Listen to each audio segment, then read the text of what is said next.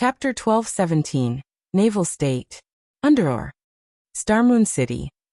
Due to the appearance of Evernight City, Starmoon City had been undergoing transformations practically every day for the past few days. The capital had become so prosperous that one could easily spot level 40-plus players roaming its main streets. Now, however, the city bustled even more than before. Only, the players coming to Starmoon City now were not here for Evernight City, but for Stone Forest Town.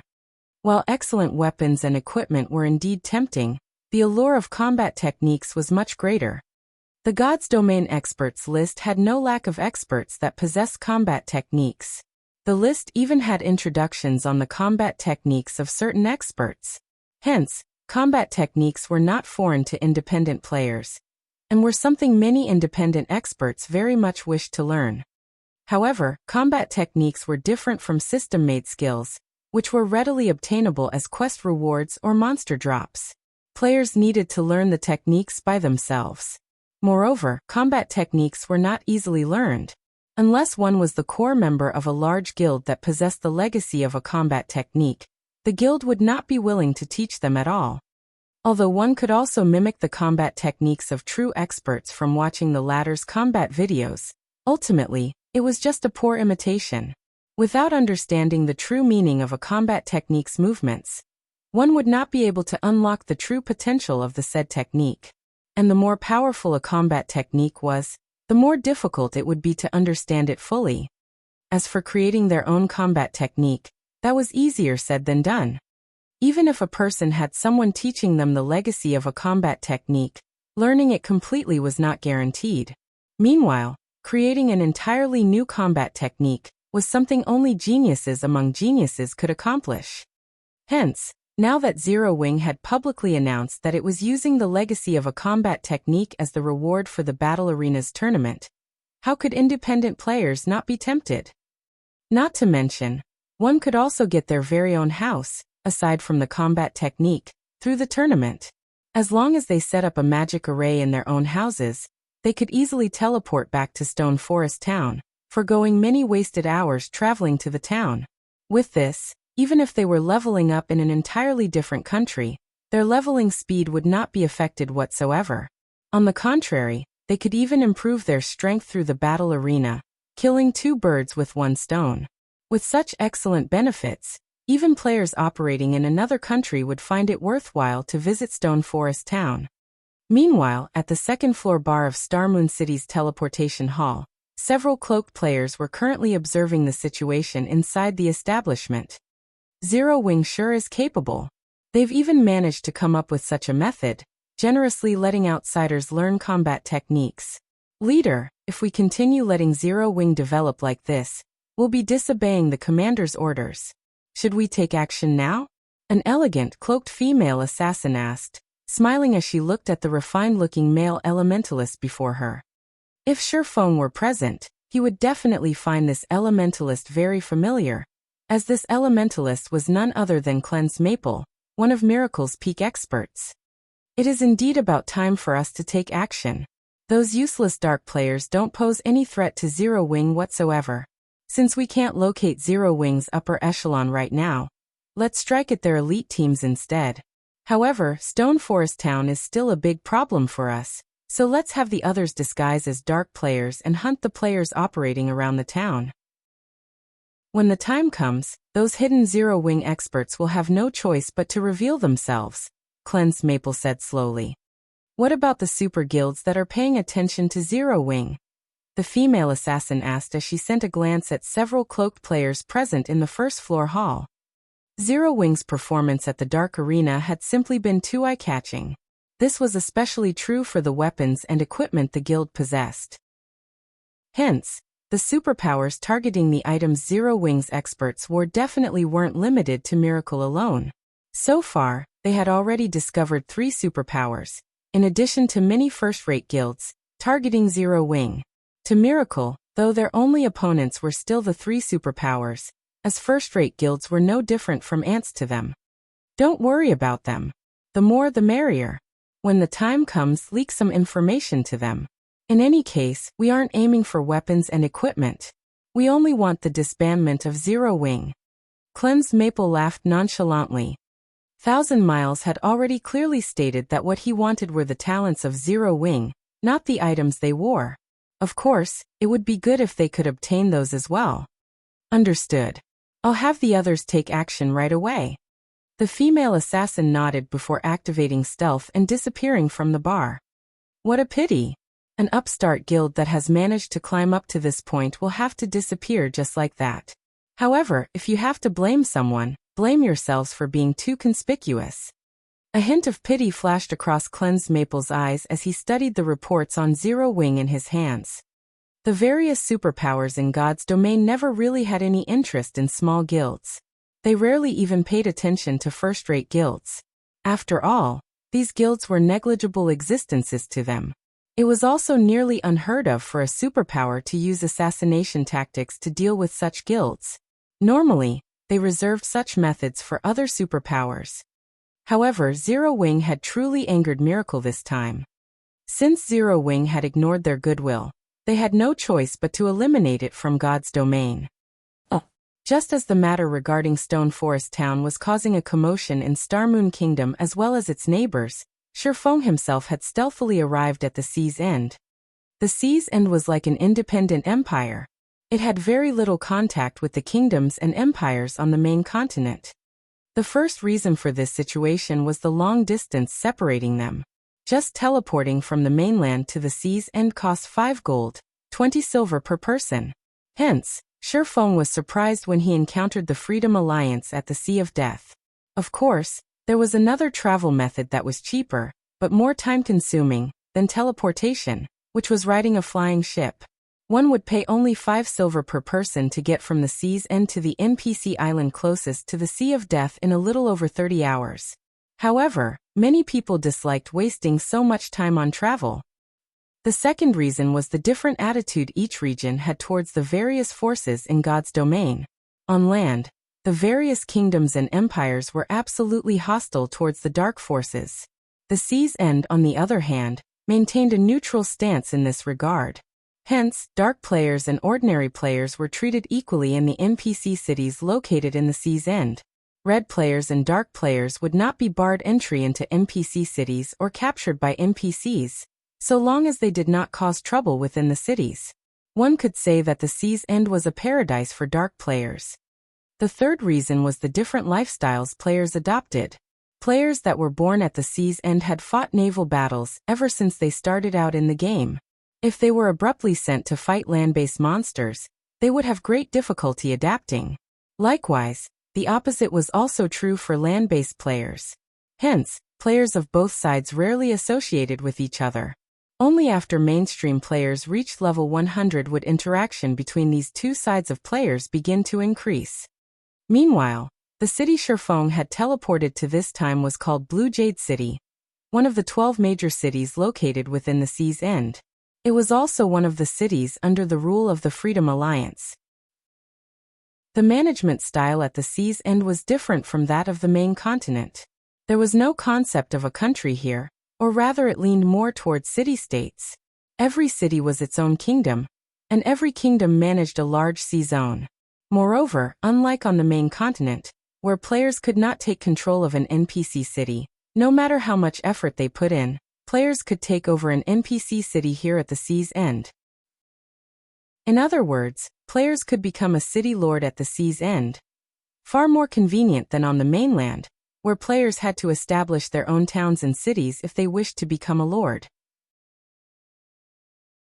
Chapter 12:18. See God's Blessing. Under Chapter 12:18. See God's Blessing. As soon as Shifeng exited the teleportation hall, the sight of an azure sky greeted him. Beneath the hill that the teleportation hall sat on, he could see various ships docked around the island. There were also a large number of players at the port, shouting for parties. Team looking for level 40+ players to hunt giant armored beasts for a quest. We already have 4 advanced speedboats prepared. Veterans only. Noobs stand aside. Forming a party to Red Reef Bay to farm red corals. Level 39 and below, do not disturb. Level 41 Shield Warrior looking for a party for the underwater temple. I own an advanced speedboat. Fleet heading to Black Mist Sea to grind for magic crystals. We have a bronze speedboat leading the fleet. We're currently still missing 2 advanced speedboats. Those with advanced speedboats, come apply quickly. Over 4,000 players crowded the port, looking to form parties. The scene resembled a lively market. Moreover, unlike land-based players, the players here put more importance on levels and the quality of the speedboats they possessed rather than combat standards when forming parties. As long as a player owned an advanced speedboat, they would be highly sought after by parties. Advanced speedboat owners here were the equivalent of expert players on land. If one possessed a bronze speedboat, they would be the equivalent of a famous celebrity and become the center of attention. There sure are a lot of players who own advanced speedboats here. With a glance, Shifeng discovered that roughly 10% of the ships docked at the port consisted of advanced speedboats. In contrast, one could rarely see even ordinary speedboats over at the Apocalypse Empire, much less advanced speedboats. Moreover, aside from the much higher standards of the ships here, the players were also considerably high-leveled. Shifeng could spot plenty of level 40-plus players roaming the streets. At such a level, players would already be considered an expert in Starmoon Kingdom. Here, however, they were only average. However, although the players here were very high-leveled, the local businesses were not very developed. As Shifeng walked through the streets of the city, he did not spot many shops operated by players. There were even fewer items produced by players. Instead, he saw many players setting up stalls along the streets. The situation here was completely different from the NPC cities on the main continent, which barred players from randomly setting up stalls on the streets.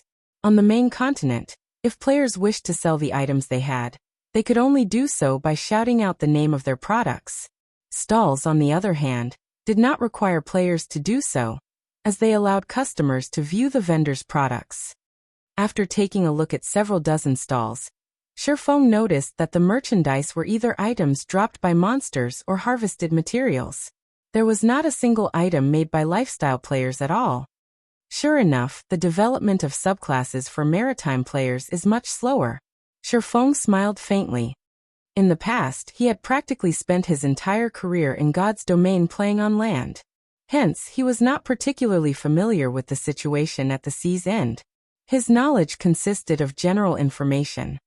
Moreover, in the past, by the time he arrived at the island cities of the sea's end, many of these island cities had already been developed. The island cities back then were completely different from the current impoverished state before him. After all, there were much more resources available out at sea than on land, as well as plenty of unique resources. Hence, the NPC island cities in the past had all flourished magnificently, and one could see all sorts of naval merchant fleets and luxurious shops. However, after giving the matter some thought, he found the situation reasonable. In reality, the development of subclasses of naval players was not slower than those on land.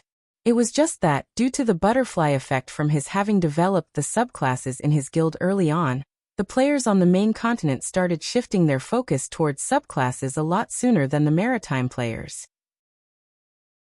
While Shifeng was investigating the prices of products in Blue Jade City, a large crowd suddenly formed in the business district.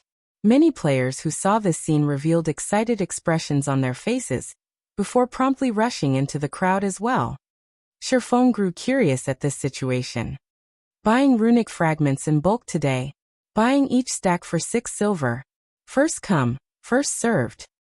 In the next moment, a slightly chubby middle-aged man with a small mustache on his face walked out of a 3-story shop. A smile on his face as he shouted a series of words. Immediately, the surrounding players flooded into the shop. Damn it! We're too late again. There are just too many competitors here. Can't the House of Seas buy a little more runic fragments each day? I've already been waiting here for an entire day now, yet I still haven't managed to sell my stockpile. There's no helping this. Only the House of Seas is willing to buy those fragments at a high price.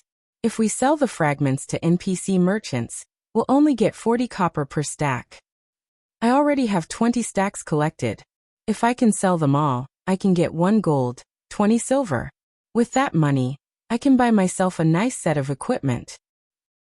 After a short moment passed, the the crowd of players that flooded into the shop called House of Seas came out. The majority of them with disappointed expressions on their faces, having apparently failed to sell their runic fragments. Runic fragments? Sherfone could not help but recall matters regarding the runic fragment. I remember that it should be an item dropped by sea monsters. On its own, it isn't of any particular value. The only use it has is the synthesis of runic crystals. However, the synthesis rate is considerably low. Even master alchemists would have a success rate of only 10%. Could the House of Seas be trying to synthesize runic crystals? The runic crystal was an item unique to the sea. It was categorized as an energy crystal, and was roughly similar to the magic crystal. Only the amounts of mana stored in the two types of crystal were different. The amount of mana contained within a magic crystal was a lot higher. A runic crystal contained roughly 2/3 the amount of mana of a magic crystal. However, a runic crystal wasn't even worth half of a magic crystal. Currently, runic crystals should sell for 10 silver each.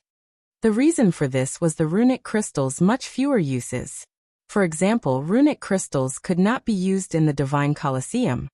If one had to point out its utility, then it would have to be in exchanges and the production of items. Out at sea, runic crystals could be used to exchange for many items at the Sea God's Temple. However, as the Sea God's Temple restocked only once a week, the number of items one could get using runic crystals was limited. Even so, what was available for exchange in the Sea God's Temple was of high quality. Occasionally, there would even be epic items up for exchange, although it was currently too early in the game for epic items to appear in the temple. Aside from epic items, the next best thing up for exchange in the Sea God's Temple was a potion named Sea God's Blessing. 5 runic crystals were needed to exchange for one bottle, which put the potion's price at 50 silver. In the past, not to mention naval players, even land-based players were very fond of the Sea God's Blessing. The reason for this was because consumption of the potion increased not only all of a player's basic attributes by 10%, but also all resistances by 100 points for 12 hours. Moreover, the potion did not have a cooldown, and its effects could be stacked once. When a player consumed 2 Sea God's Blessings, all their basic attributes would increase by 15% and resistances by 150 points for 15 hours. The further one progressed into the game, the more important environmental factors would become. Certain maps required players to possess a specific resistance for survival. The system would prevent players with insufficient resistances from visiting many special leveling maps. A potion that was capable of increasing all resistances by 100 points could allow players to visit the majority of the locations in God's domain freely without having to worry about environmental factors. However, as only a limited amount of Sea God's Blessing was put up for exchange each week, its actual value on the market was a lot higher. In the past, each bottle had sold for roughly 2 gold. Moreover, this was only the price at sea. On land, each bottle had easily sold for 3 gold. That's right. Why didn't I think of this? I can use this opportunity to make a fortune. Sherfone suddenly thought of the Philosopher's Stone. Others might need to waste a lot of effort into synthesizing runic crystals, but he had the Philosopher's Stone. His synthesis success rate was much higher than even that of Grandmaster alchemists. Chapter 12:19, Gathering of Warlords. Chapter 12:19, Gathering of Warlords. Although Sherfone had such thoughts, he did not hurry to collect runic fragments. The runic fragment was a common drop at sea. Hence, purchasing a large amount from players would be straightforward. Besides, his primary objective in visiting the sea's end this time was not to collect runic crystals, but the legacy of the sea. Following which, Sherfone hurried towards the meeting place he had arranged with Passing Monarch. At this moment, hundreds of players geared in fine gold weapons and equipment stood guard in front of the most luxurious high-class restaurant in Blue Jade City. These players were all at least level 42, and just by standing there, they put extremely heavy pressure on others. The passers-by only sent a few glances at these players before scurrying away, nobody daring to enter this restaurant. These players standing guard at the entrance were none other than the members of the Freedom Alliance, the absolute overlord of Blue Jade City. In this city, nobody dared oppose the members of the Freedom Alliance. After all, if they provoked the Freedom Alliance, they would no longer be able to stay in Blue Jade City. Meanwhile, on the 22nd floor, which was also the top floor, of Blue Jade Restaurant, every member of the Freedom Alliance's upper echelon was present. Even the commanders of the Alliance's 11 fleets were here today. At this moment, a beautiful woman dressed in luxurious, red mage robes walked up to Passing Monarch and said in a quiet tone, "Commander Monarch, our independent fleets will be depending on you this month. If we let those guild-formed fleets surpass us, our fleet standings in the Alliance will definitely suffer." Although this woman's appearance was not as flawless as Gentle Snow's, she was the only female commander within the entire Freedom Alliance 100 Leaves. In response, Passing Monarch simply nodded silently. In reality, he did not fully believe 100 Leaves' words. Those capable of becoming the commander of a fleet within the Freedom Alliance definitely shouldn't be underestimated. Not to mention, the rise of 100 Leaves' fleet had been rapid. Initially, she and her fleet had joined the Freedom Alliance as the 11th fleet.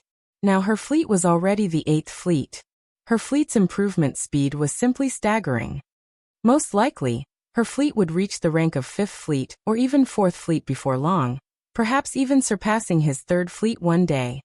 However, 100 Leaves' words were also partially correct. If their fleets, which were formed by independent teams, did not perform well and failed to obtain any legacies, their standings in the Alliance would no doubt suffer tremendously. The power structure of the Freedom Alliance was very complex.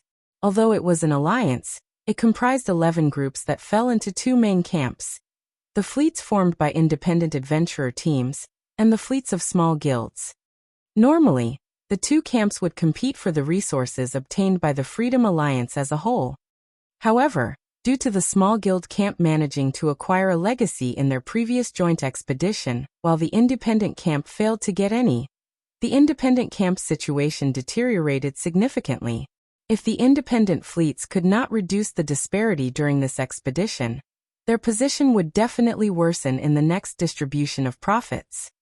I heard that the 2nd Fleet and 4th Fleet have joined forces, and even managed to recruit the help of quite a few powerful experts. Once we enter the secret land, you'll have to help out the 8th Fleet, Commander Monarch, 100 Leaves said as she sent a glance at several people seated across her.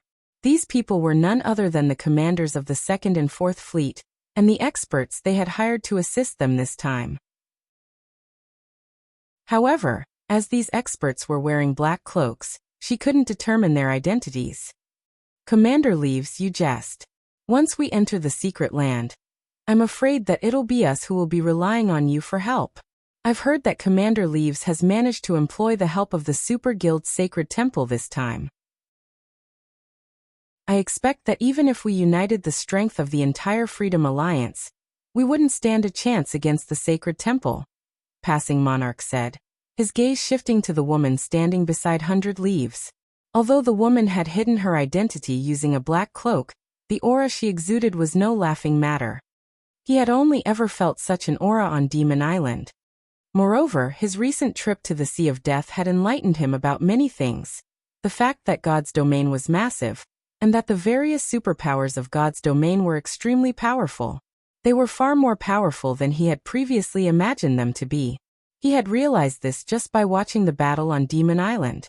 When he and his companions went up against the Flower of Seven Sins members, they had been utterly powerless to retaliate. Yet, now through some unknown means, 100 Leaves had actually managed to get help from the Super Guild Sacred Temple. In the next fleet ranking, the fleet 100 Leaves commanded would most likely rank 2nd out of the 11 fleets in the Freedom Alliance. As for getting 1st place, that was unlikely to happen. The reason for this was the commander of the 1st Fleet, who was the man that personally formed the Freedom Alliance. The 1st Fleet was also the first one to obtain the Legacy of the Sea. Even now, Passing Monarch had yet to uncover the identity of the mysterious supporter backing the 1st Fleet. Just as Passing Monarch and 100 Leaves were conversing with each other, the 2nd Fleet's commander, Identical Summer, and the 4th Fleet's commander, Heavenly Spider, were likewise chatting together but with sneers on their faces. "Ha ha ha. Monarch, that fool. He actually went to the Sea of Death and got all 4 of his bronze speedboats heavily damaged. Even now, the speedboats have yet to be fully repaired. With this, Third Fleet no longer poses a threat to us. The only problem left is First Fleet and Eighth Fleet. Identical Summer laughed as he looked at passing Monarch. The Sacred Temple will be a troublesome foe. Not only is it a super guild, but unlike the other super guilds, the Sacred Temple also began developing its naval forces very early on.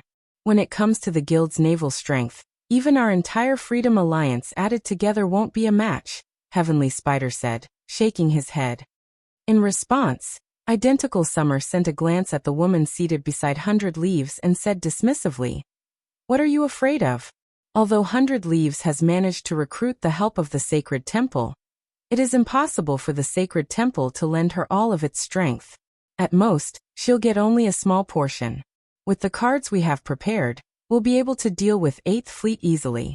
Afterwards, our 2 fleets will definitely secure the position of 1st and 2nd Fleet and rule Heavenly Ocean City. The Freedom Alliance occupied a total of 3 major NPC cities in the Sea's End: Blue Jade City, White Howl City, and Heavenly Ocean City. As for Sea Dragon City, it was not considered a major city, only a minor city located on a certain island. It was valuable merely because it provided access to a secret land that contained legacies. In terms of overall value, Sea Dragon City was worth much less than the 3 major cities. Moreover, every one of the 3 major cities had a player population of over 8 million. Among them, Heavenly Ocean City's population was the highest, with over 12 million players based there. It could already rival the capital of an ordinary empire. If their 2 fleets could obtain Heavenly Ocean City, the wealth they could amass would greatly surpass that of the large guilds occupying empires on land.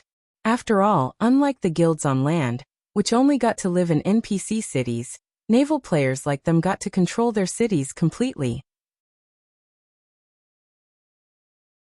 Chapter 1220, Discovered. Under Chapter 1220, Discovered. Inside the elegant hall, the Freedom Alliance's various commanders all had their own plans. They were all brimming with confidence about obtaining the legacy of the sea this time. Just as the various commanders were conversing with each other, the female elementalist Blue Joy let Shifeng into the hall. Although Shifeng's appearance was not particularly conspicuous, as he looked just like the many other cloaked players within the hall, he still attracted everyone's attention. This person came in with Blue Joy. He should be the expert Monarch recruited to help, right? Sure enough, Monarch really did come prepared. But why is there only one person? The various fleet commanders began quietly discussing Shifeng as they looked at the swordsman walking towards Monarch. The fact that passing Monarch managed to become the commander of the Freedom Alliance's 3rd Fleet showed that his individual strength was extraordinary. Otherwise, the other fleets would have long since overtaken his fleet. However, seeing that passing Monarch had invited only one helper confused everyone. It seems Monarch has really miscalculated this time. Unlike the previous time, when the various fleet commanders had not invited even a single outsider to help out, they had all recruited plenty of helpers for the expedition this time. Even the lowest ranked among them had invited over 10 people, while some had actually invited over 40 people. "Brother Yifeng, did you come alone this time?" Passing Monarch asked quietly, feeling greatly perplexed as he looked at Shifeng walking over to him. Although he had invited Shifeng, he never said that only Shifeng alone could join. After all, the more people taking control of a speedboat, the more power it could display. A speedboat's ability to endure attacks from monsters would also improve with more players on board. Hence, in God's domain, the more players a ship could accommodate, the stronger it would be. In fact, he had even reserved 30 slots specifically for Shifeng. Despite that, Shifeng had come by himself. "The others are all busy, so I didn't bother bringing them over," Shifeng explained. Currently, the majority of Zero Wings experts were still stuck in combat inside the inferior legendary treasure chest. Only a portion of them had come out so far, and those who had were busy leading expert teams to grind for weapons and equipment. After all, Zero Wing was currently mass recruiting new members, and was in dire need of weapons and equipment. Meanwhile, Aqua Rose and the others were inside the secret technique space and would not be coming out anytime soon. Rather than bring a group of elite members with him, it was much better to let Passing Monarch's other companions, who were much more accustomed to naval warfare, enter the ruins. Passing Monarch could not help falling speechless at Shifeng's words. He felt that Shifeng was underestimating the legacy competition. Although he could have his own subordinates take up the missing slots, their coordination with Shifeng would not be particularly good since neither side had a great understanding of each other.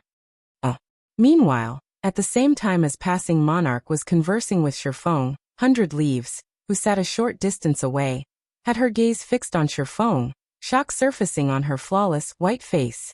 However, 100 Leaves very quickly hid this reaction of hers. "Leaves, is there something strange about that person?" the cloaked woman seated beside 100 Leaves asked quietly.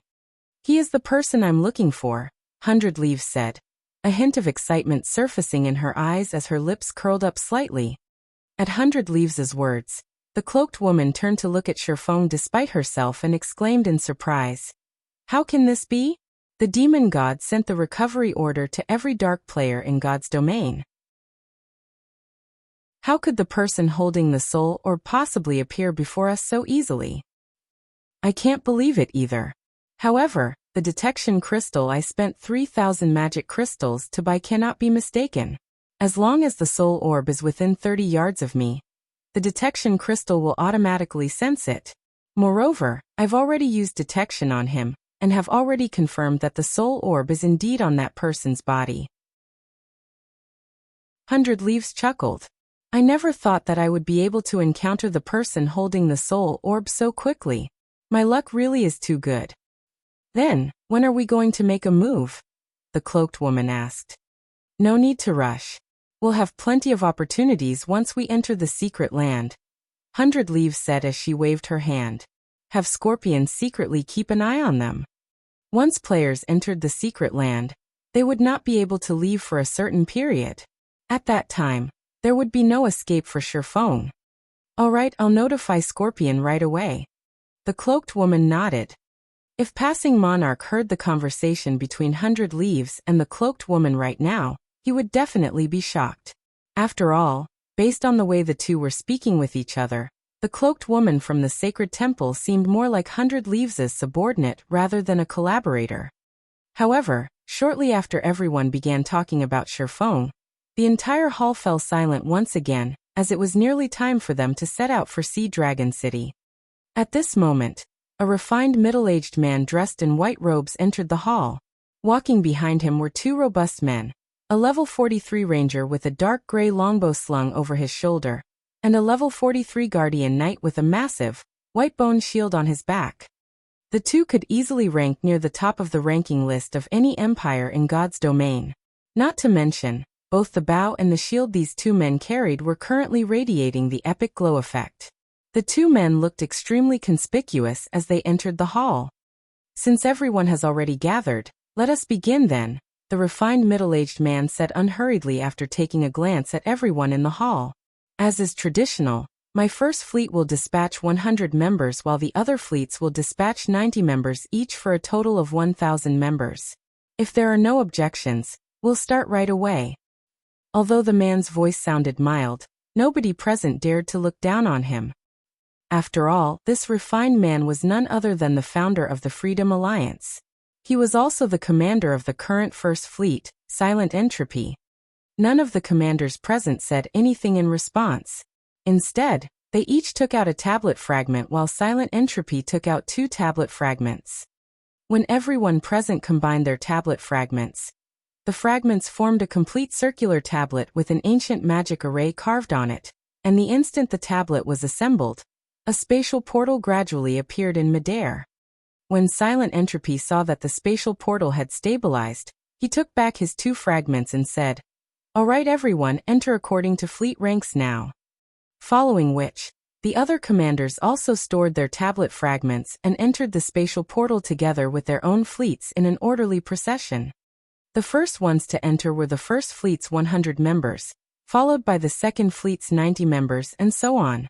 After the 1000th player walked into the spatial portal, The portal vanished from the hall. The instant Sherfeng entered the secret land, before he could even see where he had been transported to, the sound of a system notification reached his ears. System, you have entered the secret land beneath Sea Dragon City. You are not allowed to leave before 6 hours have passed. After 10 hours have passed, you will be automatically transferred out of the secret land. When the system notification came to an end, Sherfeng was finally able to see his surroundings clearly. He was currently standing in the middle of a massive cavern with an ink-black lake encircling his location. Moreover, fog hovered above the lake. He could barely make out passages at the far end of the cavern. While Sherfeng was busy observing his surroundings, the members of the Freedom Alliance began releasing their ships onto the lake in an orderly manner. Even the weakest ship released was an advanced speedboat. There were also plenty of bronze speedboats, which were originally very rare in the outside world. It was an amazing sight to behold. The secret land did not place any restriction on the number of ships that could be brought in. However, the appearance of over 120 ships on the lake would immediately trigger a massive monster attack. Only after these monsters had destroyed the excess ships would they leave. Hence, the various fleets of the Freedom Alliance had agreed that each fleet could bring a maximum of 10 ships each. Any fleet caught bringing more than the agreed number of ships would have their right to enter the secret land in the future taken away. Moreover, as everyone had signed a contract agreeing to this point, there was no escaping the penalty if they broke their word. At this moment, the cloaked woman who stood beside 100 Leaves covertly observed the distant Sherfeng as she quietly asked, "Leaves, should we take action now?" Chapter 1221. Hidden Strength. Under. Chapter 1221. Hidden Strength. Scorpion, take the party with you and find an opportunity to strike. Don't attack unless you're absolutely confident of succeeding. 100 Leaves nodded. After entering the secret land, aside from the starting point, there would not be many places where their various fleets would encounter each other. Only those that chose to go down the same legacy path would get to meet again at the rest point, where players could escape the harassment of monsters, located in the middle of each legacy path. Aside from these two locations, there would be no other opportunity to strike at Sherfeng. Therefore, the time before the various fleets decided on the path they would take would be the perfect time to strike. Although attacking Sherfeng would also mean severing all friendly relations with passing monarch, she was willing to take this loss to complete the demon god's quest. The party?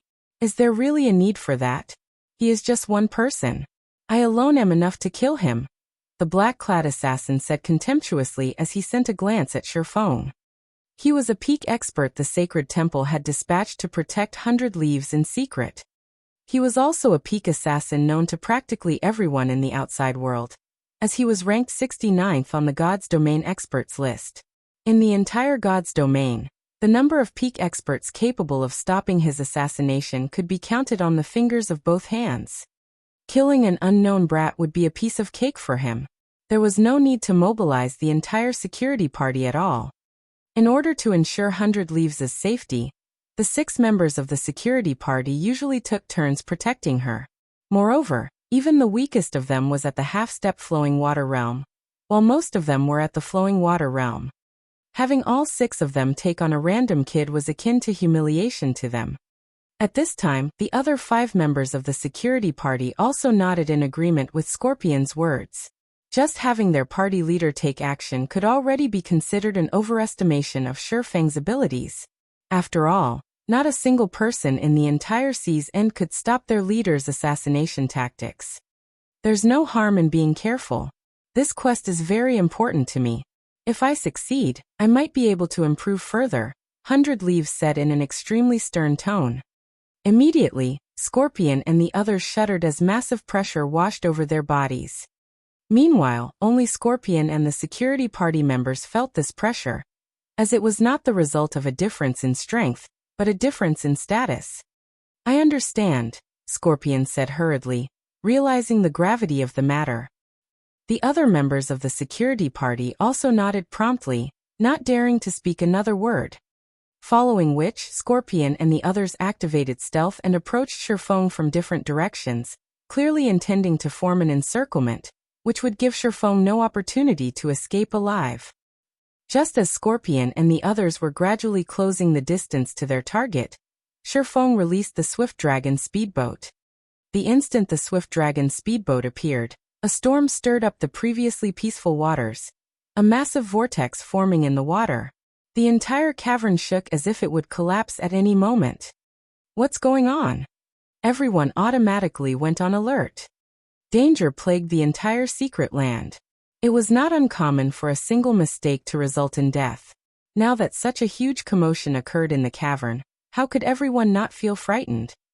Look at the distant grotto, a ranger with good eyesight suddenly shouted. Immediately, everyone turned to look at the grotto in the distance. At this moment, the strong gusts of wind blew away the fog filling the grotto. Although the situation inside the grotto was not entirely clear, everyone could still see what had happened. The cavern, which originally had 12 grottos leading out of it, had another one added to it, taking everyone unawares. Meanwhile, the entrance of this grotto was extremely large. What? How can this be? This scene came as a tremendous shock to everyone. The Freedom Alliance had already done their research on the situation inside the secret land. It had a total of 12 legacy paths, and each entrance leading to these paths differed in size. The paths were divided into 3 groups, those with entrances with a diameter of 20 yards, a diameter of 30 yards, and a diameter of 50 yards. The larger the entrance of a path was, the more danger one would encounter inside that path. This was the conclusion the Freedom Alliance had drawn after their last expedition, because every fleet that had entered the 50 diameter paths had failed to set foot into the inner area of those paths. On the other hand, the first fleet, which had chosen a 20 diameter path, had managed to pass all the way through. Meanwhile, the new entrance that appeared had a diameter of at least 100 yards. It could easily accommodate 4 speedboats moving in parallel. How can this be possible? There wasn't such a path the previous time we were here. Passing Monarch had a conflicted look on his face as he stared at the massive grotto. His reaction was because this new grotto might be the greatest secret of the Sea Dragon's secret land. Only he did not know whether he should choose this path or not, because it went without saying that this path was undoubtedly the most dangerous one. Nevertheless, if he did not enter this path, there might not be another chance to do so in the next expedition. After all, no such situation occurred during his last visit here. It was uncertain whether this grotto would appear again in the next expedition or not. A chance. Ha ha ha. Our chance has come. Identical Summer was inwardly ecstatic at this situation. Sending a private message to Heavenly Spider, he said, "This is our chance. If we obtain the strongest legacy in the Sea Dragon's secret land, no matter how many times Entropy and the others enter this place, they will never be able to compete against us for Heavenly Ocean City. But I'm afraid the difficulty of conquering it will be quite significant," Heavenly Spider, the commander of 4th Fleet, said somewhat worriedly. "What's there to be afraid of?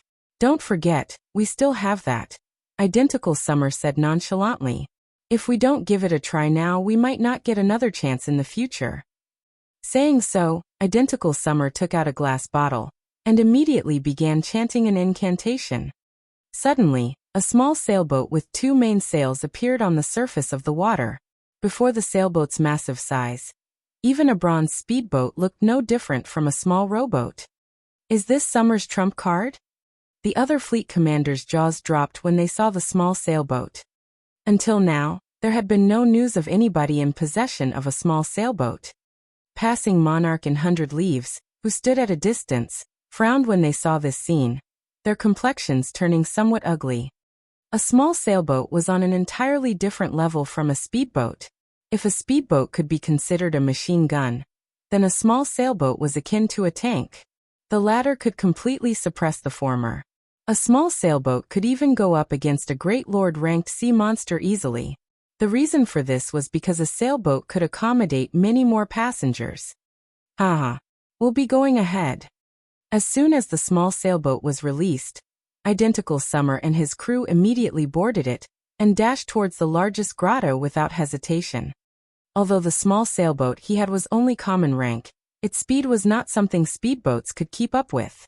Moreover, it could accommodate up to 100 passengers at a time, allowing them to carry a lot of MTs to tank the damage from bosses. After including the 8 bronze speedboats their second and fourth fleets possessed, they were definitely the strongest fleet in the entire Freedom Alliance right now. As expected of Summer, his preparation is indeed amazing, Silent Entropy laughed. He then took out a glass bottle from his bag and began chanting as well. In the blink of an eye, another small sailboat appeared before everyone. The commander of 11th Fleet boarded the sailboat together with Silent Entropy without hesitation. The small sailboat then promptly chased after identical Summer's fleet. Meanwhile, in terms of strength, Silent Entropy's fleet was even stronger as it had 9 bronze speedboats in total. The commanders of the other fleets were dumbfounded. Although they knew that the top-ranking fleets had hidden a lot of their strength, they had never suspected that those fleets had hidden this much. Silent Entropy, identical Summer. 100 Leaves' eyes were filled with anger as she glared at the 2 small sailboats disappearing into the largest grotto. Originally, she had planned on directly becoming the first fleet of the Freedom Alliance in this expedition. Now, however, those 2 people had ruined her plans. Leaves, Passing Monarch, and the others are also starting to move out, the cloaked woman said as she pointed at Shifeng and the others, whose ships were already heading towards the largest grotto. Have they lost their minds? 100 Leaves was filled with confusion as she looked at the 5 speedboats rapidly moving towards the largest grotto as well. Chapter 1222. Sea God's Legacy. Under Chapter 1222. Sea God's Legacy. Leaves, what do we do now? Give chase? The cloaked woman asked 100 Leaves as she watched the speedboats sail away. They had planned to set off after Scorpion's party killed Shifeng, but they hadn't expected anything like this. Give chase? We cannot let them get ahead of us. 100 Leaves frowned. Reluctantly, she withdrew a pitch-black crystal bottle from her bag. Unlike the others who recited an incantation to release their ships, 100 Leaves threw the black bottle into the water. Plop! When the crystal bottle sank into the water, a massive, black magic array appeared on the surface. A small sailboat, even larger than Silent Entropy and identical Summers, emerged from the magic array, covered in magic patterns. After the 8th Fleet's members boarded, the 10th Fleet joined them on this small sailboat. It was clear that the 8th Fleet and 10th Fleet had agreed to cooperate. The remaining fleet commanders revealed bitter smiles when they saw this. There's no way we can compete with them. The gap is simply too vast. The various fleets had intended to compete for the 3rd rank in the Freedom Alliance. However, after seeing one small sailboat after another, they had lost the heart to do so. Even obtaining the legacy of the sea from the other grottos wouldn't change the outcome. A magic bottle?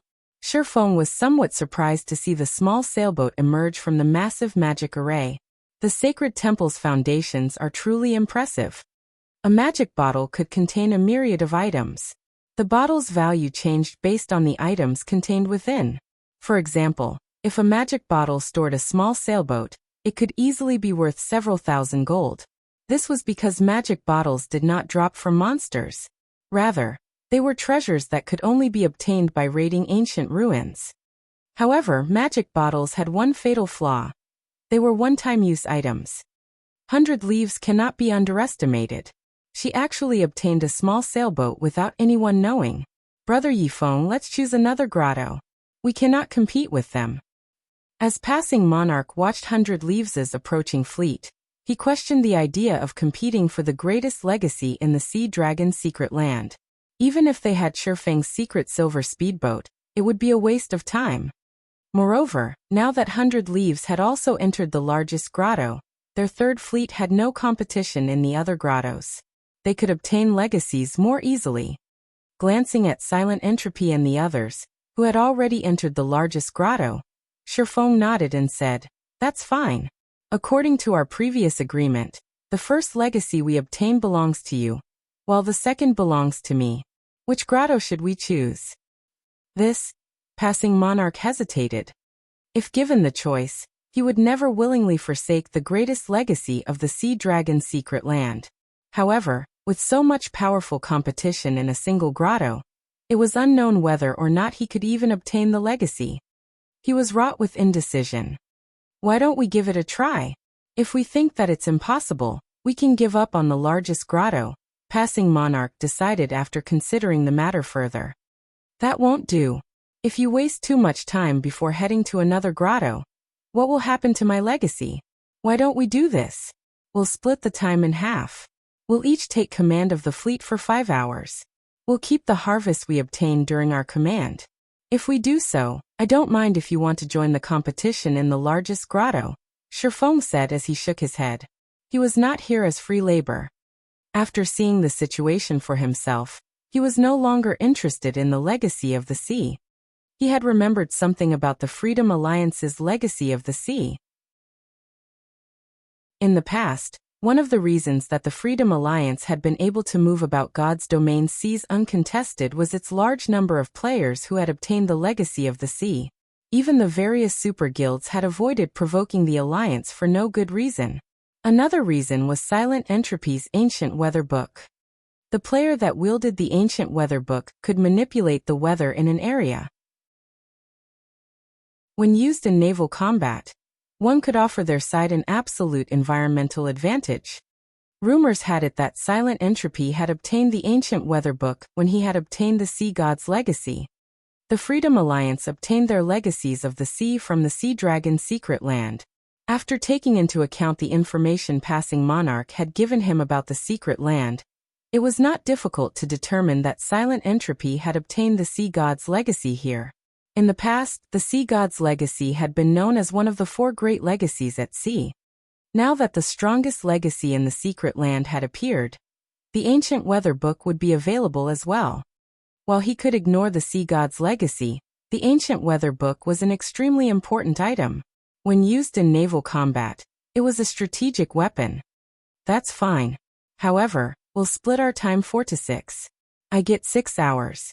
Later, I'll use 1 hour to test the waters. If it really isn't possible, we'll switch to other grottos. This will also give you the chance to learn the largest grotto's difficulty, Passing Monarch said. Alright, let's do that then. Shattering smiled before taking out a contract. Following which, the two renewed their contract. Passing Monarch released a sigh of relief as he quickly directed the fleet into the largest grotto. In reality, the secret land's grottos were portals that would transport players to another space. As the Third Fleet's ships entered the largest grotto, after a few minutes of drifting along a heavy current, the fleet left the grotto and appeared before a massive island. The island had a white, sandy beach and an azure blue sky above it. It looked like paradise. This island was none other than their rest point. Another island waited across from this paradise. Unlike the first island, dark, thundering clouds covered the sky above the second. One could also see plenty of massive sea monsters roaming the island. This was where the legacies hid. Silent Entropy and Identical Summer's fleets had already engaged these sea monsters in battle. Why are there so many sea monsters? Passing Monarch was shocked when he saw the creatures. Both Silent Entropy and Identical Summer's fleets stood against more than 20 sea monsters. These sea monsters looked like sea turtles, but unlike normal sea turtles, a long horn grew from the heads of these monsters. Their bodies also emitted arcs of blue electricity, and all of their attacks used lightning. Not only were their attacks very fast, but they also contained massive destructive power. Thunderhorn Beast Sea Monster Lord. Level 51. HP 35, 000, 000/35, 000, 000. Although Silent Entropy and Identical Summer's fleets each had a small sailboat, their ships suffered against so many Thunderhorn beasts. If not for their small sailboats taking the brunt of the attacks, they would have already been annihilated. Passing Monarch paled at this sight. Speedboats stood no chance against those monsters. The Third Fleet couldn't even reach the island. If they could not get on the island, how were they supposed to obtain the legacy? In the Sea Dragon's secret land, all legacies were in the center of the legacy island at the end of each grotto. The ship's role was to transport the players through the obstacles on the way to the Legacy Island.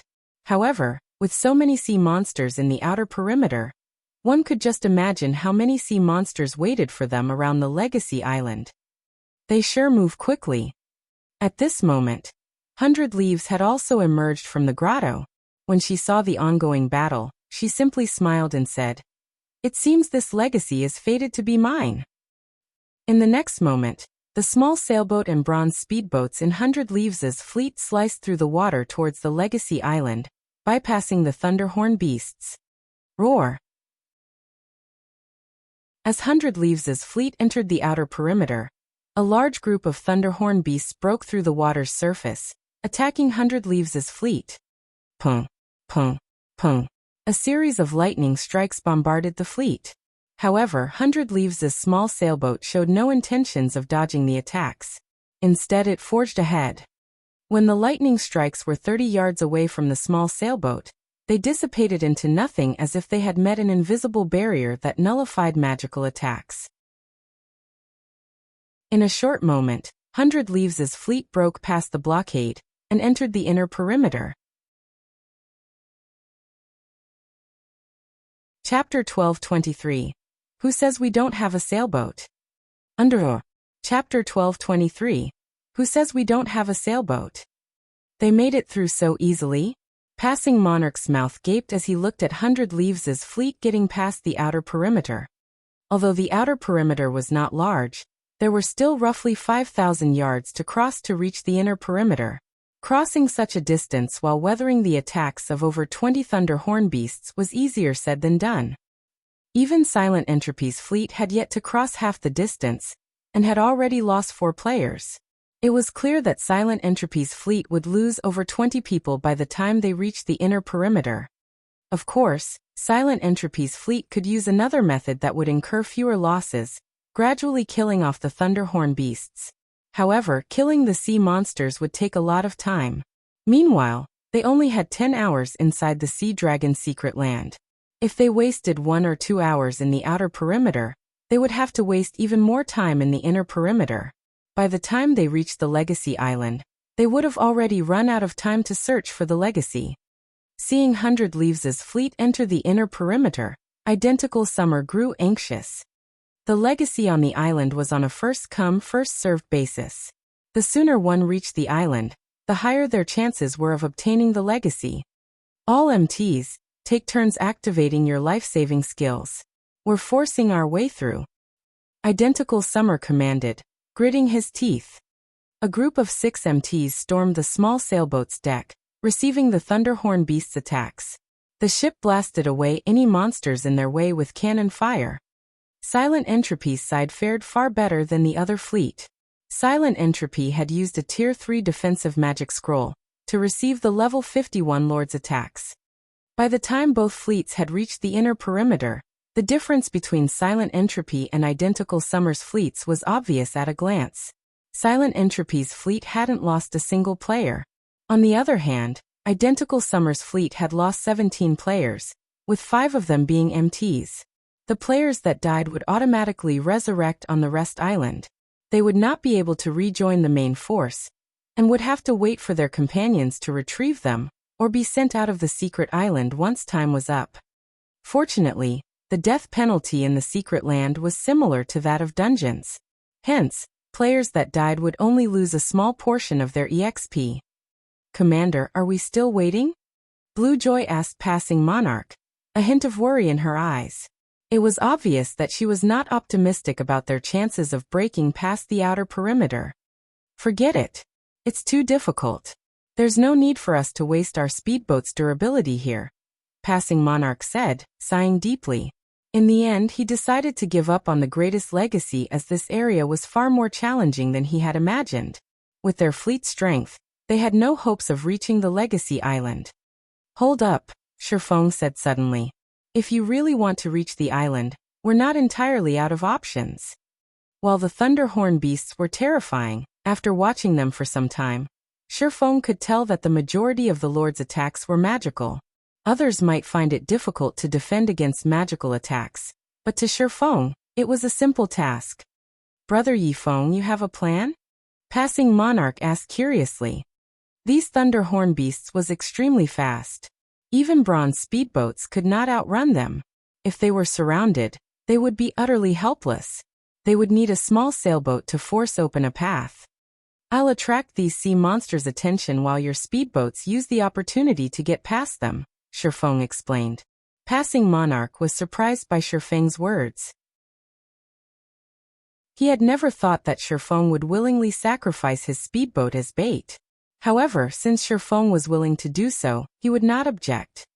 Meanwhile, 100 Leaves and the others, who were currently resting at the edge of the inner perimeter, noticed Passing Monarch's fleet speeding towards the outer perimeter.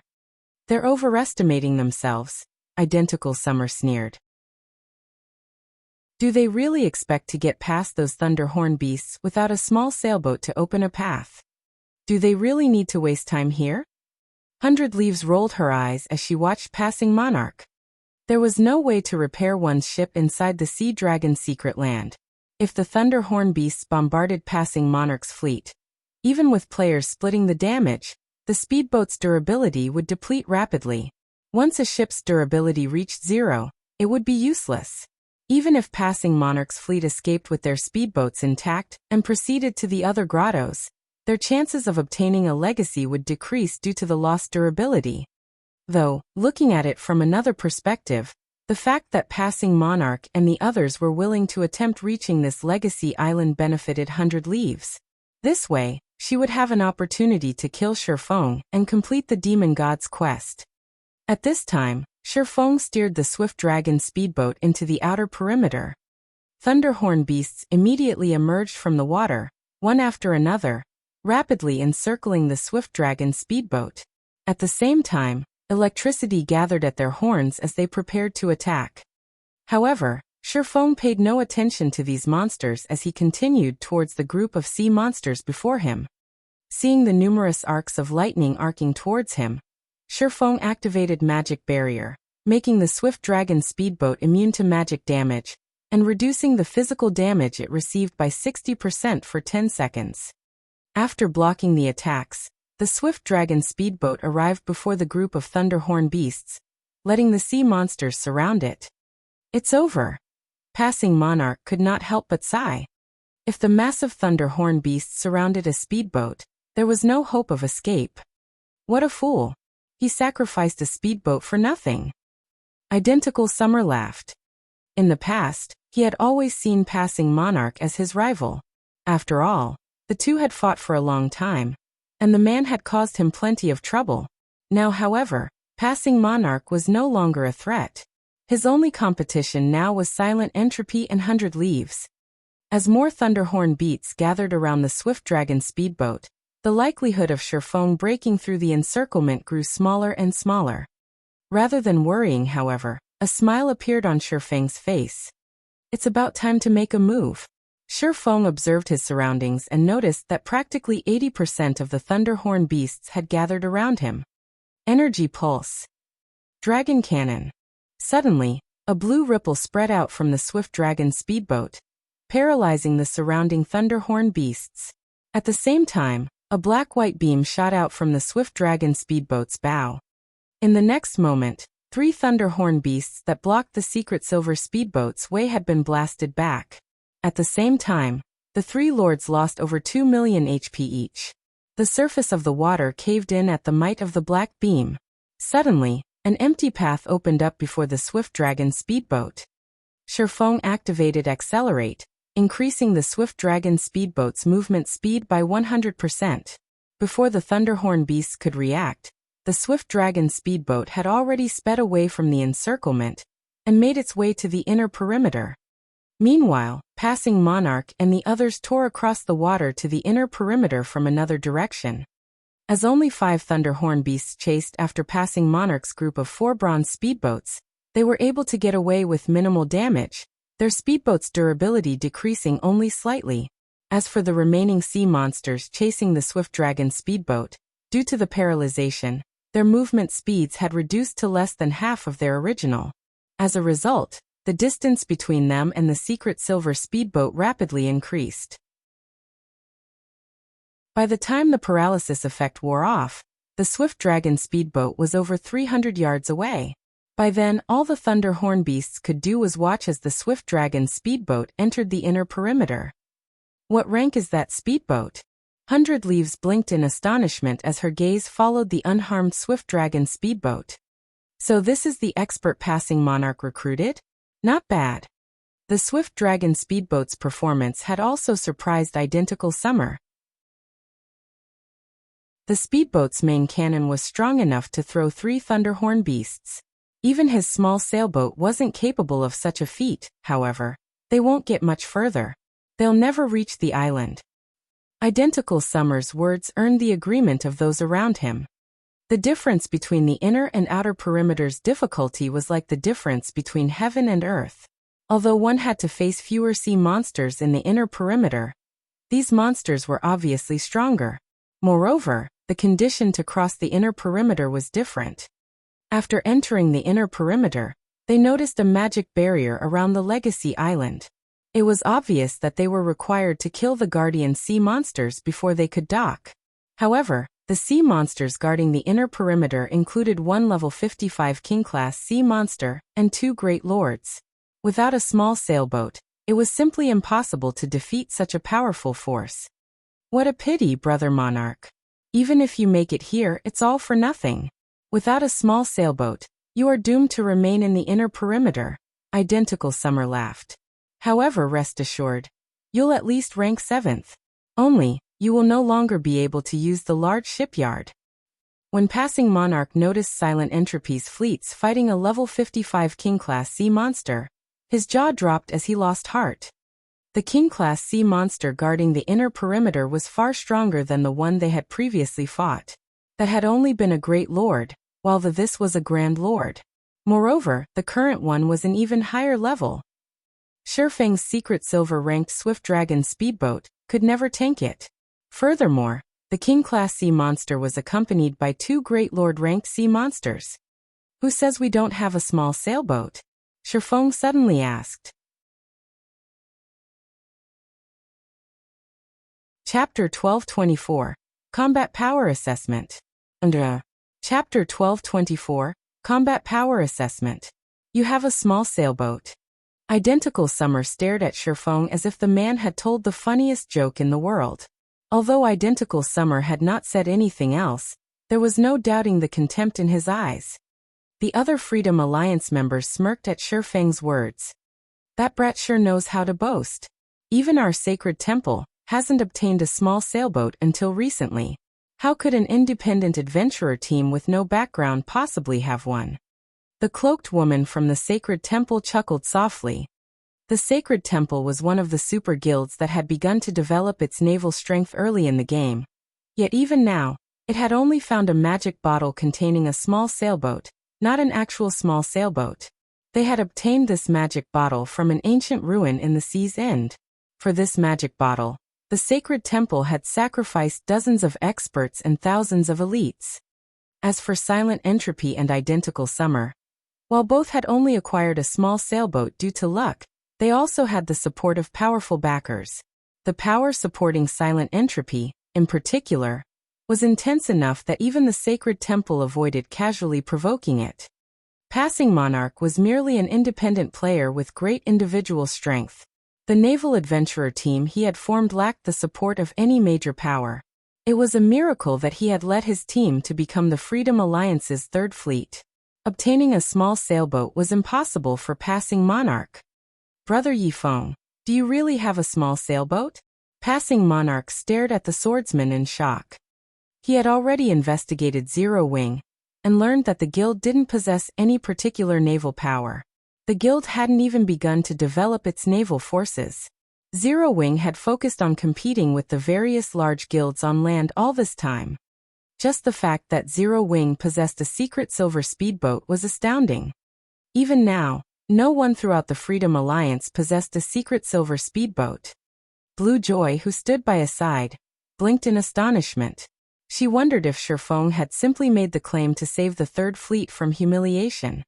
You'll know once you see it, Shifeng said as he looked around him. He could clearly feel the doubt and contempt everyone aimed his way. Following which, he He took a delicate crystal bottle from his bag and began to chant an incantation. With each verse Sherfong chanted, black mist emerged from the crystal bottle, shrouding a large section of the sea water before the swift dragon speedboat. Suddenly, a silver sailboat appeared before these players. This silver sailboat was no smaller than the sailboat 100 Leaves had summoned with the magic bottle. Moreover, magic runes decorated every inch of the silver sailboat.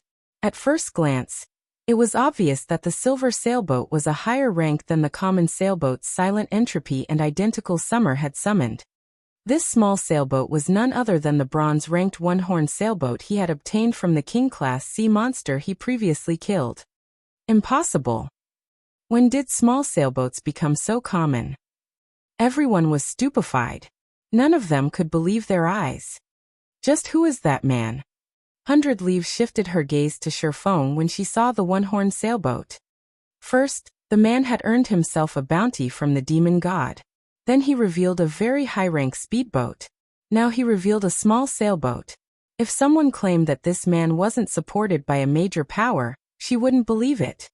I have really underestimated you, Monarch. I never thought you would recruit such an expert. However, you'll never get to the island. At the end of the day, passing the inner perimeters test depends on one's strength. Identical Summer snorted. He then steered his sailboat towards the Legacy Island to challenge the inner perimeter's sea monsters.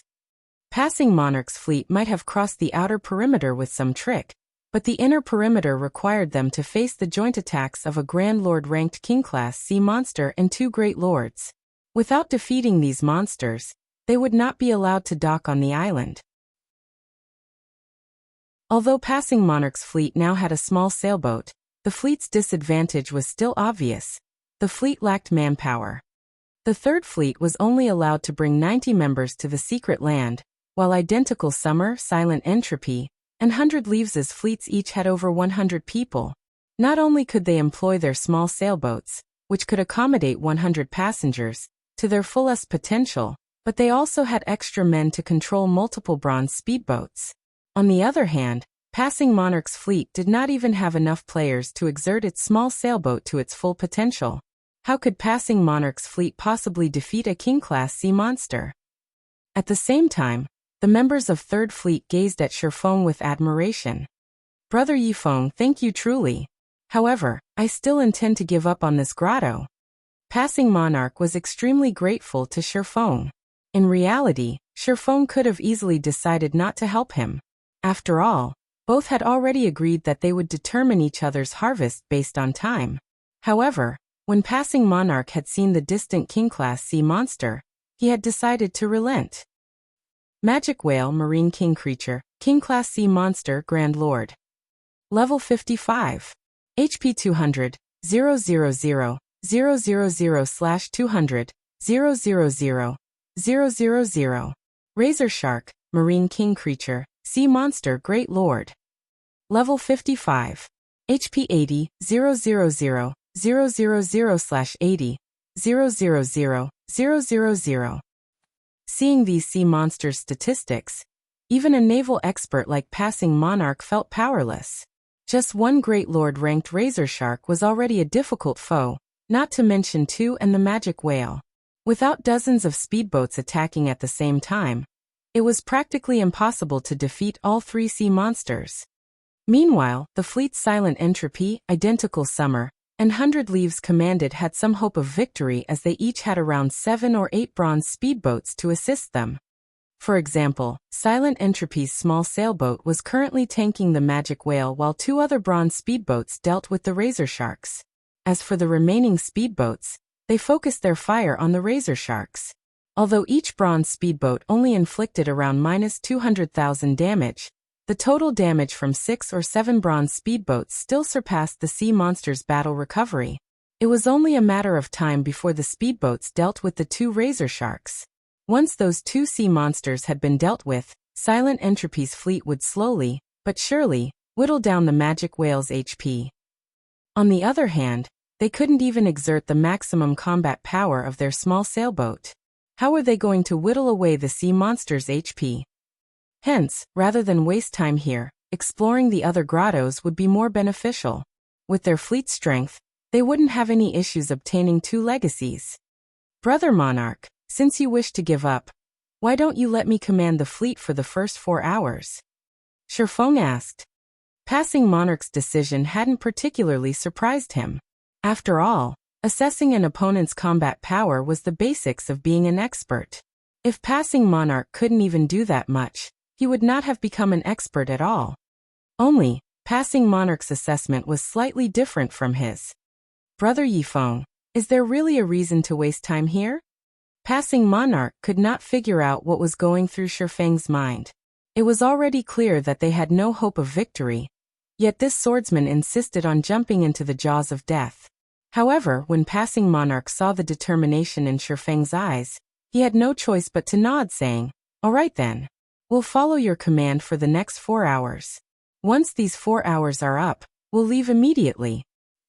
Following which, both sides renewed their contract yet again.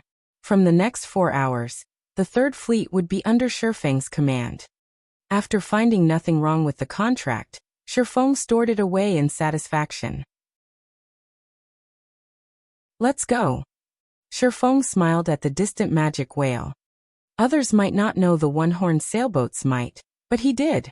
While King-class sea monsters were quite powerful, a bronze sailboat could not be underestimated, either. Following which, Shifeng allocated tasks to the Third Fleet's members.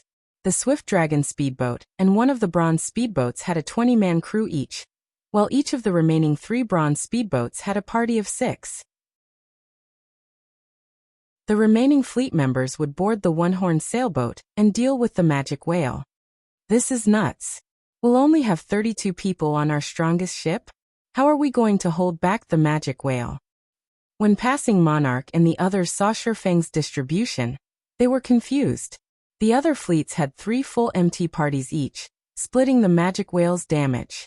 Those fleets also had the other crew members on their small sailboats, sharing the damage. Only then could they minimize the damage to their sailboats. Otherwise, before their respective fleets even finished off one Razor Shark, their sailboats would be reporting for duty in Davy Jones' locker. However, Shifeng insisted on this setup, and passing Monarch had no choice but to agree. After all, Shifeng now held authority over the fleet. Moreover, the sailboat belonged to Shifeng. As the one-horned sailboat approached the island, a magic whale and 2 razor sharks emerged from the water. Their massive frames resembled large mountains, blocking the legacy island from view. Begin. Shifeng fired the thunder cannon at the magic whale.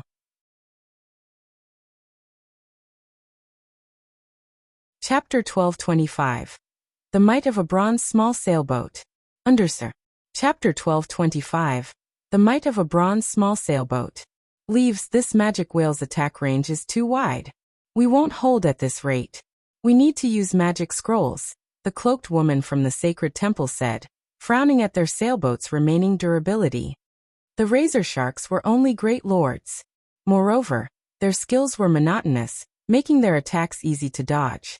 Bronze speedboats were more than enough to cope with the razor sharks. The problem was the magic whale. Although the Grand Lord was clumsy and slow, and its attack patterns were not particularly complex, it was still a powerful foe. Aside from ruthless headbutts, the magic whale's main attacks were Ice Meteor and Icicle Rain. When casting Ice Meteor, the magic whale would call down a massive globe of ice. Even with 6 MTs sharing the attack's damage, all 6 would lose over 2/3 of their HPs. Furthermore, the Grand Lord used Ice Meteor frequently. Only when all 18 MTs took turns blocking could they keep up with the attacks. The burden on the healers was also massive, as one mistake could spell the end for a party of MTs. However, this was not the team's greatest challenge. The magic whale's Icicle Rain was what left everyone speechless. When the magic whale cast Icicle Rain, countless icicles would rain down from the sky. Although each icicle only dealt around -10,000 damage, and could easily be blocked by any player, they could not keep up with how many icicles bombarded their ships. One could say that this skill specifically targeted ships. By the time Icicle Rain's duration ended, their small sailboat would have lost roughly 3 or 4 points of durability. If they continued this battle of attrition, Their small sailboat's 700 durability would have long since bottomed out before they could shave away the magic whale's 200 million HP. Sure enough, a king-class sea monster is not an easy foe. 100 Leaves frowned as she watched another batch of icicles form in the sky. She then said to the cloaked woman, "Use the Tier 3 summoning scroll. Have the summoned creature share part of Icicle Rain's damage." The cloaked woman nodded before retrieving a Tier 3 summoning scroll and chanting the incantation. With a Tier 3 summoned creature sharing the damage, the small sailboat only lost 1 point of durability by the time the skill ended. At the same time, the cloaked woman redirected a portion of the sailboat's cannon attacks towards one of the distant razor sharks, assisting the bronze speedboats in whittling down the Great Lord's HP. As a result, the razor shark's 80 million HP decreased at a visible rate. 95%, 94%, 93%. Leaves, Passing Monarch, and the others seemed to be taking action. As the cloaked woman controlled the summoned creature, she noticed the one-horned sailboat moving deeper into the inner perimeter, and an odd feeling rose in her chest. Passing Monarch's fleet only had 90 members. Even with a small sailboat, such a small team was not enough to defeat the magic whale. Any expert worth his salt should know this, much less a fleet commander like Passing Monarch. They're actually pushing forward. 100 Leaves glanced at Shattering, who stood aboard the one-horned sailboat. Smiling, she muttered, "What an interesting person." She was very familiar with Passing Monarch. While Passing Monarch's individual combat standards were not particularly high, his leadership abilities and assessment for monster strengths were first class. He would never take such a risk. The only possibility was that Shattering had persuaded him to do so. Silent Entropy and Identical Summer had also noticed the one-horned sailboat's approach. "They're not giving up?" Identical Summer asked contemptuously. "I want to see just how long they can last." Currently, his fleet barely held its ground against the 3 guardian monsters. He still didn't know if his team could kill the magic whale. In the case of Passing Monarch's fleet, however, just killing the 2 razor sharks would be a huge challenge. As such thoughts ran through the various commanders' minds, a golden beam exploded from the one-horned sailboat's bow, slamming into the magic whale's thick hide. Boom! As it struck, the golden beam carved out a small wound from the magic whale's side, blue blood spilling into the water. How can it possess such power? 100 Leaves was shocked. No matter how many times her small sailboat attacked the magic whale, they had only taken a fraction of the Grand Lord's HP. The sailboat's attacks could not cause any substantial injuries to the Grand Lord. How can this sailboat possess such a high-rank cannon? Could it have been modified? As Identical Summer stared at the wound on the magic whale's body. In God's domain, no ship was static. They could all be modified. Only, there was a limit to how much a ship could be modified and strengthened, as the ship's construction materials were a limiting factor. Furthermore, it was very difficult to modify and strengthen a ship. The task required lifestyle players of considerably high rank. To modify a ship, one also had to risk reducing the ship's quality or destroying it altogether. Hence, even now, nobody actually dared to modify their precious ships. Eru. Enraged, the magic whale beat its tail fin violently and propelled itself towards the one-horned sailboat. The 2 razor sharks followed after the magic whale. A bronze small sailboat's cannon fire is really quite impressive. Shattering was very satisfied with this outcome. Seeing the magic whale and razor sharks swimming closer, he activated Thunder Blast, the one-horned sailboat's strongest move. This attack was many times stronger than the Swift Dragon speedboat's dragon cannon. Immediately, several snakes of golden lightning surged forward, dealing devastating damage to the area 500 by 30 yards ahead of the one-horned sailboat. As the golden lightning snakes slithered towards the magic whale and razor sharks, the 3 sea monsters revealed a hint of fear, trying to avoid the incoming attack. Unfortunately, Thunder Blast was not cannon fire. Rather, it was a magical attack channeled from a magic array. It was many times faster than cannon fire. The arcs of golden lightning had crossed several hundred yards in the blink of an eye. Boom, boom, boom. When the golden lightning streaked past the magic whale and razor sharks, All three sea monsters screamed in agonizing unity. The magic whale and razor sharks were all in a miserable state. The magic whale was covered with wounds with fresh, blue blood coloring the water. A damage of over -900,000 had appeared above its head. As for the razor sharks, many areas of their bodies had scorched black. The two great lords had clearly suffered serious injuries, significantly affecting their combat powers. Each had lost over 2 million HP in the attack. Thunderblasts might stupefied everyone present. This is impossible. The watching players instinctively refused to accept this reality. They had lived in seas and throughout their career in God's domain. They had lost count of how many times they had fought sea monsters. Hence, their naval understanding ranked at the peak of God's domain. However, the one-horned sailboat's attacks were unbelievable. Brother Yifeng, just what rank is your sailboat? Passing Monarch gulped audibly as he looked at the heavily injured razor sharks. Only now did he understand why Shifeng was so confident. With such firepower, it was no wonder why Shifeng wasn't worried about killing the magic whale. What do you think? Shifeng smiled mysteriously, not offering a concrete answer. Players still assumed that small sailboats were similar to speedboats, which had only a small gap in power between each rank. They had not yet realized how vast the divide was between a common-ranked small sailboat and a bronze rank. In terms of firepower, a bronze small sailboat could rival a fine gold speedboat. This was the reason that Passing Monarch's assessment of each side's combat power was incorrect. Brother Monarch, you guys deal with the razor sharks. Make sure you lure them away from each other. Leave the magic whale to me. Shifeng instructed after noticing the magic whale and razor sharks approach. You're going to deal with that thing with only one ship? Won't we be cutting it a little too close?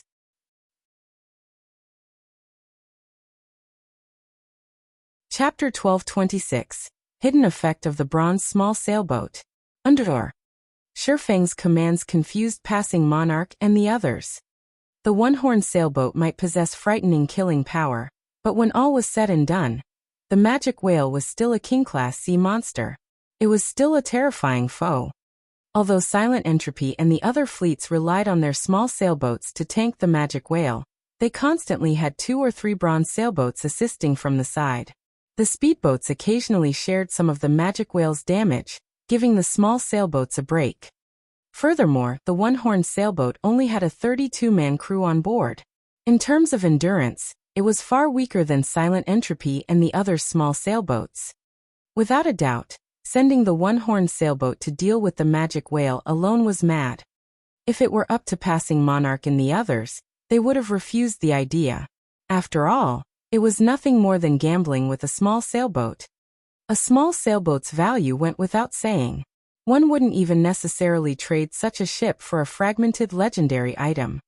However, it was too late for Passing Monarch and the others to argue as Shifeng had steered the one-horned sailboat directly towards the massive magic whale.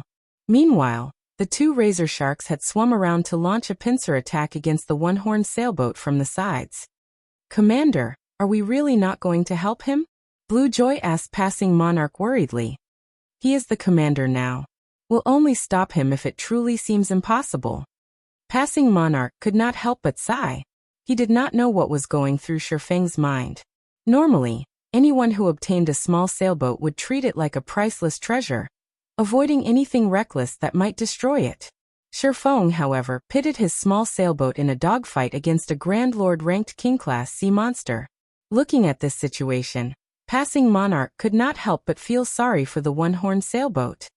Following which, under Passing Monarch's command, all speedboats took action.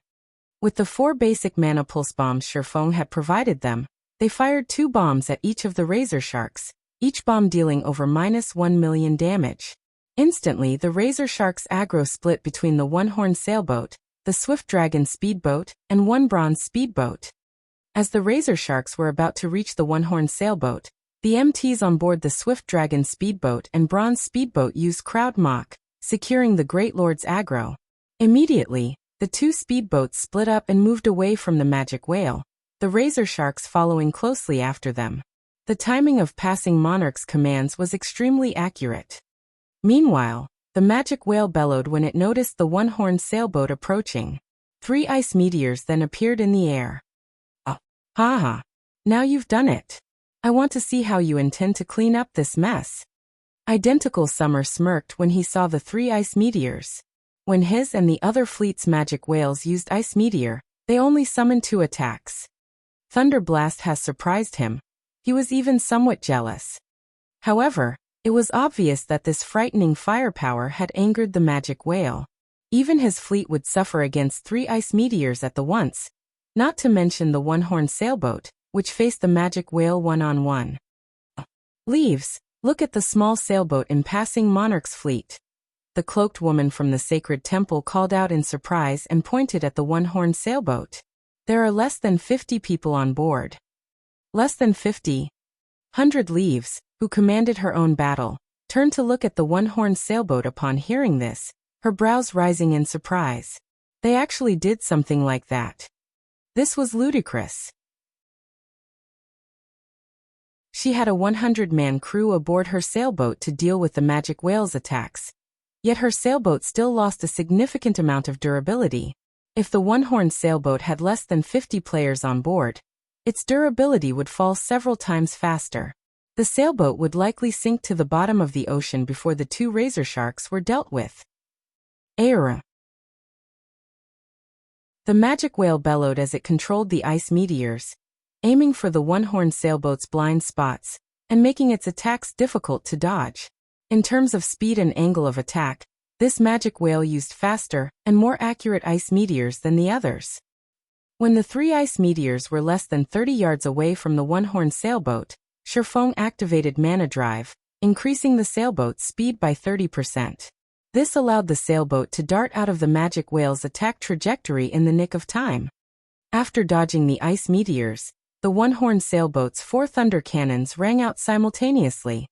4 golden beams struck the magic whale, tearing a pained cry from the Grand Lord's throat as a series of damages appeared above its head. -471,847. -482,187. -471,974.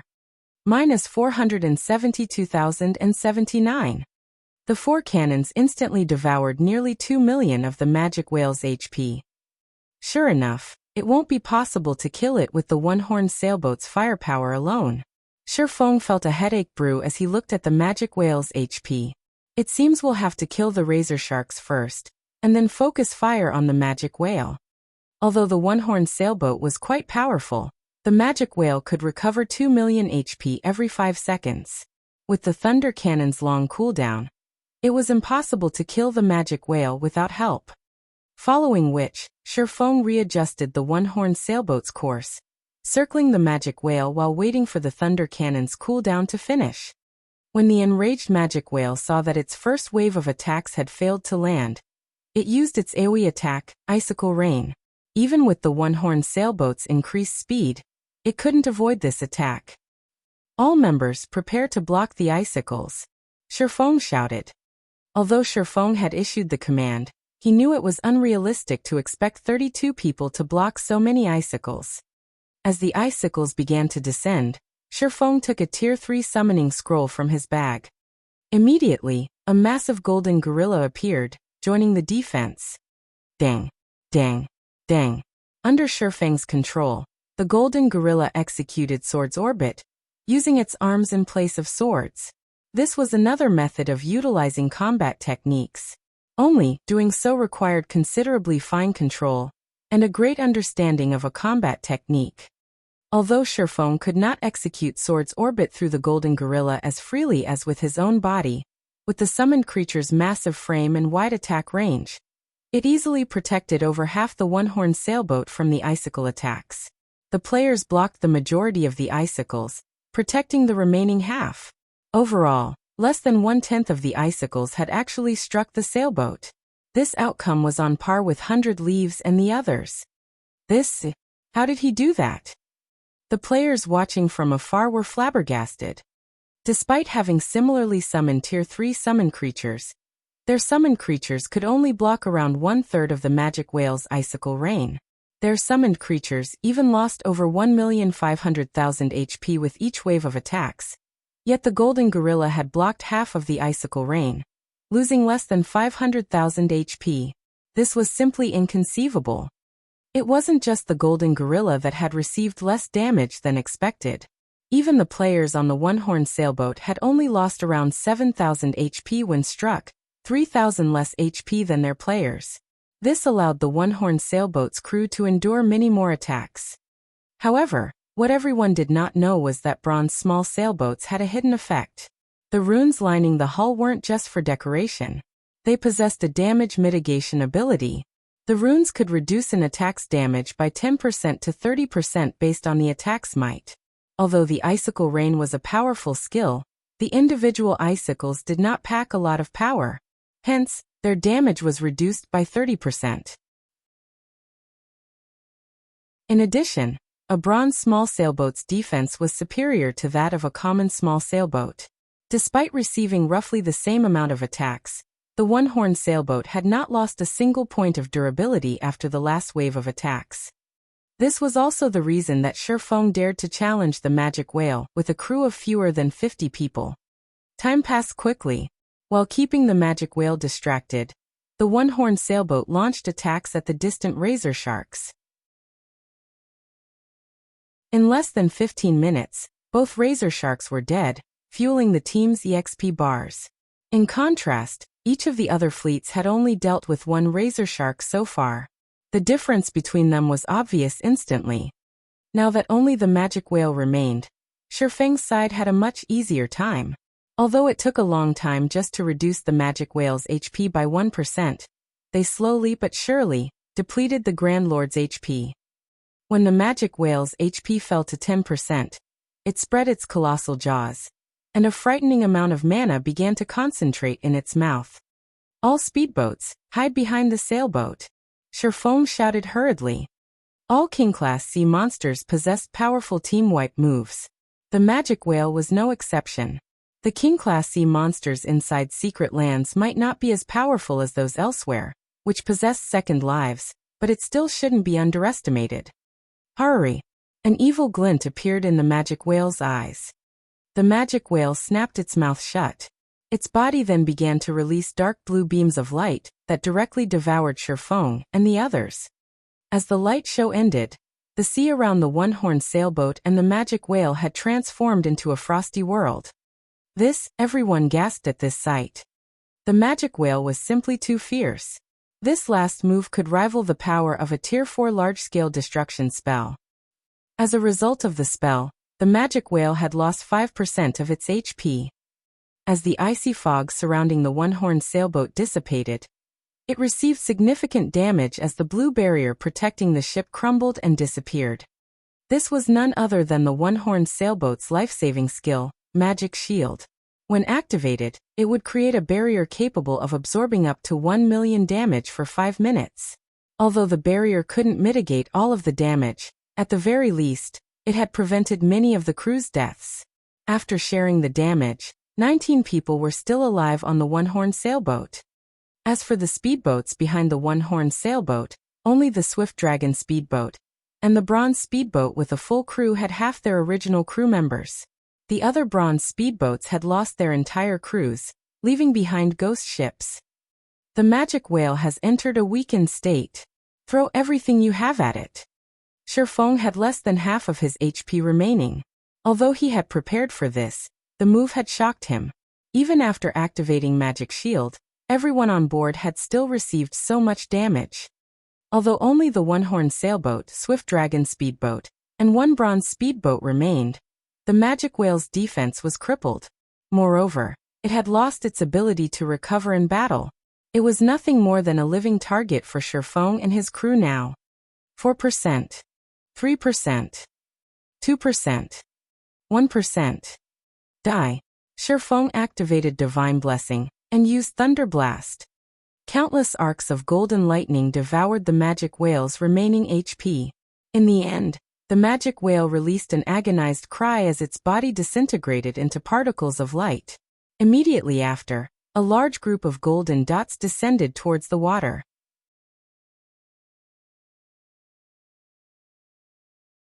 Chapter 1227. Upgrading the 7 Luminaries Ring. Under. Chapter 1227. Upgrading the 7 Luminaries Ring. It's dead. Silent Entropy, Identical Summer, and 100 Leaves' crews were dazed for a long time after watching Shifeng and his team kill the magic whale. Even now, they had only whittled down their respective magic whales to 30% HP, and both their small sailboats and their member count had suffered significant losses. Their healers, in particular, were nearly out of mana. They were barely holding on by relying on mana recovery potions and special tools. Needless to say, the longer they continued this battle, the greater their losses would become. Damn it! Why are they the ones to kill the monsters first?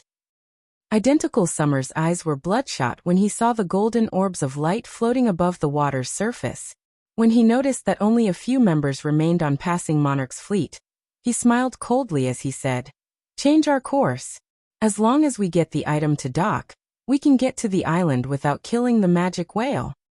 At this moment, Passing Monarch's fleet was a remnant of its past glory. On the other hand, his fleet was still in considerably good shape. With the numerical advantage, they should have no problem stealing the magic whale's loot.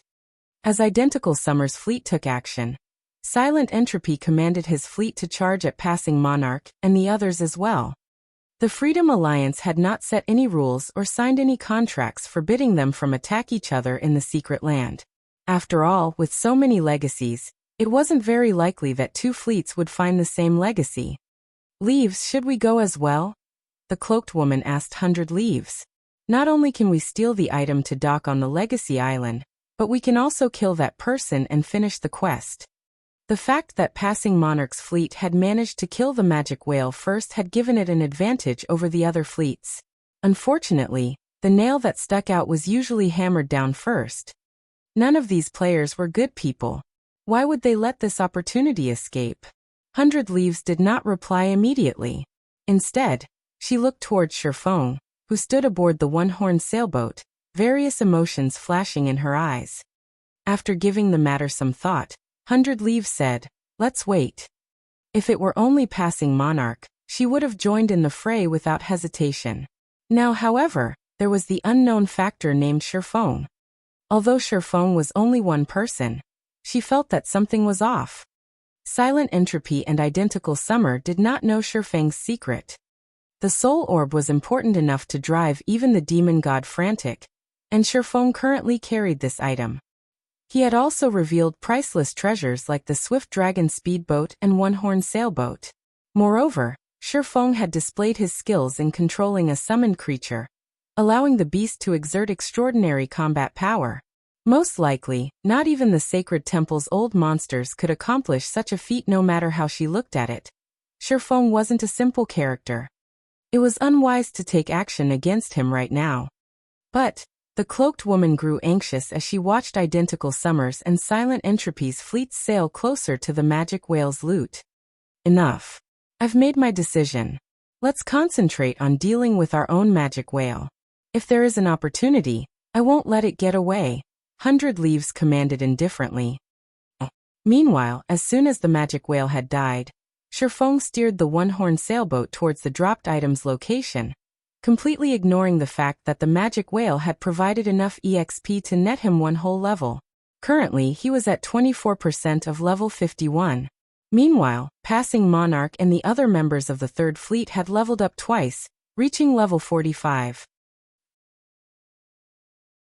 Perhaps due to divine providence, the magic whale had dropped over 30 items.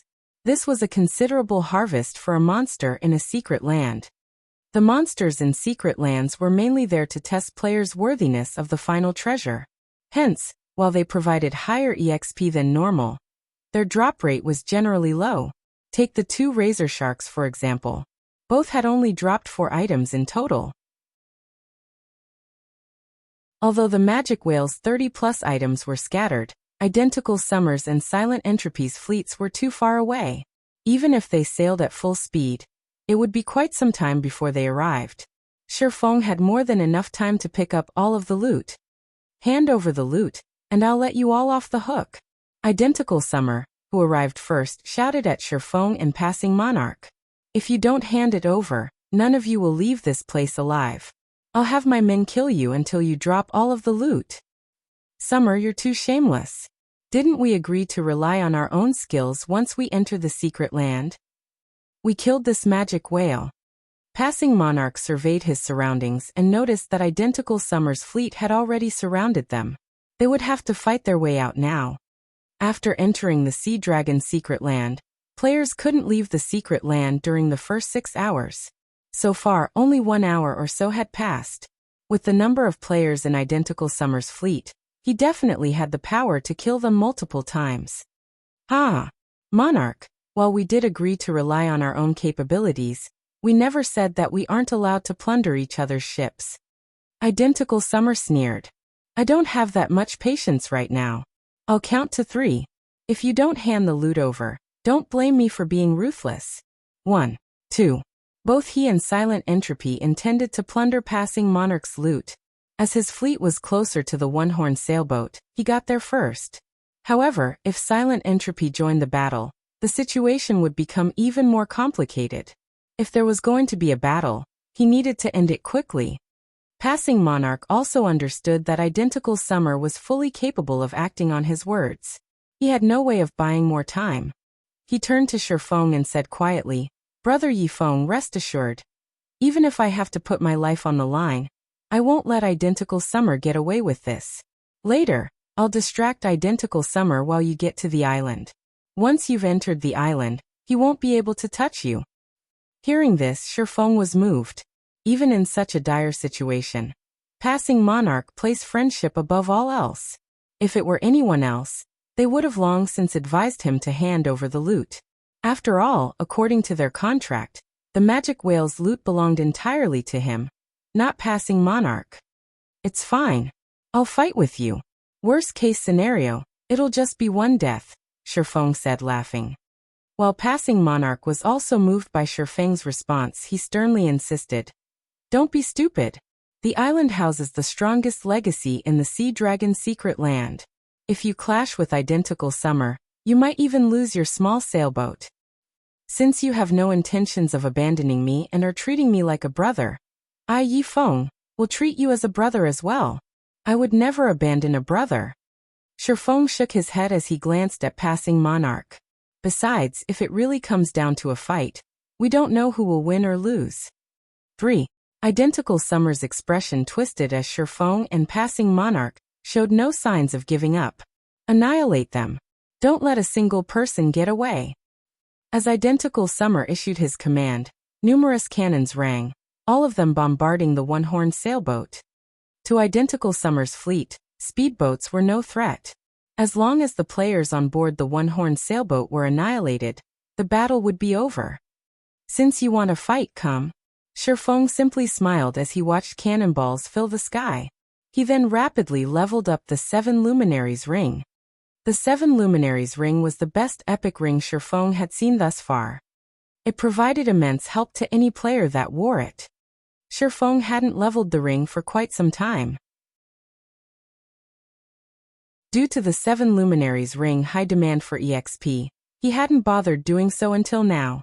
Now that he was level 51, he could start leveling the ring once again.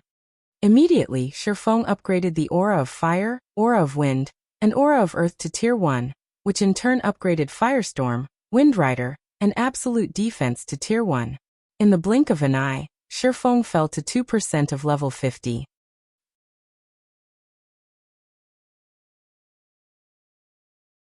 Chapter 1228. One Strike. Underscore. Chapter 1228. One Strike. Sure enough, the skills have grown significantly stronger after reaching Tier 1. Shifeng smiled faintly as he looked at the newly improved 7 Luminaries ring. The instant the 3 skills reached Tier 1, they had undergone massive changes. Originally, Absolute Defense only granted immunity to all damage for 5 seconds. After reaching Tier 1, it also gave immunity to all allies within 15 yards for 3 seconds. Meanwhile, the skill now had a cooldown of 1 minute 30 seconds. As for Windrider, the movement speed increase it provided had risen from 220% to 300%. The skill also increased the damage of his next attack by 500%. As for the duration, it increased from 24 seconds to 30 seconds. The cooldown hadn't changed, remaining at 2 minutes. Lastly, Firestorm, which had dealt 1,200% damage to an area of 45 by 45 yards for 6 seconds, now dealt 1,500% damage to an area of 50 by 50 yards for 6 seconds. As for its cooldown, it still lasted 5 minutes. After Sherfeng finished upgrading the 7 Luminaries ring, he steered the one-horned sailboat towards the incoming cannonballs. At the same time, he activated absolute defense. Boom, boom, boom. Although the cannonballs were fast, the one-horned sailboat had still dodged a portion of them, while absolute defense blocked the remaining attacks. The sailboat itself did not receive any damage whatsoever. They dare make their way over here. They must want to die. Identical Summer sneered. All speedboats scatter and attack. Don't let them get away. If Sherfeng and the others gave it their all to escape to the outer perimeter, they had some faint hope of getting away. Now, however, they charged straight for his small sailboat. He had several times more players than Sherfeng. Moreover, every one of them was extraordinarily skilled. The one-horned sailboat took only 3 seconds to cross the distance of 150 yards. When it arrived before Identical Summer's small sailboat, before it sailed past, Sherfeng jumped to the other ship's deck. What is he trying to do? Passing Monarch, who watched from a distance, was stupefied. Sherfeng had safely arrived before Identical Summer's sailboat. As long as he continued forward, he could have shaken off the enemy sailboat and docked on Legacy Island. Yet the swordsman had boarded the enemy sailboat alone for a melee battle. This was insane.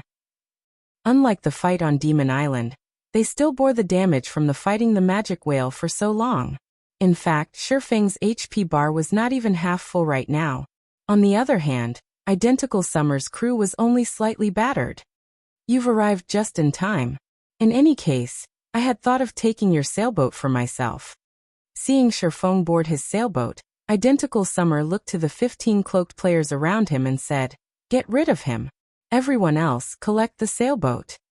Nodding, these 15 cloaked players slowly approached Sherfeng. Although these 15 players' footsteps were casual, their positioning was far from it, as they had sealed off Sherfeng's path of retreat. "Brat, you really are unlucky to have crossed us. But don't you worry. We won't come at you together." At this moment, a man that was as robust as an ox stepped away from the formation and said, "I'll be your opponent now." As soon as this man said so, he threw off his black cloak and revealed his steel-like muscles, and the 2 short swords hanging from his waist. Both swords bore a delicate flame engraving, the marks giving off a light blue flame. The weapons were clearly a pair. Although the robust man's figure was abnormal for his assassin class, when everyone present saw this man's face and game ID, they realized that it was only natural. Why is Mad Beast here? Passing Monarch was surprised when he saw the robust assassin. The assassin's name was Residual Innocence. Although not many people were familiar with this name, the assassin had another name that was famous throughout Sea's End, Mad Beast. Mad Beast was known as one of the top 5 assassin experts in Sea's End. Aside from his robust form, Residual Innocence had earned the title Mad Beast in Sea's End due to a fight in which he had overwhelmed the 7th-ranked Berserker with his strength alone. Mad Beast was not a guild player, but an independent player. He was also a member of the House of Seas, the #1 adventurer team in Sea's End. There were countless adventurer teams in Sea's End, yet the House of Seas had been publicly acknowledged as the #1 adventurer team in the area. Not only did the adventurer team possess many experts, but it also operated several popular shops. Passing Monarch and his fleet members weren't the only ones surprised. 100 Leaves and the others hadn't expected to see Mad Beast, either. They had never imagined that Identical Summer would join hands with the House of Seas. This makes things a bit tricky. If Identical Summer has joined hands with the House of Seas, it could cause some trouble for our plans to take over the Freedom Alliance, the cloaked woman from the Sacred Temple said, frowning. Although the House of Seas was merely an adventurer team, it was backed by an extraordinary power. During the Sacred Temple's investigation, it discovered that the House of Seas had secured the support of a certain major corporation from overseas.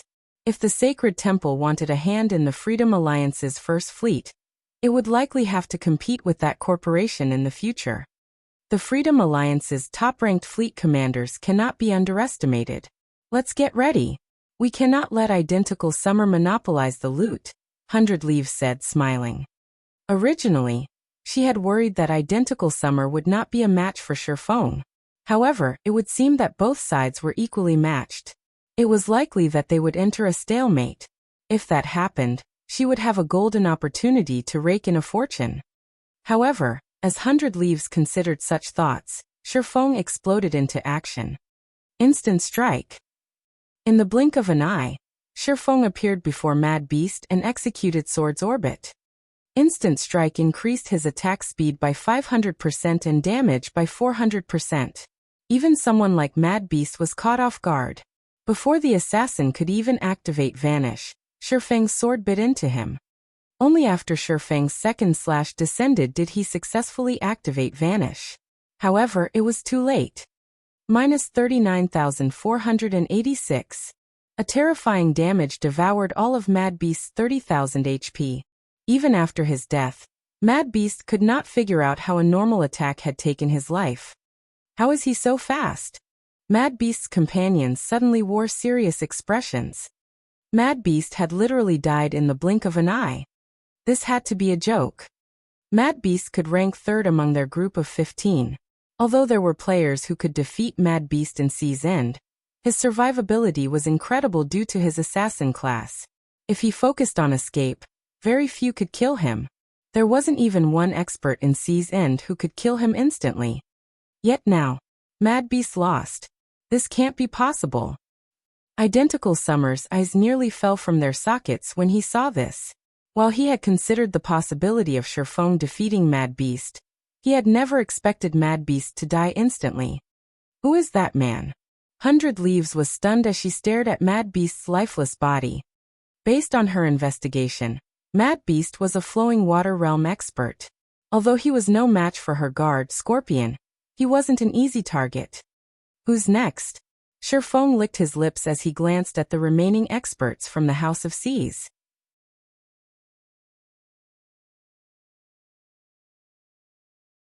Chapter 1229, Glory and Collapse. Underthor. Chapter 1229, Glory and Collapse.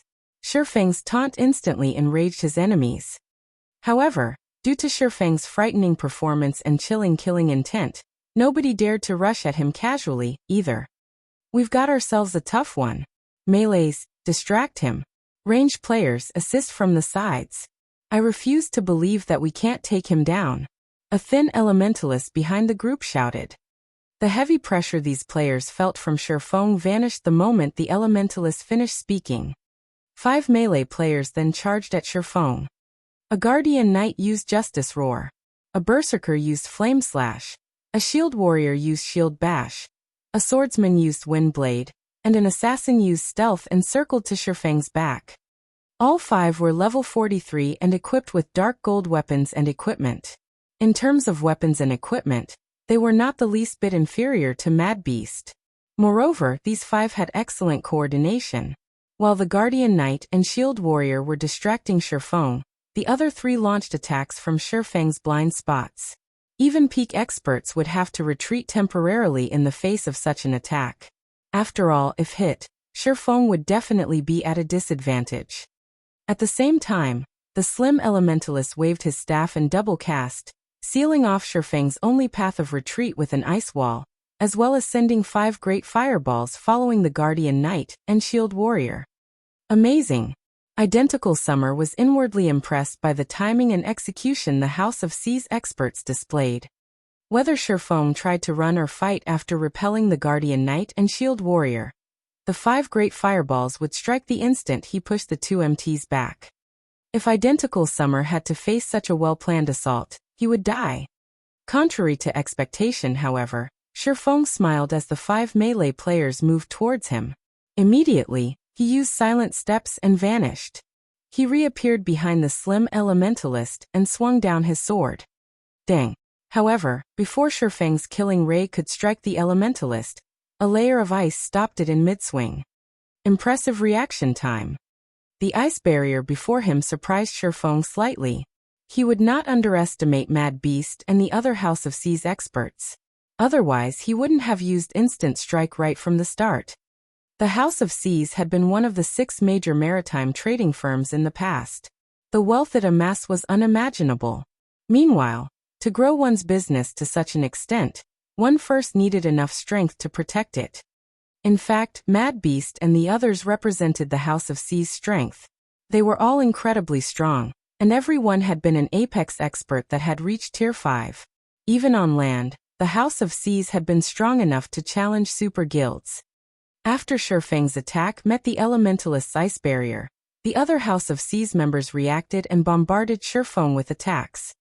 Dozens of arrows and spells flew at Shifeng, giving the swordsman no other choice but to retreat momentarily. Be careful. This bastard has quite a few instantaneous movement skills. The elementalist warned his companions. Don't hold back. If not for Shifeng's previous display against Mad Beast, even he would have been slow to react. He was second in command in the House of Seas, nicknamed the Frost Saint. He had also been born with faster reactions than most ordinary people. Even so, Shifeng had nearly caught him off guard and killed him. This proved that Shifeng's basic attributes and combat standards were extraordinary. I really never imagined that we would one day meet an opponent that could force all of us to activate our berserk skills and work together. The shield warrior sighed as he looked at Shifeng, who remained unharmed. However, he did not take the situation lightly as he activated his berserk skill. Immediately, his HP doubled, soaring past the 70,000 threshold. His strength and agility attributes had also improved significantly. Charge. This guy's too nimble. I'll try to restrain him, a distant ranger announced as he took 5 silver arrows from his bag. Savage, you're so generous. The shield warrior chuckled as he glanced at the silver arrows. The ranger named Savage treasured these silver arrows, each worth 10 gold coins. Crafting the arrows required many rare materials. Aside from dealing with Grand Lords, he had never seen Savage use the arrows on anything. Just one of those silver arrows packed enough power to injure a Grand Lord, not to mention 5 of them. Even if he activated a life-saving skill, he couldn't avoid the ranger's treasures. He should be proud to die under my arrows, Savage boasted as he activated his berserk skill and released his bowstring. Xiao! All 5 silver arrows flew towards Shifeng simultaneously. As the silver arrows sliced through the air, they twisted the space around them. Gravity arrows? Shifeng frowned when he saw the incoming arrows.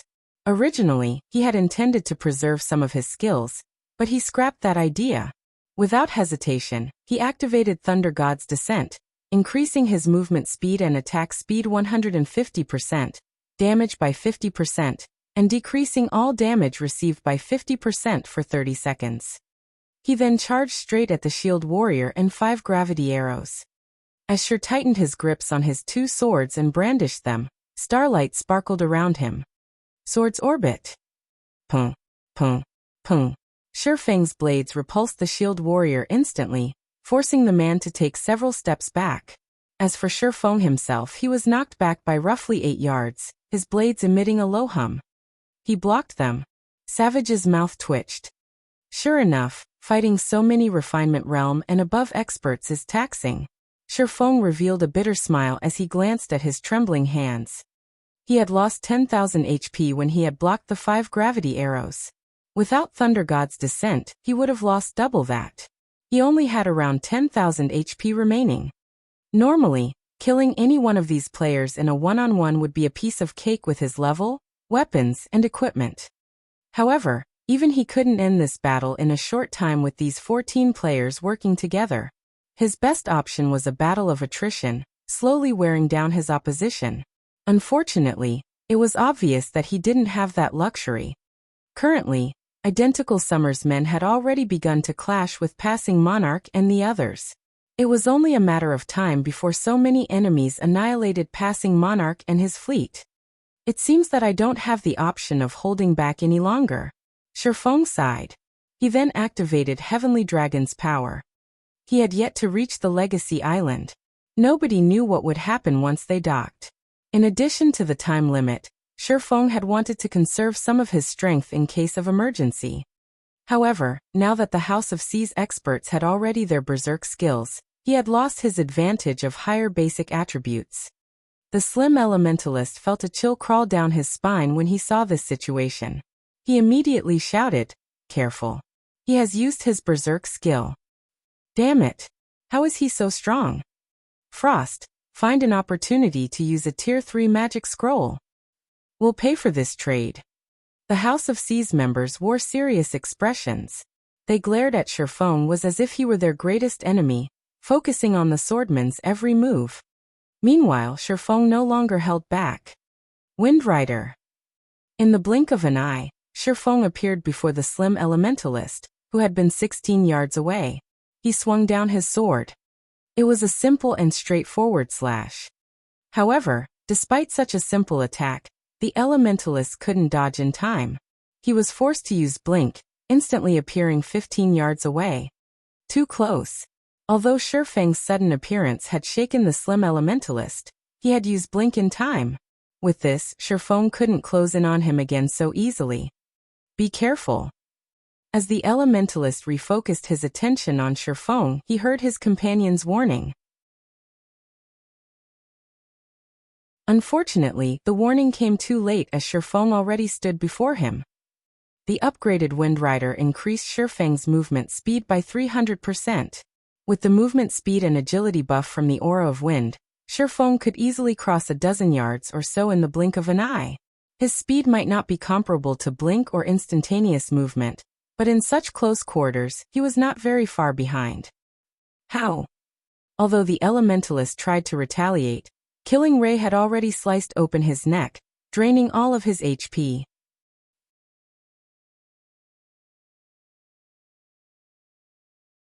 Chapter 1230. Horrific Difference. Chapter 1230. Horrific Difference. So fast. Everyone on the sailboat glared at Shifeng as if he were a powerful enemy. Despite Shifeng being alone and having less than 25% of his total HP, they somehow felt as if they were at a disadvantage. However, Shifeng did not plan to give the crowd around him time to react. Advancing, he dashed towards his next target. Everyone attack. Do not let him leave here alive. Identical Summer shouted. Summer, if everyone attacks him, who will deal with passing Monarch's fleet? Heavenly Spider asked as he watched their fleet members currently engage passing Monarch's fleet. Ignore them. This brat is our most important target. Identical Summer snapped, rolling his eyes at Heavenly Spider. Passing Monarch was but a fish on a chopping block. Shifeng was different. If they didn't stop him quickly, his frightening combat power would cost them dearly. Under Identical Summer's command, his fleet members shifted their focus to Shifeng. Only a small number of players remained to distract passing Monarch, and the other third fleet members. Identical Summer's assumptions were correct. Even a peak expert would be hard-pressed to avoid every attack if surrounded by plate armor classes, and over 100 melee players. More melee players waited on the side as well, waiting for an opportunity to strike. Even an assassin with high survivability would not escape death. Unfortunately, Shifeng wasn't what they expected.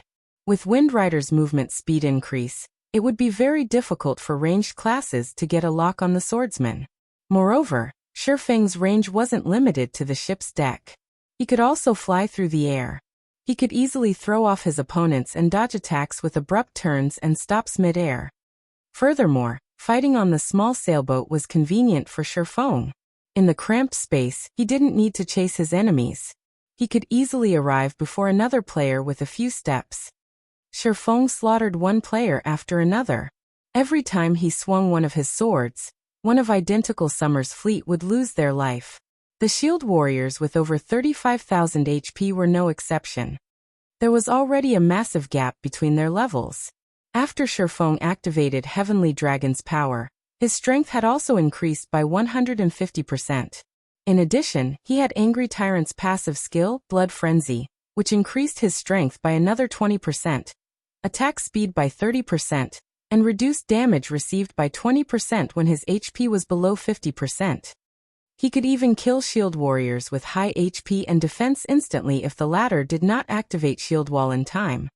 In 10 short seconds, Shifeng had killed 11 people, yet his HP had not decreased. Rather, it had begun to recover. Heavenly Dragon's power increased his HP by 500% and defense by 300%. This put his maximum HP at over 210,000. With his battle recovery, he could regenerate 1% of his HP every 5 seconds. When normal arrows struck, Shifeng only took around -400 damage. In the case of frost arrows or fireballs, due to Shifeng's high magic resistance, they dealt even less, with each attack dealing around -200 to -300 damage. During the 10 seconds of combat, Shifeng had been struck 3 times. However, these 3 hits had been extremely expensive. Each attack had cost the House of C's a Refinement Realm expert. How is this possible? How is his HP increasing without a healer? Identical Summer felt his skin grow cold as he watched Shifeng eliminate his fleet members. What kind of monster is he? Every member of his fleet that he had brought with him to the secret land was an expert. Yet against Shifeng's blades, they were no little more than thin sheets of paper. This transaction has cost us. Morning, help me pin that guy down. I'll use the space-shattering arrow to finish him off. The ranger named Savage whispered to the guardian knight before him. 1 second. I just need him to stay still for 1 second. 1 second. The guardian knight, First Morning, hesitated. He could hold down any other expert for 10 seconds easily, much less one. However, Shifeng was simply too strong. Even with his berserk skill, he was not confident in holding Shifeng down for that long. I'll give it a try. Savage did not say anything in response. Instead, he retrieved a crimson arrow from his bag, removing the seal placed upon it. The ranger class wasn't like other classes. Aside from the player's attributes and bow, their arrows played a major role in how much damage they dealt. With a powerful arrow, a ranger could even display several times more combat power than usual. I refuse to believe that you can block this space-shattering arrow. Savage smiled confidently after removing the seal. The space-shattering arrow was not a craftable item. Rather, he had obtained it from an ancient ruin. It was the strongest arrow he had ever seen. As soon as he removed the seal, the arrow exuded a pressure on par with that of a great lord. Even injuring a grand lord wouldn't be an issue with his bow's effects. Savage now. First Morning shouted. The instant he noticed Shifeng kill one of his companions, he launched himself forward and tackled the swordsman.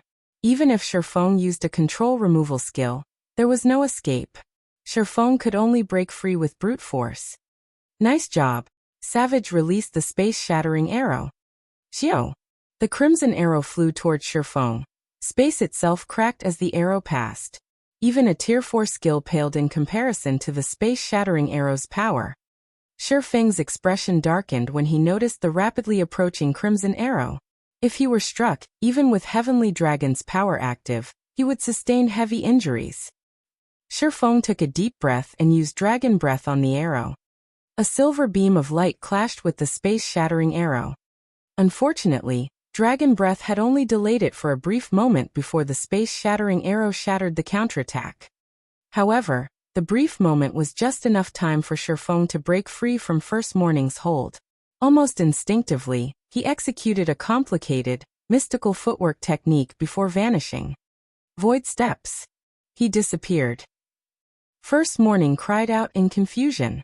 Although he searched for Shifeng, the space-shattering arrow had already pierced his heavy armor. Not only had the arrow killed the Guardian Knight instantly, but it had also punched a hole in the small sailboat. How is this possible? Savage couldn't believe his eyes. The space-shattering arrow was extremely fast. While Shifeng's speed was frightening, he shouldn't be able to dodge the arrow yet. Shifeng had used Dragon Breath to stop the space-shattering arrow temporarily. He had then used the brief delay to break free from First Morning's hold and dodge the Ranger's attack. This was the first time he had ever seen such a fine, bold strategy. Where is he? Identical Summer muttered in confusion. Even after searching the deck, he didn't catch a glimpse of Shattering. However, after Identical Summer had finished his 3 words, a blue longsword emerged from his chest. You. Identical Summer tried to turn his head. Before he had noticed, Shattering had stood right behind him. Although he couldn't see Shattering's appearance due to the black cloak, he could somehow tell that Shattering had flashed him a ridiculing smile. All this time he had thought himself the hunter, but in reality, he was the prey.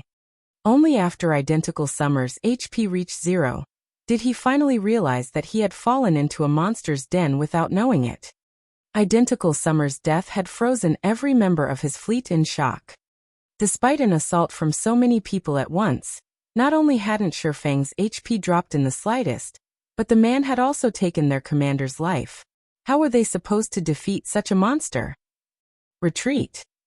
No one knew who had shouted this word, but everyone instinctively followed the command. You want to escape? Do you think it'll be that easy? Following which, Shattering raised Killing Ray high and activated Lightning Edge against the fleeing players. As Lightning Edge had a 0.5-second channeling time, it had limited effects against expert players. As he had previously stood in the center of the deck, he wouldn't have been able to hit as many players. Now, however, he stood at the tip of the stern. Lightning Edge's range was more than enough to cover the entire small sailboat. In addition, as these players turned their backs to him and fled, they had lowered their guard against the attack. Countless arcs of lightning shot forth from Killing Ray. Although some experts reacted quickly and dodged in time, over half of the team, consisting of over 100 players, died instantly. As for those who survived the attack, they had already jumped ship. Let's go.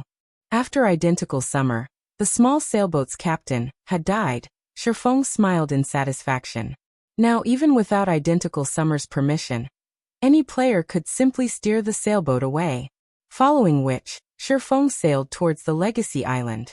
As for passing Monarch and the others, they followed closely after on the One-Horned Sailboat and Swift Dragon Sailboat. Only now did Silent Entropy's fleet arrive. Commander, are we going to chase after them? An indifferent man in blue mage robes asked as the fleet commander. Forget it. The battle is over. If we fight that person, we'll likely let that little girl take advantage of us. Let's head back and finish off the magic whale. Silent Entropy shook his head as he watched the distant Shattering.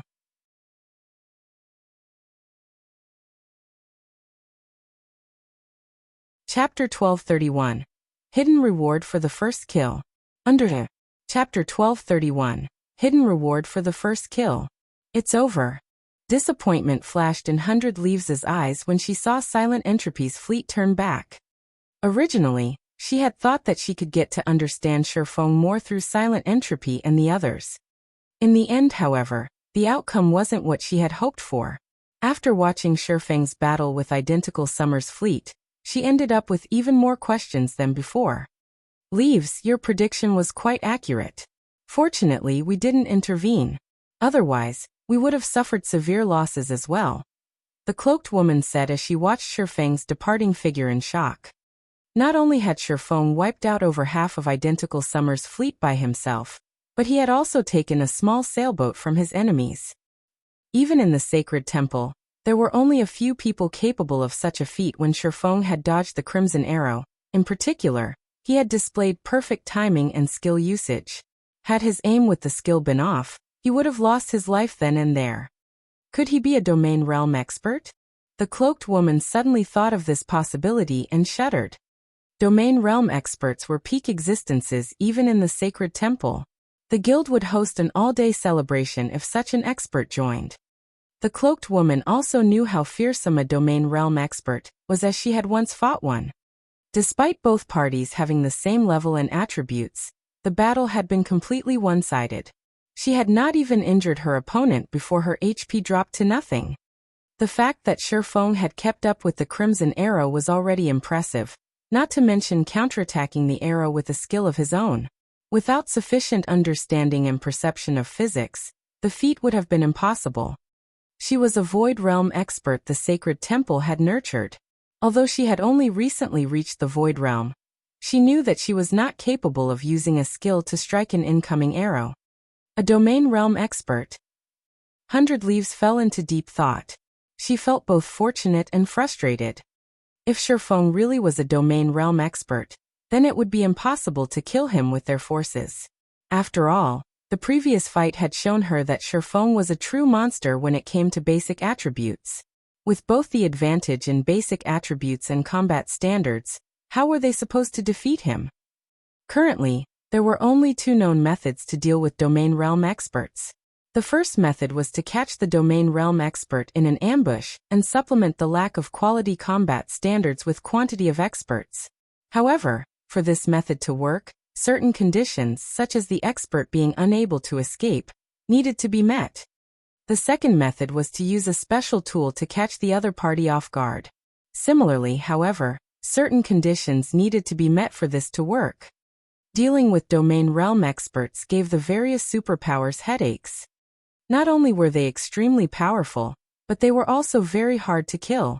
Hence, the various superpowers normally avoided provoking Domain Realm experts, trying to recruit and befriend them as much as possible.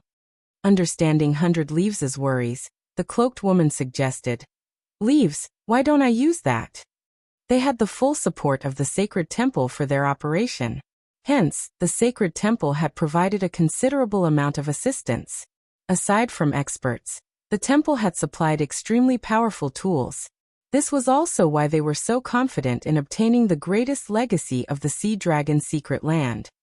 Forget it. Even if they dock, it won't be that easy to obtain the legacy. Sighing, 100 Leaves said, "Let's get rid of the magic whale for now." Shifeng and the others rested on Legacy Island's shore. After the battle with the magic whale and identical Summer's fleet, the team members were badly battered. Meanwhile, dangers plagued the island.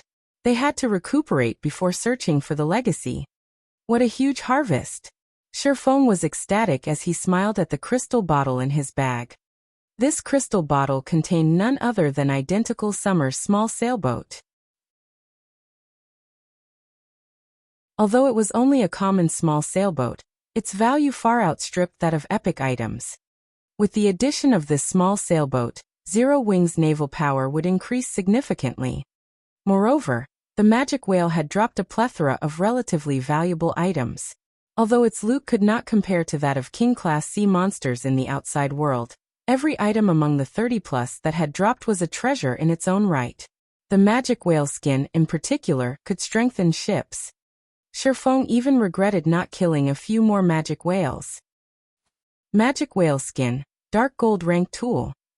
Improves a ship's defense by 10%, movement speed by 3%, and durability by 10 points. A maximum of 3 magic whale skins can be used to strengthen a ship. While players could modify their ships in God's domain, the risk was quite high. A single mistake could ruin the ship entirely. However, there was also a risk-free method to strengthen a ship by using certain precious tools. In the past, the best ship-strengthening tool Shifeng had seen was only secret silver rank. Said tool was only capable of increasing a ship's defense by 5% and durability by 3 points. Even then, it could have easily sold for 500 gold on the market. One might consider the price steep, but many had fought over the item like crazy. If one used a ship-strengthening tool on an advanced speedboat, it wouldn't be worth the 500 gold. However, if used on a bronze speedboat or above, one could easily earn back their investment. Now a total of 8 magic whale skins had dropped. Just looking at them excited Shifeng. The magic whale had also dropped 2 items that Shifeng valued above the rest. One of them was a growth-type support tool called the Alchemy Pot. The Alchemy Pot could increase a player's alchemy success rate. To alchemist players, this item was worth no less than an epic item. As for the other, it was the map of Sea God's Island, which was the name of the legacy island they rested on. The map recorded all of the island's secrets, and it allowed players to reach the legacy without wasting a lot of time with exploration. Is this the benefit of getting the first kill of a magic whale? Shifeng smiled at the sea god's island map in his hands. No one would have imagined that getting the first kill on the magic whale would offer such a benefit. Otherwise, Silent Entropy and the others would have used everything they had to kill their magic whales first. Brother Yifeng, you are incredible. You wiped out so many experts all by yourself. You are the strongest player I've ever seen. Reverence filled Bluejoy's eyes as she praised Shifeng. The Third Fleet had clashed with Identical Summer's Second Fleet in the outside world frequently. She knew full well how powerful Identical Summer and his subordinates were. Yet Shifeng had not only defeated them so easily, but he had also killed the House of Sea's Mad Beast with a single hit. Finally, Shifeng had even stolen Identical Summer's small sailboat.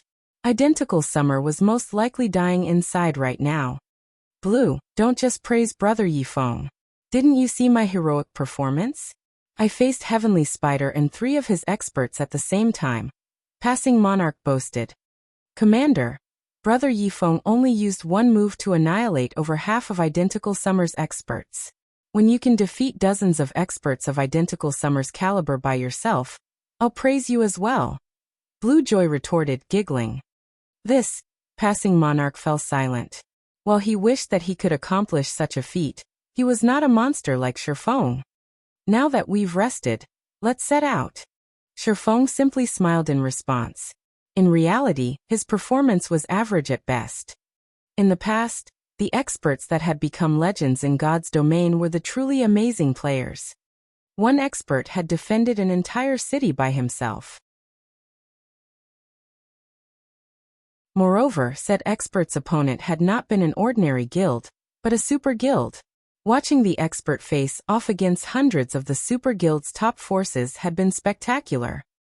There was also one instance where an expert had held their ground against 3 god-ranked players. That battle had been truly breathtaking. Bluejoy and Passing Monarch had experienced too few battles in God's domain, particularly between famous experts. While the Legacy Island seemed small from afar, in reality, it was massive. Its size could rival a regional map. The island was also home to many powerful monsters, the weakest of which were chieftain rank, while the strongest were grand lords. Fortunately, the maximum level was level 55. However, the most troublesome part about getting through the island would be the many fatal traps that waited for them. Fortunately, under Shifeng's lead, the group had managed to reach the heart of the island after only 2 hours. The Tower of Falling Stars.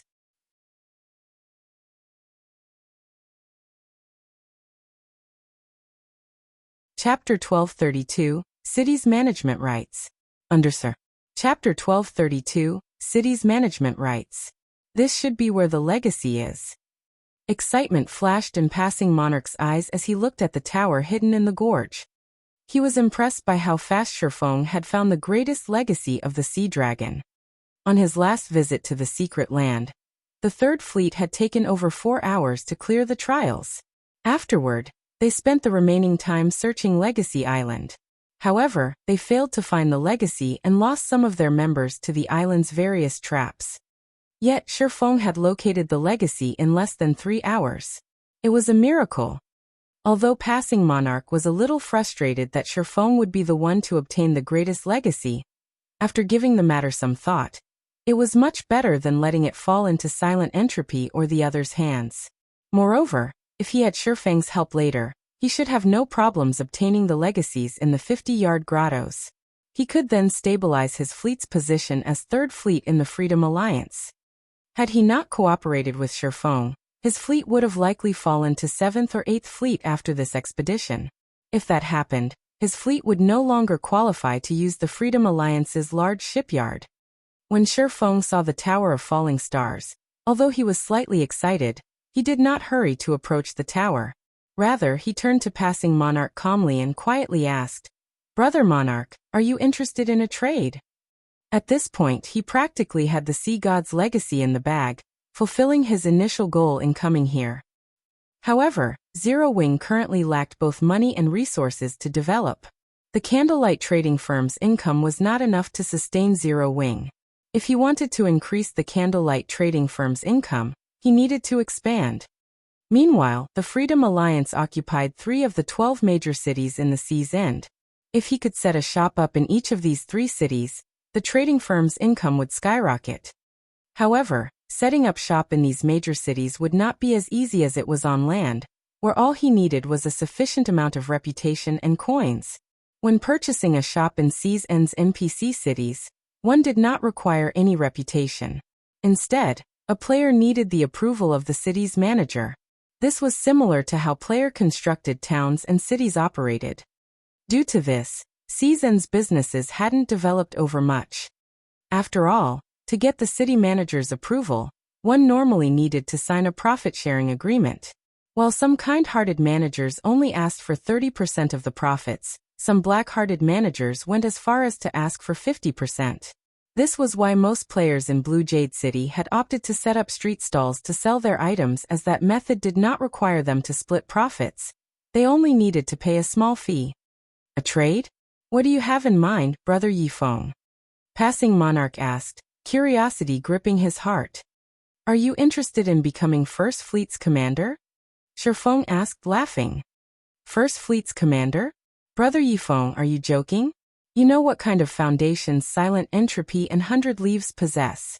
Even if I obtain a legacy this time, I'd be lucky to keep the 3rd seat, Passing Monarch said, shaking his head.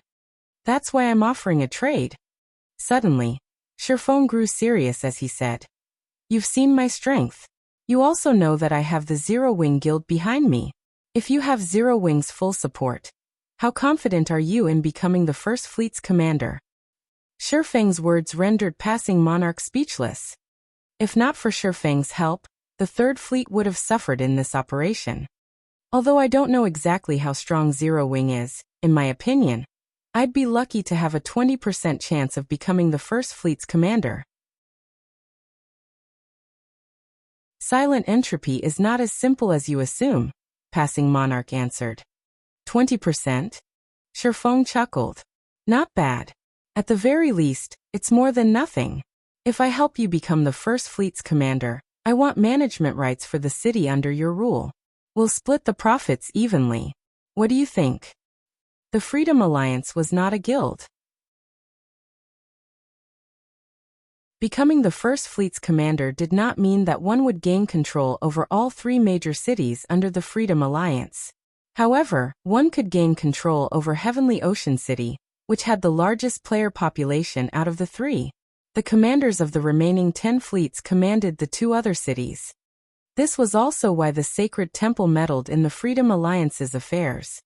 By becoming the First Fleet's commander, one could monopolize a major NPC city. If managed properly, the riches one could obtain would be staggering. The city's management rights? After giving the matter some thought, Passing Monarch said, all right, I agree to your conditions. I can deal with that as long as I become the First Fleet's commander. An adventurer team had formed the 3rd Fleet. To them, a city's management rights were of little importance. As long as they received sufficient resources and coins, they'd be satisfied. However, contesting for the position of First Fleet will be difficult. The sea monster invasions we have to deal with test the fleet's overall strength. It isn't something that can be handled with just 2 small sailboats and several high-quality speedboats. Passing Monarch understood that Shifeng was in possession of powerful ships. However, those ships would not be of significant help when contesting for the position of First Fleet. Once a month, a competition would be held for the management rights of Sea's End's various cities. During these competitions, sea monsters would invade these cities. The fleet that defended the most locations in a particular city would become said city's manager. The Freedom Alliance's fleets also used this competition to compete for the various seats in the alliance. Silent Entropy was able to hold the First Fleet position due to the scope of his unmatched defense. Although Shifeng appeared confident about the situation, Passing Monarch was not. I understand. I will think of a way to increase your overall strength, Shifeng said, chuckling. Let's sign a contract. He more or less understood the Freedom Alliance's seating competition. After all, The Freedom Alliance had been one of the overlords at sea in the past. Following which, Shifeng established a contract with Passing Monarch. The contents were very simple. Shifeng would help Passing Monarch become the commander of First Fleet. In return, Passing Monarch would hand over all management rights of the city he controlled to Shifeng. As for the Prophet City's profits, they would split them equally. While Shifeng managed the city, Passing Monarch also had to provide assistance in maintaining it. After they signed the contract, Shifeng nodded in satisfaction. He then led Passing Monarch and the others towards the Tower of Falling Stars. The tower had a total of 3 floors. According to the Sea God's Island map, the rewards on the first floor were available to all players that reached this place. Players would have to fight for the rewards on the second and third floors. Moreover, the rewards on the second and third floor were unique. Only the first player to clear the floor could walk away with them. Any players that cleared the floor afterward would obtain nothing. As Shifeng and the others arrived before the Tower of Falling Stars, Shifeng stopped the team abruptly. This confused Passing Monarch and his sailors. A moment later, however, a familiar voice reached everyone's ears. "We've been discovered already." Several figures suddenly emerged from the nearby forest. The person speaking was none other than 100 Leaves. Silent Entropy stood by her side casually. "How did you guys get here so quickly?" Passing Monarch was shocked to find 100 Leaves and Silent Entropy here. The magic whale was not an easy opponent. The final, team wipe move was particularly threatening. Even if 100 Leaves and Silent Entropy defeated their respective magic whales, it should take their fleets quite some time to do so. Yet they were here as soon as his group had reached the Legacy's location. No matter how he thought about it, this shouldn't be possible. Understanding Passing Monarch's thoughts, 100 Leaves chuckled and said, "There's nothing to be surprised about. I simply formed a temporary alliance with Commander Entropy and established a 200-man team. We then sacrificed my small sailboat and Commander Entropy's 2 bronze speedboats to get here quickly.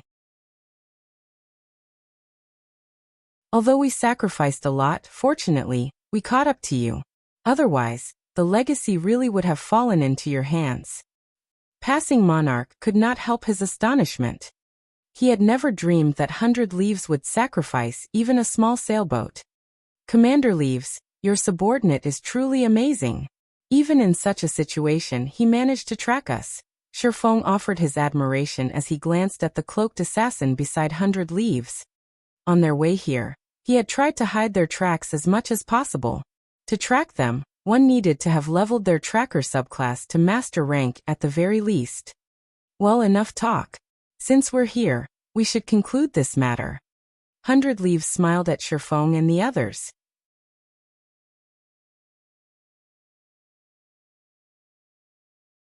Chapter 1233. Breaking a Magic Array with One Sentence. Chapter 1233. Breaking a Magic Array with One Sentence. Hearing this, Passing Monarch's expression darkened as he prepared for an attack. He had less than 30 people.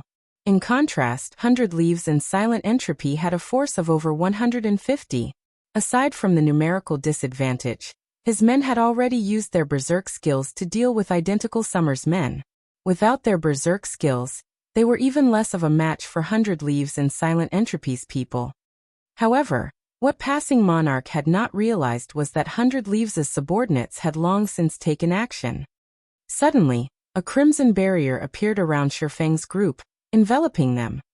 "Commander Monarch, I'll have to ask you and your crew to wait here while we go ahead," 100 Leaves said, giggling as she glanced at Shifeng, who stood beside Passing Monarch. There was no limit to the number of people that could enter the Legacy's location. However, the sooner one entered, the higher their chances were of obtaining it.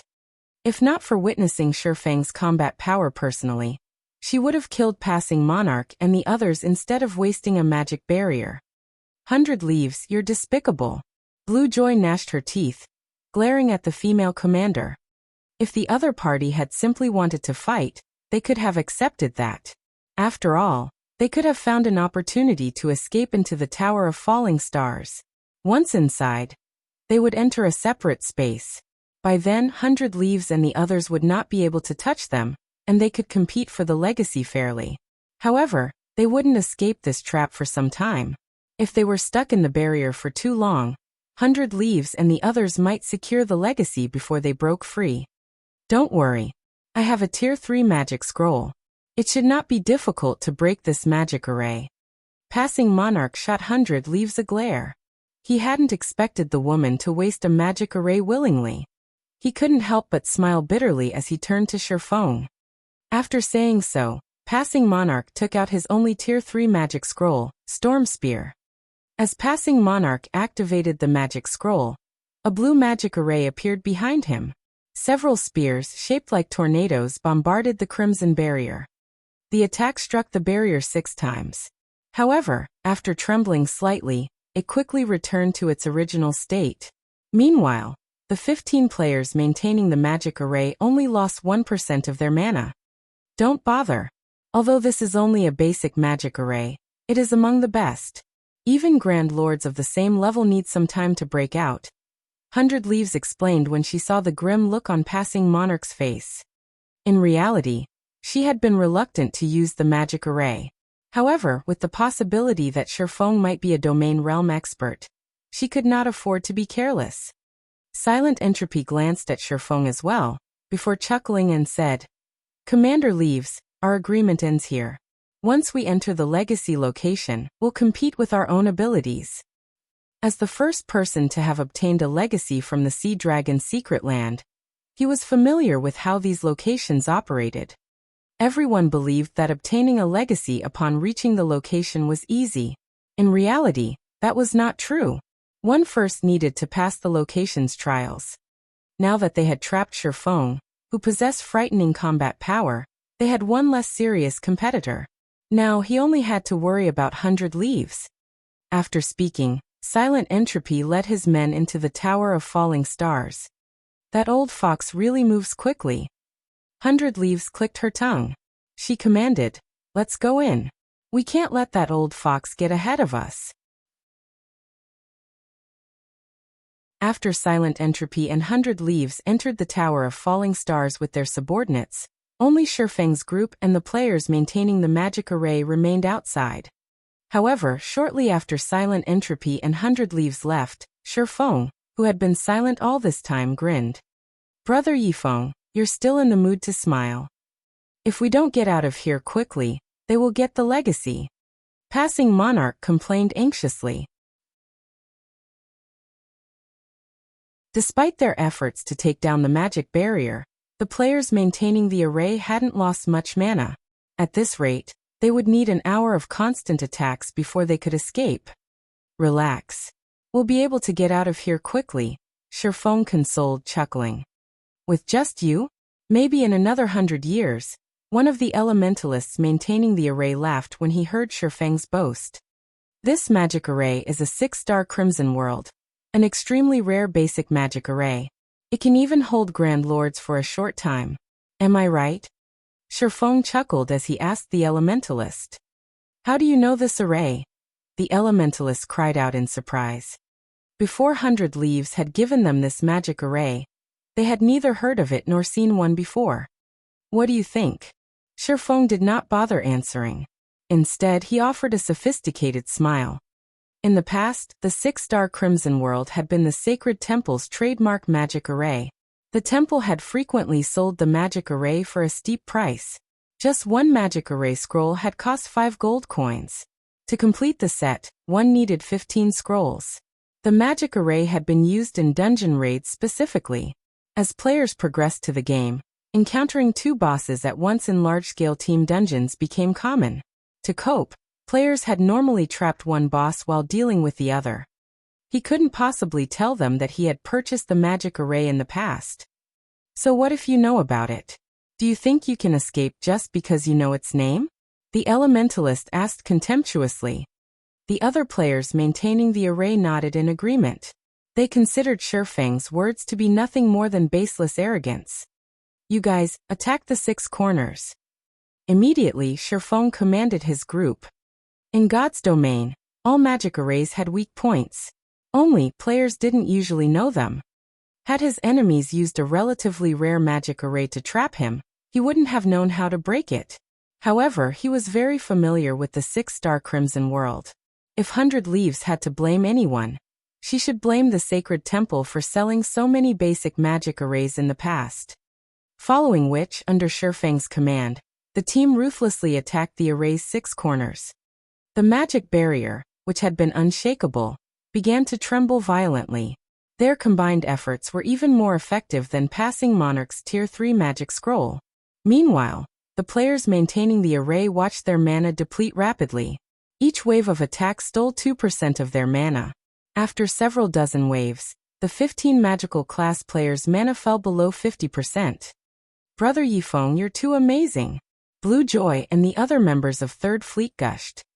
They had already been impressed after watching Shifeng slaughter so many experts. Now he had dealt with a powerful magic barrier with a single sentence. How is this possible? The players maintaining the magic array were going mad as they watched their mana plummet. The 6-star Crimson World was even capable of trapping a Grand Lord. Yet it faltered in the face of a small team of Tier 1 players. Here's the final hit. As Shifeng made the announcement, he activated Firestorm. After reaching Tier 1, Firestorm's might had become extraordinary. In the next moment, little butterflies of fire landed on the magic barrier's corners. When these little butterflies touched the barrier, the resulting impact resembled that of a high-speed truck crashing into a wall. After a mere 3 seconds, the 6-star Crimson World crumbled as the players maintaining it ran out of mana. Without mana, magical class players were little more than berserkers without weapons. Very quickly, Passing Monarch and the others massacred them. Let's hurry inside, Passing Monarch ordered. Although they had been only stuck inside the magic barrier for several minutes, those minutes might give 100 Leaves and the others a lead in the race for the legacy. Meanwhile, inside the Tower of Falling Stars, 100 Leaves received a notification from a subordinate, which included a video of Shifeng breaking the magic array. Just who is this guy? Confusion swirled in 100 Leaves' mind as she stared at Shifeng in the video.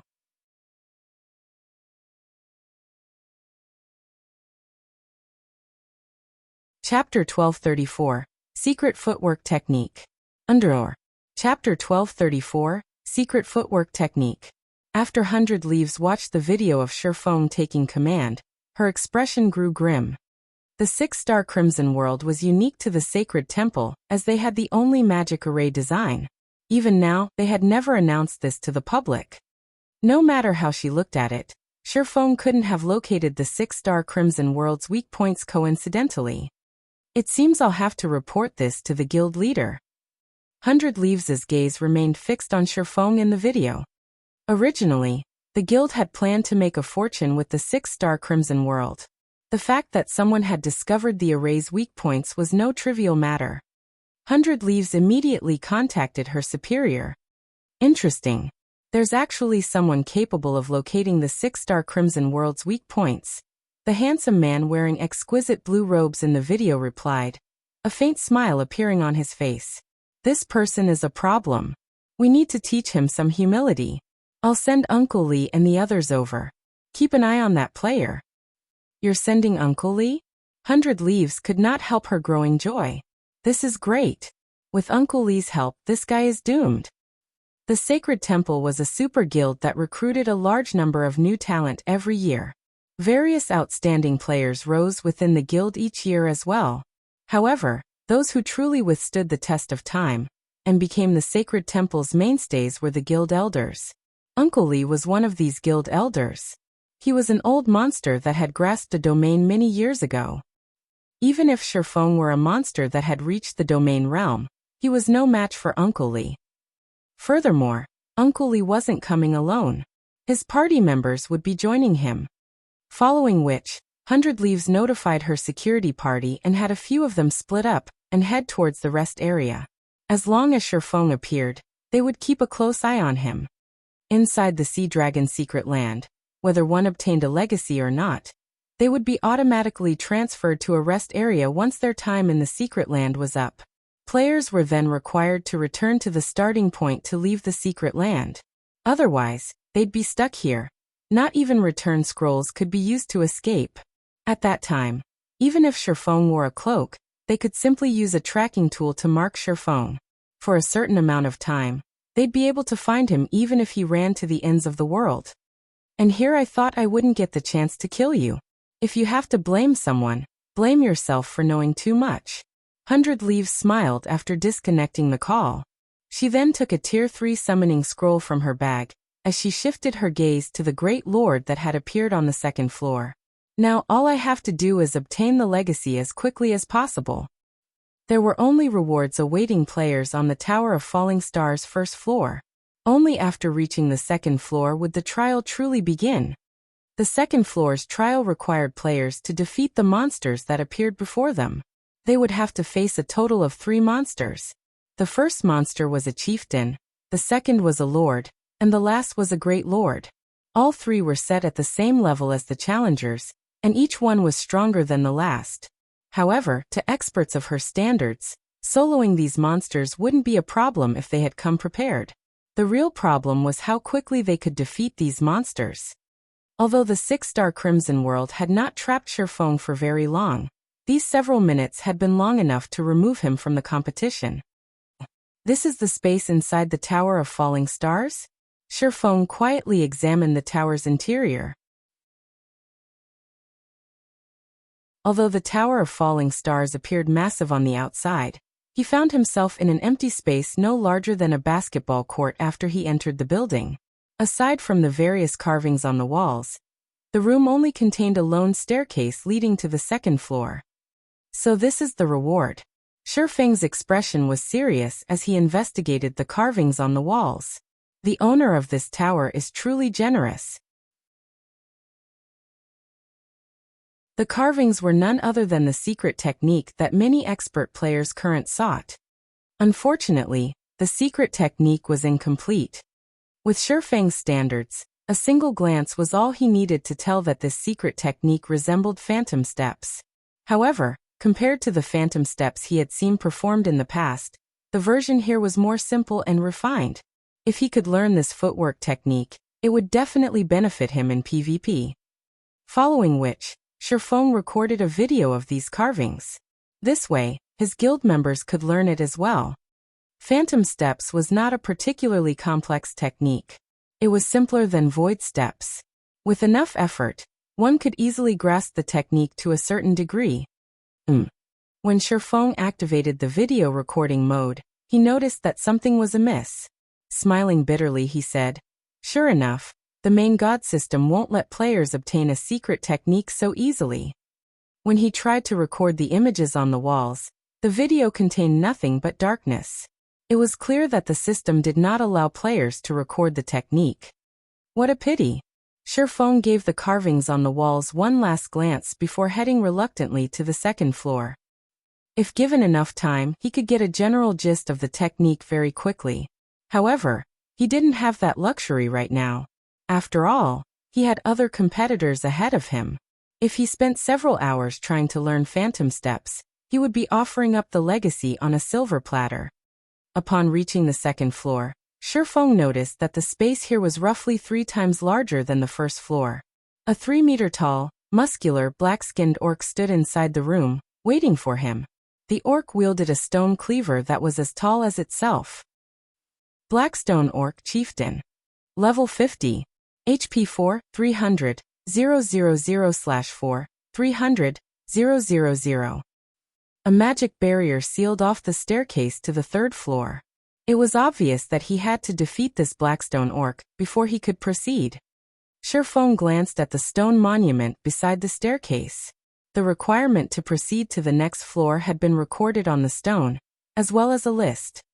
Although the list didn't name any players, it did display the progress of the top 5 players on the second floor. Currently, the first-ranking player was fighting against a Great Lord, which still had 96% of its HP remaining. The second-ranked player was also facing a Great Lord, and the boss still had 97% HP remaining. The third was going up against a Lord with 12% HP remaining.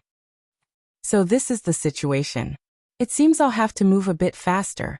After reading the introductory text, Shifeng took out the Bible of Darkness and summoned a Tier 2 battle demon. Shifeng had also activated the Ice Blue Devil Flame, Phantom Kill, and 9 Dragon Slash. To ordinary experts, fighting a chieftain of the same level might be very difficult. However, neither he nor the others challenging the second floor trial were ordinary experts. To put it simply, the second floor trial was a contest of damage. With the battle demon tanking, Shifeng and his doppelganger focused on DPS. In less than 40 seconds, the Blackstone Orc fell. Shifeng's damage was off the charts. The Blackstone Orc's death only provided a small amount of EXP. It didn't take long before a Lord-ranked Blackstone general appeared before Shifeng. Elsewhere, 100 Leaves and Silent Entropy fought the Great Lord before them frantically. Although neither possessed the Bible of Darkness, both had used Tier 3 summoning scrolls and relied on their summoned creatures to whittle down the enemy Great Lord's HP. That old fox sure is quick. 100 Leaves smirked as she glanced at the monument beside the staircase leading to the 3rd floor. Currently, she's still ranked first in terms of progress, with 71% of her Blackstone chieftain's HP remaining. Silent Entropies had 72% HP remaining. There was only a difference of 1% between them. If this continued, she would be the first to clear the 2nd floor. As 100 Leaves thought of a way to finish the Blackstone chieftain off sooner, the 5th place on the progress list changed. Previously, number 72 of the Tower of Falling Stars had occupied 5th place, and that player's Great Lord had 94% of its HP remaining. Now the occupant of the 5th position was entrant number 141, and their Great Lord had 93% HP remaining. When 100 Leaves saw the entry number, she knew it was Shifeng. However, instead of panicking, she chuckled as she said, "How fast? Unfortunately, you are too late." Had they entered the tower at the same time, Shifeng would have definitely posed a threat. But before 100 Leaves could use another skill on the Blackstone chieftain before her, the progress list changed once again. This time, number 141 had jumped to 3rd place, with his Great Lord at 87% HP. Immediately, the Great Lord's HP fell from 87% to 82%. Its HP decreasing at a frightening rate.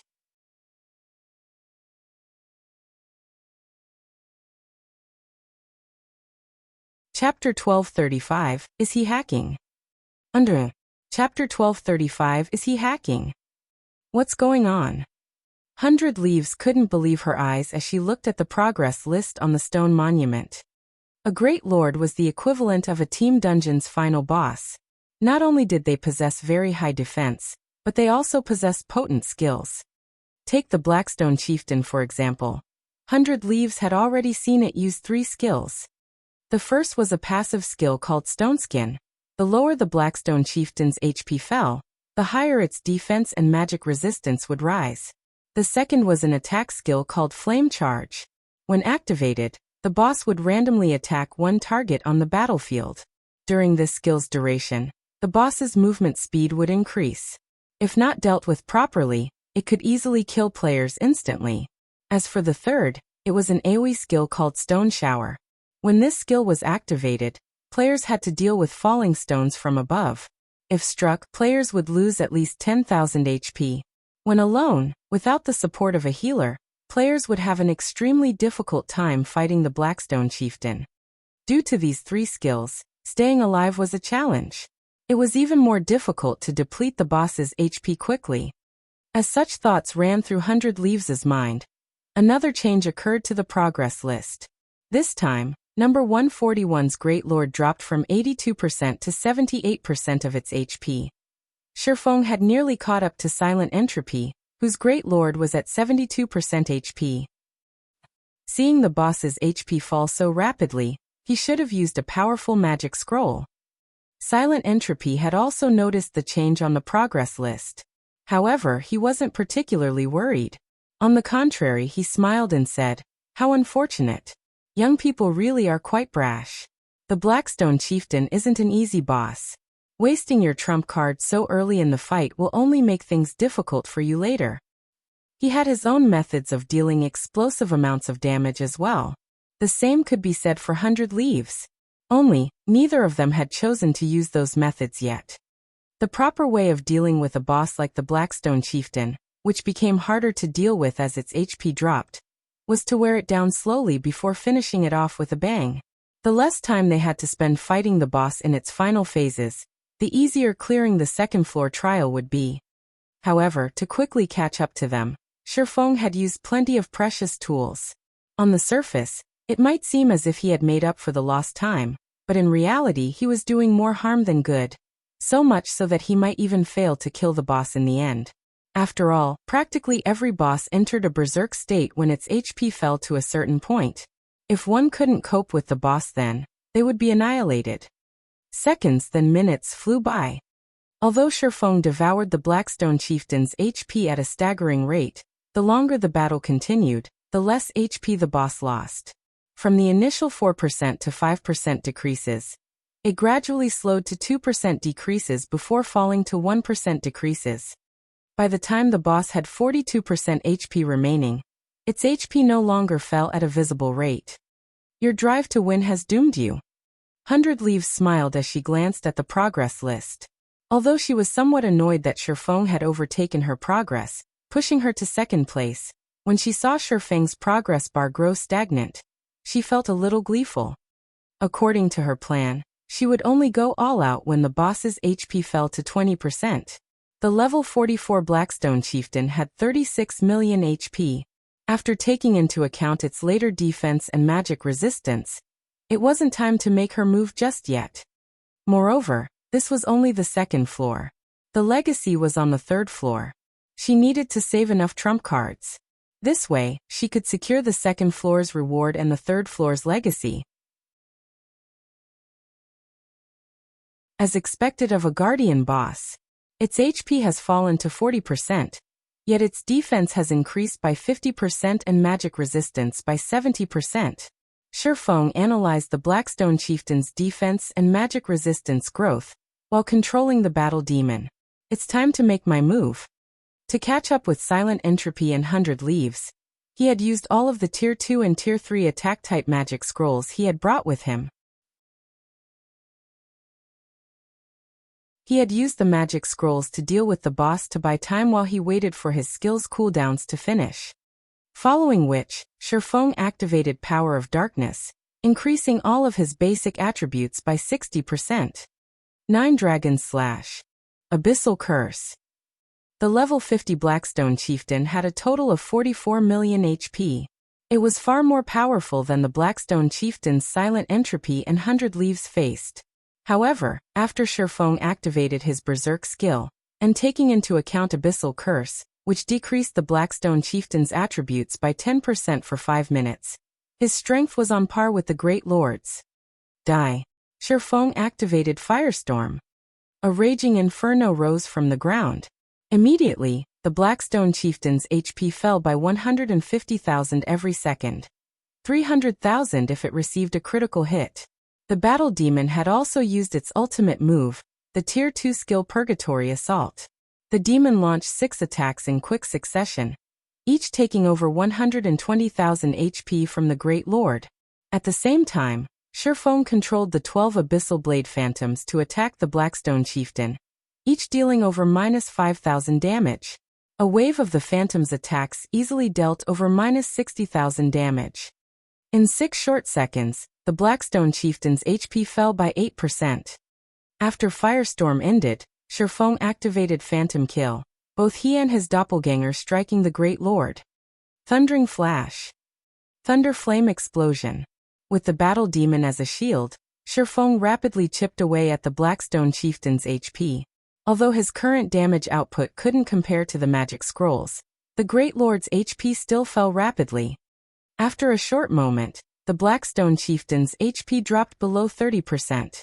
On the other hand, 100 Leaves, who was in second place, had just managed to reduce her boss's HP to 56%. How is he still so fast? 100 Leaves could not help her shock when she saw Shifeng's progress bar. Does he plan to give up the third floor? This little lunatic. Silent Entropy's anxiety grew when he saw Shifeng's progress bar. He had to admit that Shifeng had interrupted his plans. As the legacy's location in the Sea Dragon's secret land, the second floor reward should be considerably valuable. If Shifeng was truly going all out on the second floor, he might really obtain the floor's reward. After all, there was a huge gap between them right now. If this gap continued to grow, Silent Entropy would lose the second floor reward. Silent Entropy hesitated on whether or not he should try to compete with Shifeng. Damn it. To think you would dare to spoil my plans. Since joining God's domain, this was the first time Silent Entropy had lost control of a situation. His expression turning frosty, he declared, "You're 10 years too early if you think you can compete with me." Saying so, Silent Entropy took out 2 Tier 3 magic scrolls. One was his prized domain-type magic scroll, while the other was a Tier 3 summoning scroll. With 2 Tier 3 summon creatures and a Tier 3 domain attacking the Blackstone Chieftain simultaneously, the boss's HP began to plummet. Shortly, Silent Entropy overtook 100 Leaves and dominated second place. This old bastard must have lost his mind. Since you want to fight, let's see who has a sturdier foundation. 100 Leaves gnashed her teeth. She then retrieved an orange crystal ball and multiple magic scrolls. As 100 Leaves began to chant an incantation, the crystal ball shattered and disappeared. A magic array then formed around the Blackstone Chieftain, rapidly decreasing its attributes. Very quickly, its attributes fell to 70% of their original values.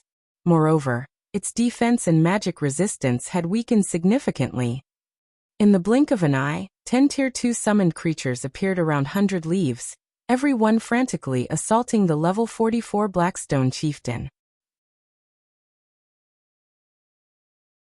Now that neither Silent Entropy nor 100 Leaves were holding back, their progress bars swiftly increased. When Shifeng's boss had 15% HP remaining, 100 Leaves and Silent Entropy's bosses had 25% and 26% HP remaining, respectively. Oh, how fast! Shifeng smiled at the two's progress bars. He then took several basic mana pulse bombs from his bag and tossed them at the Blackstone Chieftain. Every bomb contained the might of a Tier 3 large-scale destruction spell. The bombs could even injure a mythic monster. Against a great lord, one was enough to inflict heavy injuries. Shifeng threw 6 basic mana pulse bombs in a row. Before the Blackstone Chieftain had the opportunity to use its ultimate move, its HP fell to 1%.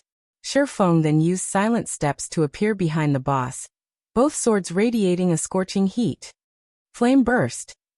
Of the 15 consecutive strikes, every strike devoured at least 60,000 HP from the Blackstone Chieftain. In the blink of an eye, the Blackstone Chieftain's remaining HP vanished. Meanwhile, Silent Entropy and 100 Leaves only saw Shifeng's progress bar jump, his boss's HP reaching 0% instantly. Impossible. How is his boss dead already? Did he hack the game?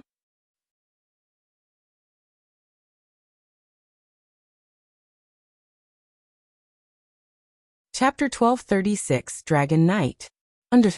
Chapter 1236, Dragon Knight. The Blackstone Chieftain's sudden death had stunned Silent Entropy and 100 Leaves momentarily. How did he do it? While 15% HP was not much, it wasn't a small amount either. The Blackstone Chieftain's special characteristics made it tougher as its HP decreased. However, Shifeng had stolen the Great Lord's remaining HP almost instantly. Did he use several Tier 3 magic scrolls at once? 100 Leaves suddenly thought of this possibility.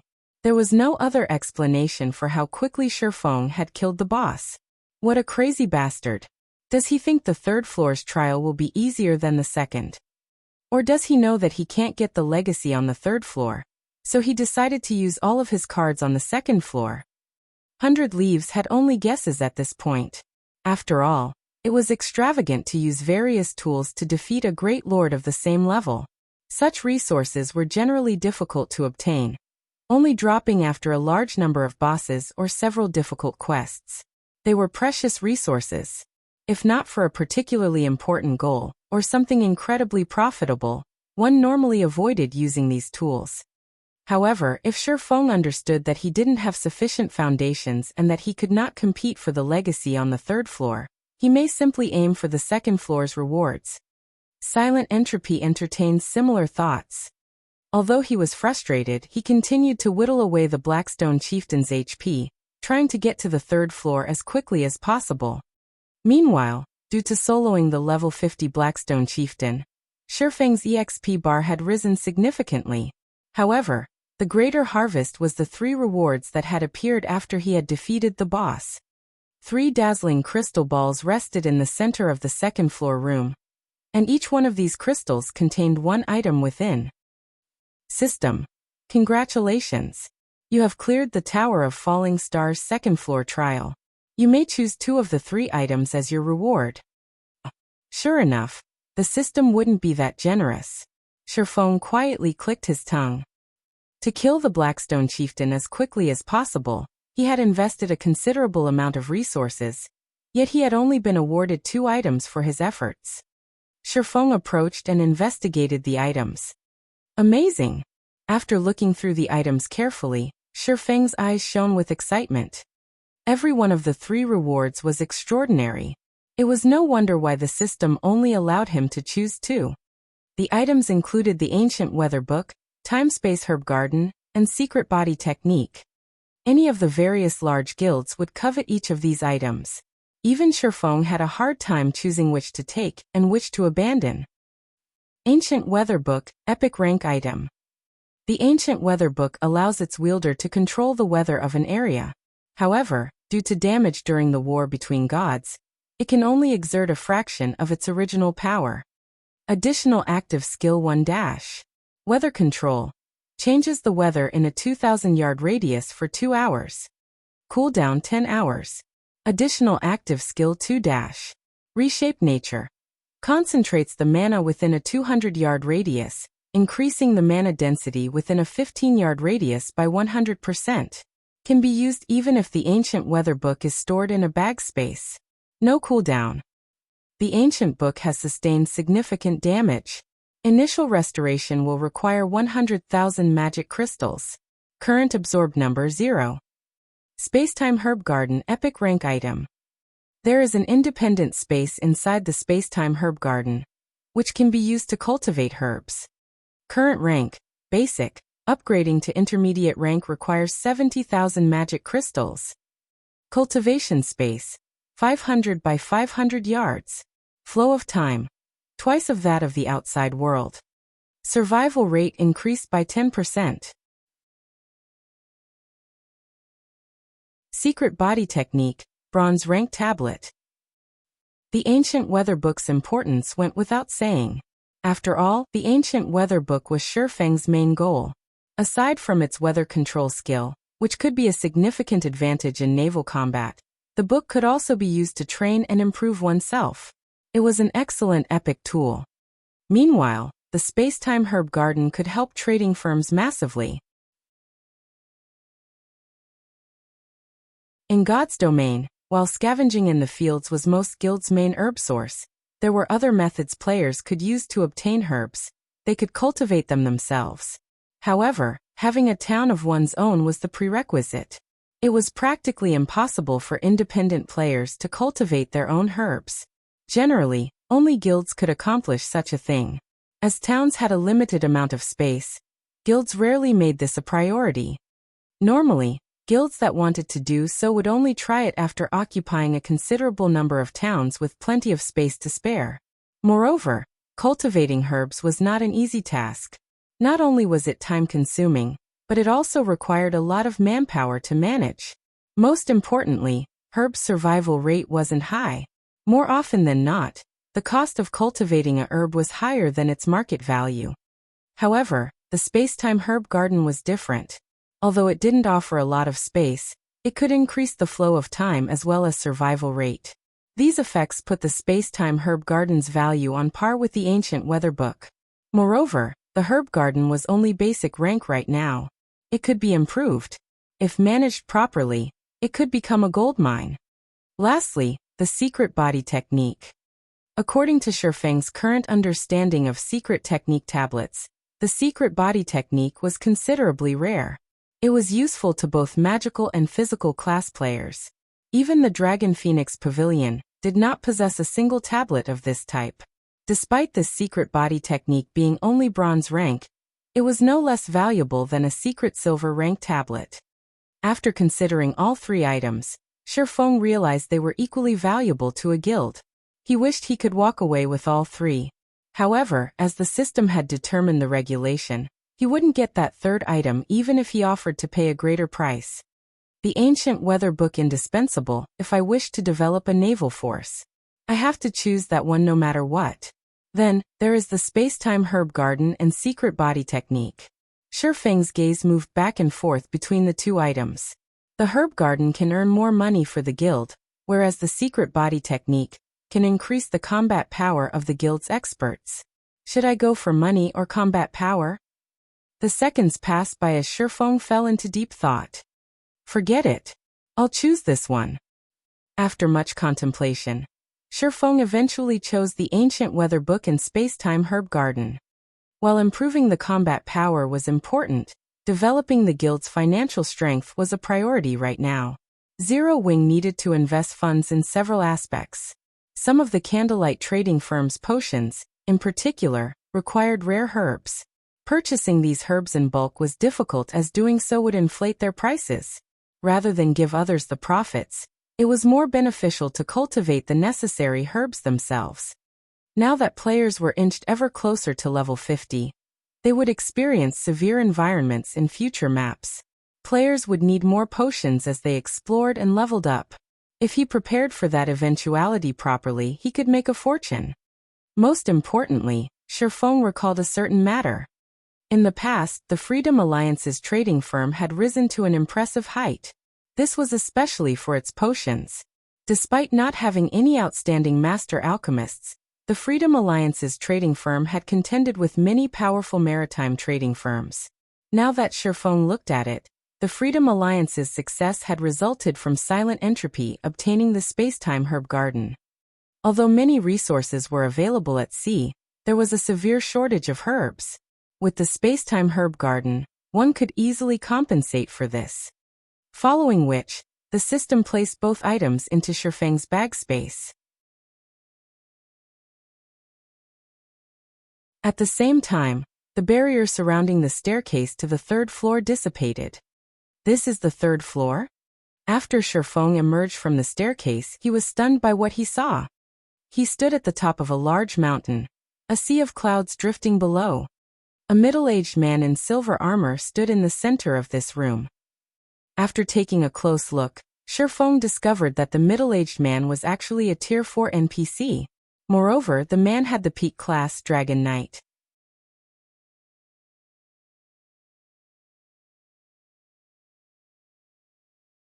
Chapter 1237. Challenging a Tier 4 NPC. Under Chapter 1237. Challenging a Tier 4 NPC. The trial can't be a duel against this NPC, right? Shifeng was at a loss for words as he looked at the silver-armored Dragon Knight. As a peak class, the Dragon Knight's defense and strength were superior to both the Guardian Knight and Berserker classes. Furthermore, the NPC before him was a Tier 4 class, on par with a mythic monster. Even if he had a bag full of powerful tools, he was no match for the NPC in a one-on-one fight. Unlike monsters, NPCs possess very high intellect. Their ability to deal with tools was beyond any monster. A group of ordinary players using special tools might be able to challenge, and even defeat, a mythic monster. If these players' opponent were a Tier 4 NPC, however, they wouldn't even have a shred of hope. This was also why some players might be capable of defeating mythic monsters in dungeons, but were helpless if a Tier 4 NPC decided to rob them in broad daylight. The Dragon Knight class was no ordinary class either.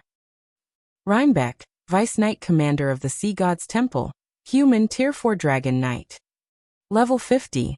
HP 19, 000, 000/19, 000, 000. In God's domain, divine temples such as the War God's Temple and Sea God's Temple normally had their own knight divisions. Even these divisions' normal members would be highly influential people in a kingdom, not to mention a vice commander. Even the king had to show respect to these individuals. Following which, Shifeng began to search for clues relating to the third floor's trial.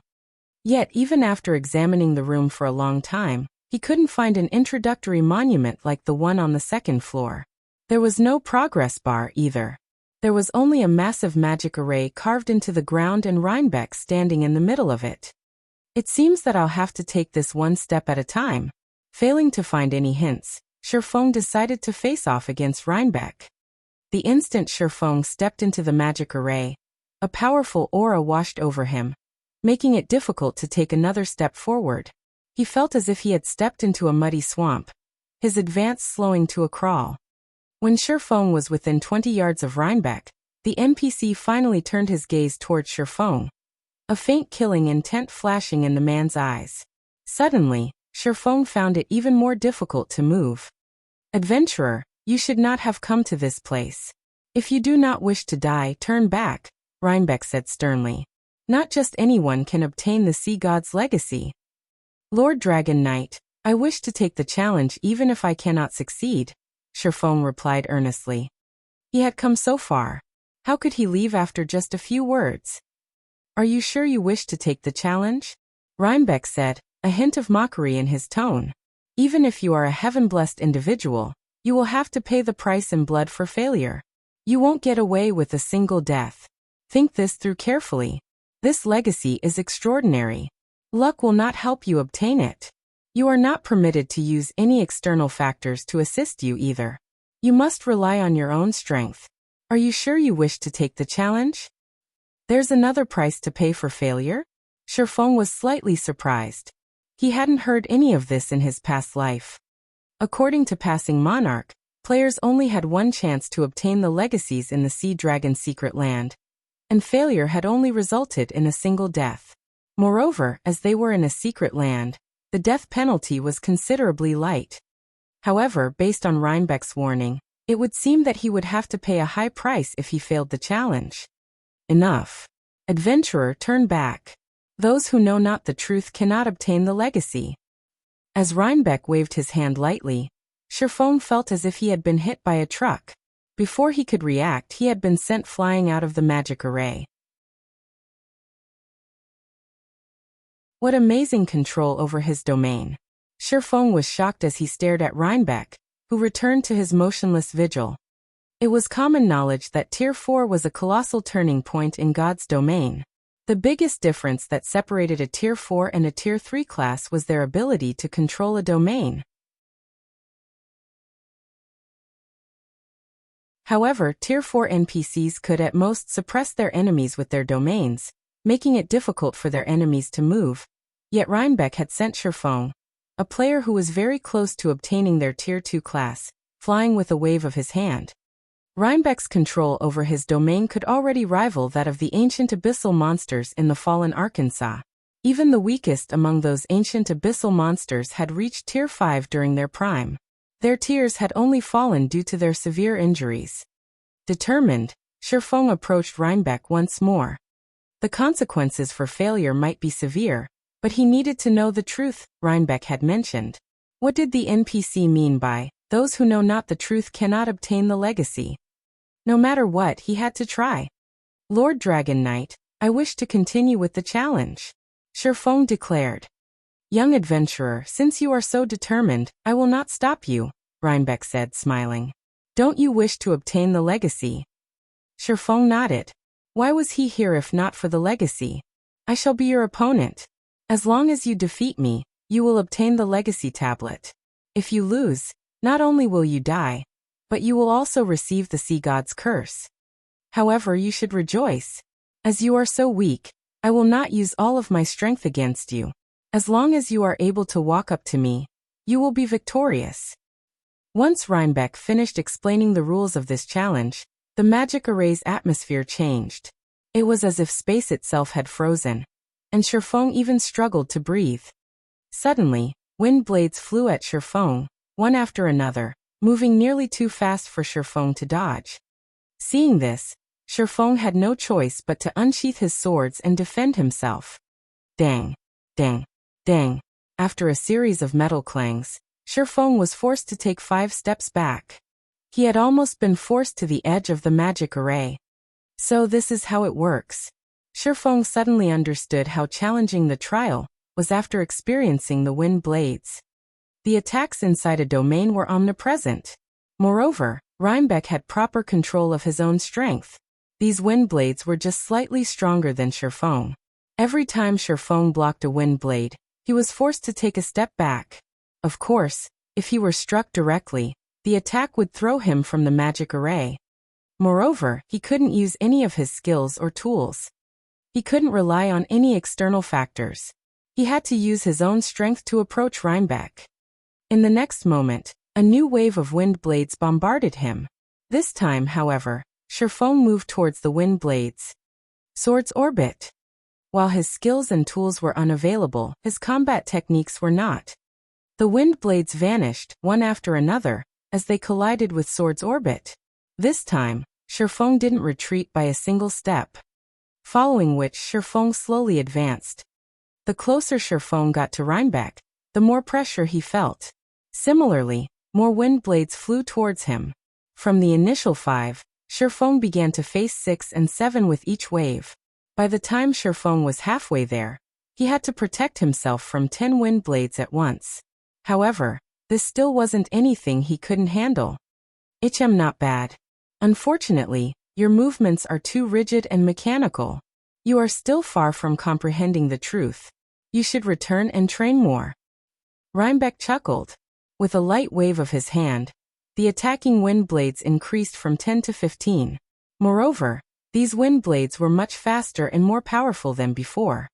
The instant a wind blade encountered Swords orbit, Shifeng felt as if his hands had been struck by a steel hammer, the vibrations aching to the bone. With each wind blade Shifeng deflected, he moved ever closer to the edge of the magic array.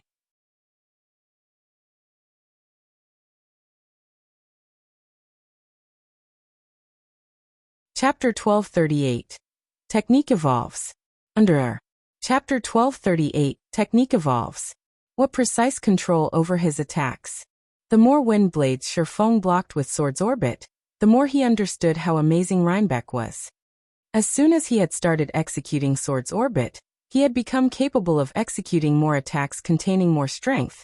Yet Rhinebeck had responded with more wind blades containing more of his own strength.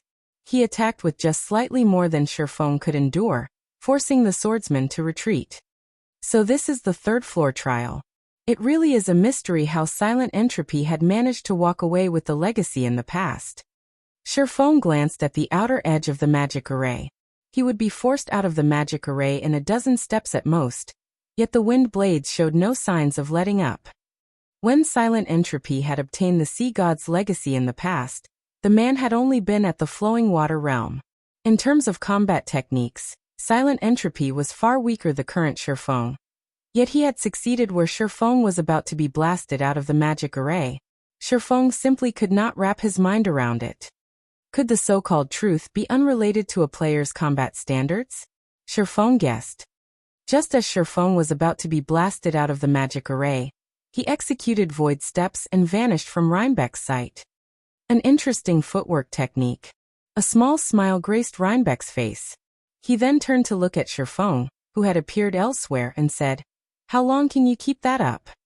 Saying so, Rhinebeck launched another 15 wind blades, while Shifeng executed void steps once more to avoid them. A domain is truly impressive. Void steps effect is limited against him. Although Shifeng dodged the incoming wind blades, he couldn't move beyond the array's border and approach Rhinebeck.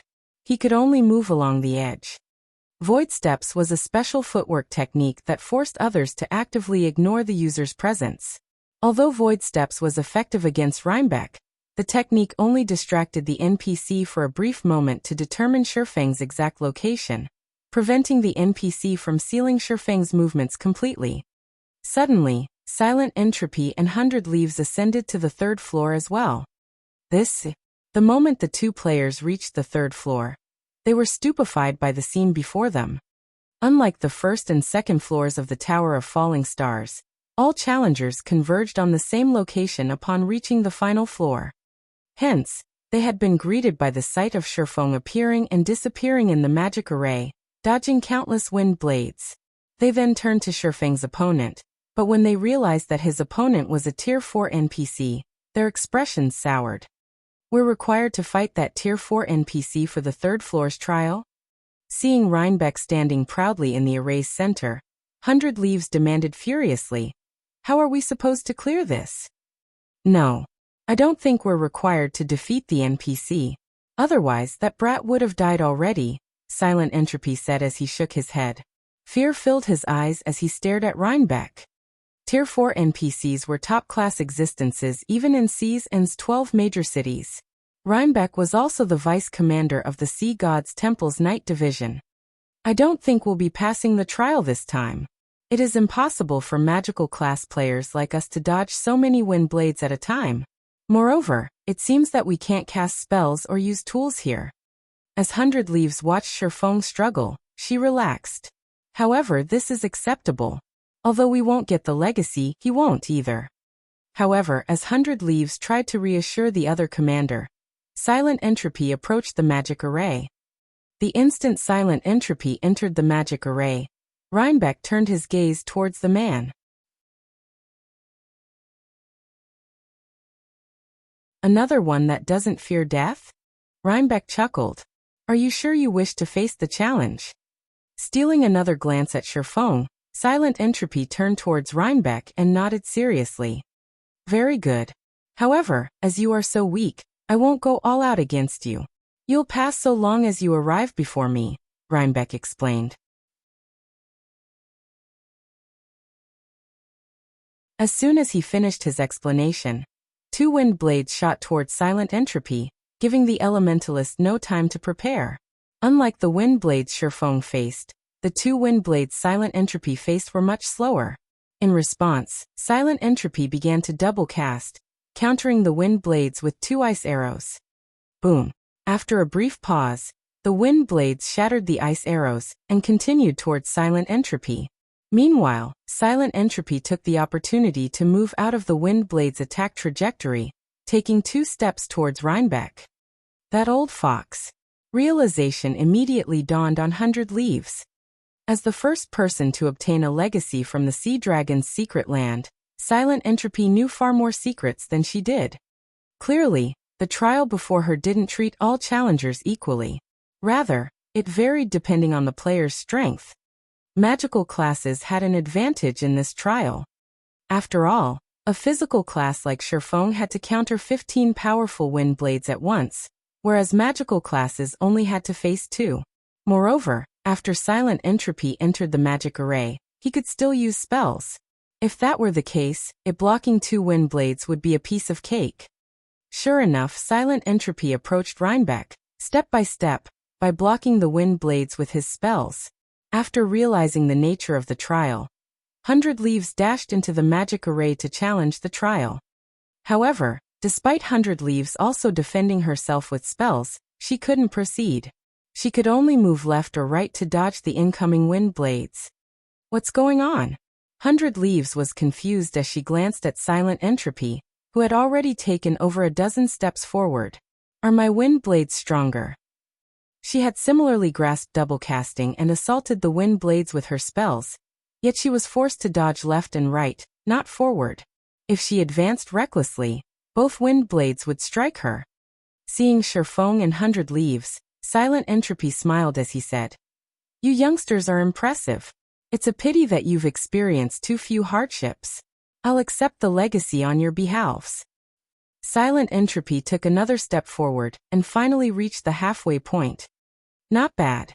It seems you have an initial understanding of the truth, adventurer. What shall you do with this then?"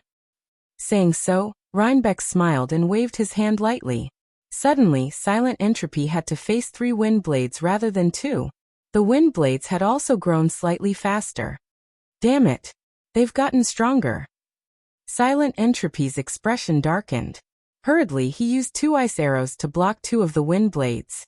Unfortunately, he had no choice but to dodge to the right to avoid the third. He was no longer able to advance. 100 Leaves could not hide her grin. She had worried that Silent Entropy would really snatch the legacy. It seems that none of us will get the legacy this time. Since that is the case, I won't waste my time here. After seeing this outcome, 100 Leaves lost interest. However, as 100 Leaves was about to give up and leave, Shifeng, who had quietly observed the other two from the side, made his move. I see. It's no wonder why I couldn't get through them before, Shifeng muttered in a self-mocking tone. Have you learned something? 100 Leaves asked when she noticed Shifeng laugh for no obvious reason. However, Shifeng did not bother with answering her. Instead, he moved forward to welcome the oncoming wind blades before executing Sword's Orbit. Dang, dang, dang. After a series of clangs, he leaped forward, rather than being knocked back. How is this possible? 100 Leaves was astonished, unable to understand what had just happened. Impossible. Silent Entropy was similarly shocked. How could you have grasped it so quickly? I have you to thank for that. I wouldn't have figured this out without you. At this moment, Shifeng felt exhilarated. He finally understood why Rhinebeck had said his movements were rigid and mechanical. He hadn't been thinking outside the box. Both his combat style and his technique utilization had been stiff and clumsy. He only knew how to learn the techniques, not how to make the techniques his own. Silent Entropy could both defend and advance because he hadn't stopped moving while he had cast his ice arrows. On the other hand, 100 Leaves had only moved after she finished casting her spells. As she started moving later, it was only natural that she hadn't had enough time to advance. Now that Shifeng understood this truth, he could block the wind blades far more easily. In the blink of an eye, Shifeng crossed the halfway point. At the same time, Rhinebeck increased the number of wind blades he sent at Shifeng. However, the NPC had only added one wind blade this time. To Shifeng, who had already reached the Void Realm, this minor increase was no problem. By deflecting the attacks while moving, he had broken through the wind blade's blockade. Upon seeing Shifeng cross the halfway mark, Silent Entropy muttered incredulously, "Is he a monster?" After a short moment, Shifeng stood before Rhinebeck.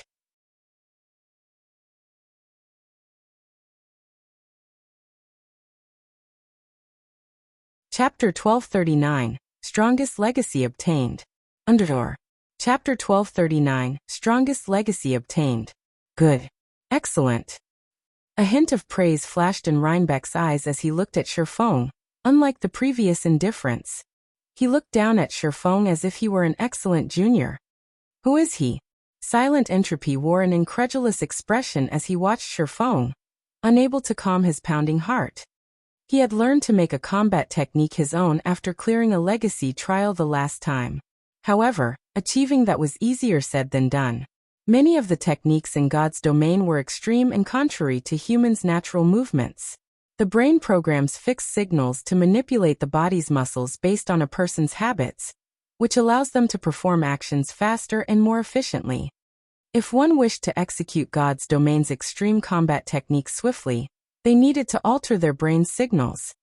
Silent Entropy had spent an entire month reshaping his habits to get to where he was now. Yet, after watching his performance for a few moments, Shifeng had executed the same to a skillful degree. Since someone has passed the trial, the rest can leave, Rhinebeck announced, waving his hand once more. Suddenly, both Silent Entropy and 100 Leaves were teleported out of the Tower of Falling Stars. In the blink of an eye, both players appeared in the rest area. Commander, why are you out so earlier? Scorpion, who had stood guard by the Resurrection Temple, asked in surprise when 100 Leaves appeared. 100 Leaves had just completed the second floor trial. With the third floor trial's difficulty, logically, it should take her even longer to clear.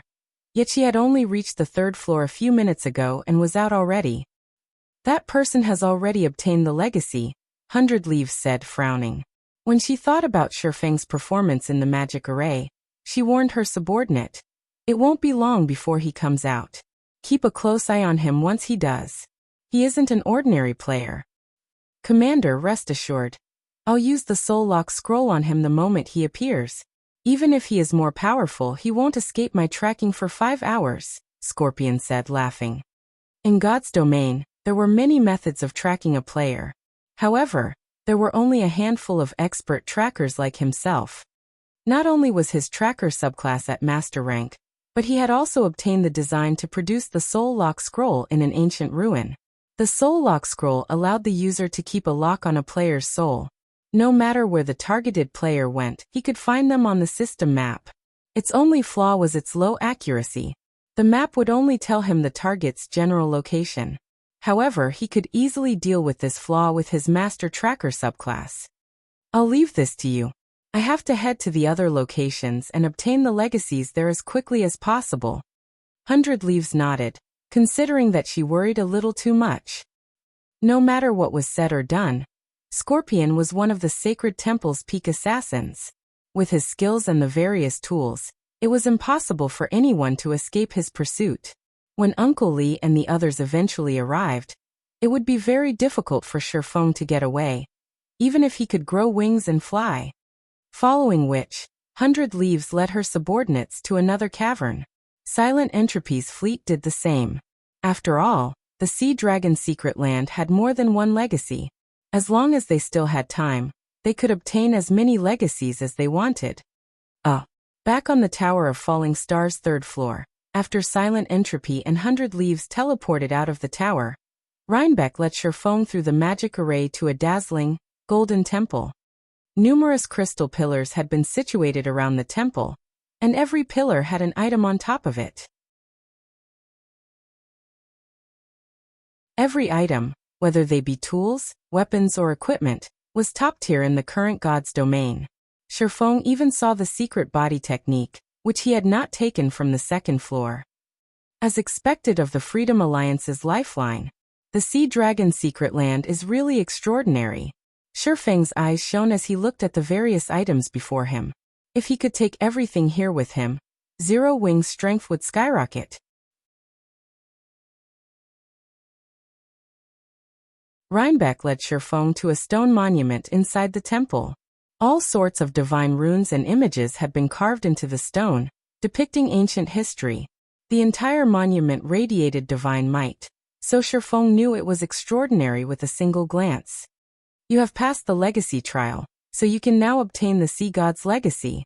However, whether or not you inherit the legacy will depend on your own abilities, Rhinebeck said. He then began to chant an incantation, which caused the massive stone monument to shrink. Eventually, it became a tablet that was only the size of a palm. This is the Sea God's legacy item. How you use it depends on you. Aside from this legacy tablet, you will be awarded 10,000 Sea God's Temple points. You may use these points to trade for items in any Sea God's temple. Likewise, you can trade for items here. However, once you leave this temple, you will not have access to these items in the future. You can only use your points in the Sea God's temples elsewhere. You may now choose. If you wish to leave this place, step into the magic array. After saying so, Rhinebeck transformed into a streak of light and disappeared. What a pity. If I knew something like this would happen, I would have earned some Sea God's Temple points before coming. Like the War God's Temple, the Sea God's Temple had a point system that allowed players to earn points. Take the runic crystal for example. Each crystal could be traded for 10 points. It was one of the fastest means of earning Sea God's Temple points. The only other method of earning points was to complete special quests from the Sea God's Temple. The reward of 10,000 points was a huge windfall. He would have to spend 1,000 runic crystals to obtain so many. Forget it. Let's see what items are available first. Shifeng walked up to each of the crystal pillars, one after another, investigating the items. There were 88 crystal pillars in the temple. Unfortunately, some were empty. Currently, there were only 82 items available for trade. The cheapest item among them cost 5,000 points. A mysterious iron pick that would make it easier to mine ores. The pick also increased the chances of obtaining high-ranking ores. If auctioned off, it could easily fetch over 100 gold. The most expensive item cost 111,000 points.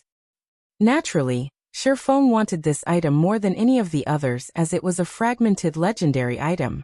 It was the sole fragmented legendary item in the temple. The item was called the Sea God's Shield. It could also be restored to legendary rank. An excellent shield's value to a team went without saying. Without a powerful MT, defeating a powerful boss would be very challenging. If an MT used a fragmented legendary shield, killing powerful bosses would become a lot easier.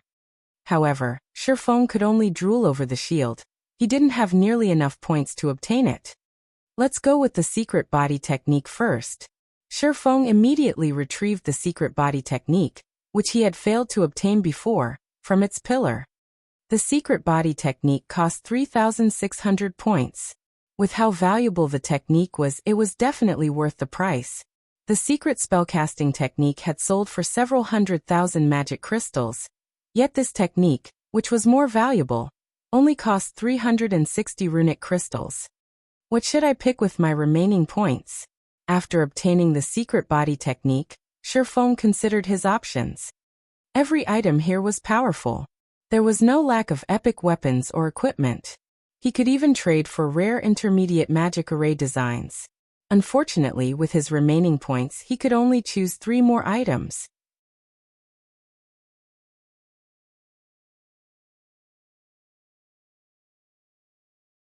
Chapter 1240, 3 items. Underor. Chapter 1240, 3 items. Of the 3 items that caught Shattring's eye, every one of them was worth as much as the space-time herb garden he obtained. The 3 items were the Mystic's Necklace, the basic enchantment design, and the arcane lightning design. Although he could also choose an epic weapon, at the end of the day, an epic weapon could help improve only one player's strength. On the other hand, the 3 aforementioned items could increase the overall strength of an entire guild. The Mystic's Necklace, which cost 6,150 points, was a dark gold necklace. It did not possess any level restrictions, and was not meant for combat. Instead, it was a necklace for lifestyle players. Upon equipping the Mystic's Necklace, a lifestyle player would receive a 5% increase to their production success rate, as well as a 30% increase to production speed.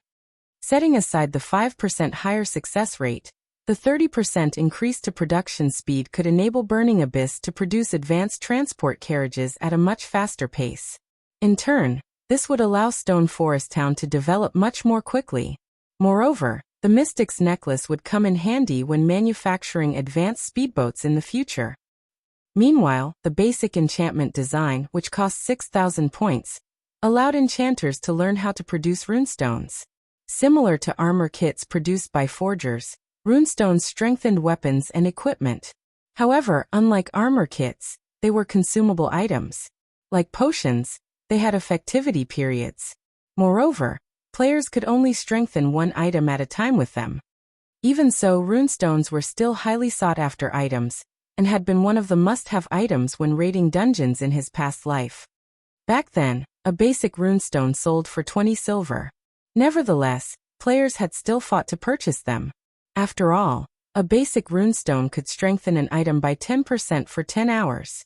If used on a player's weapon or an MT's shield, it would bring about considerable results.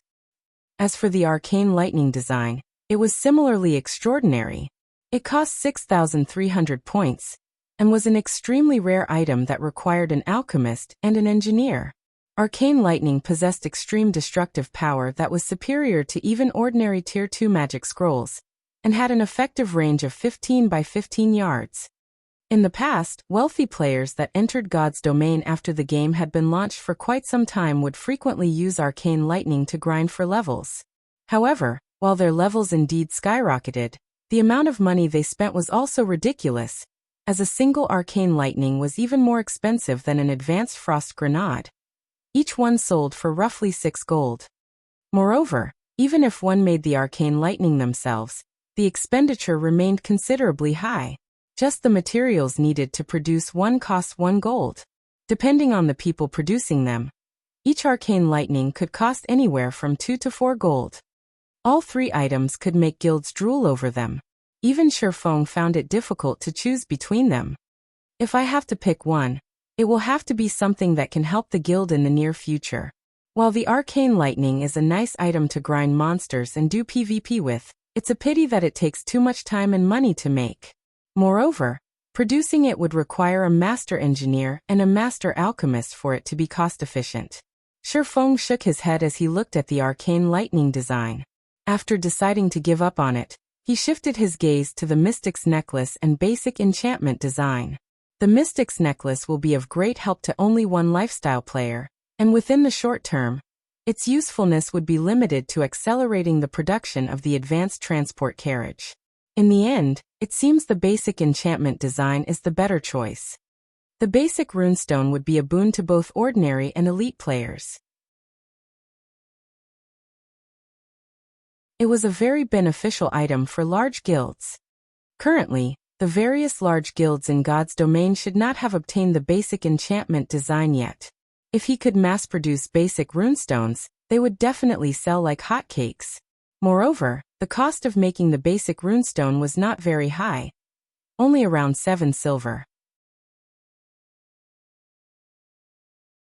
Its production difficulty and production time were also relatively low. Even advanced enchanters could produce them at a reliable rate.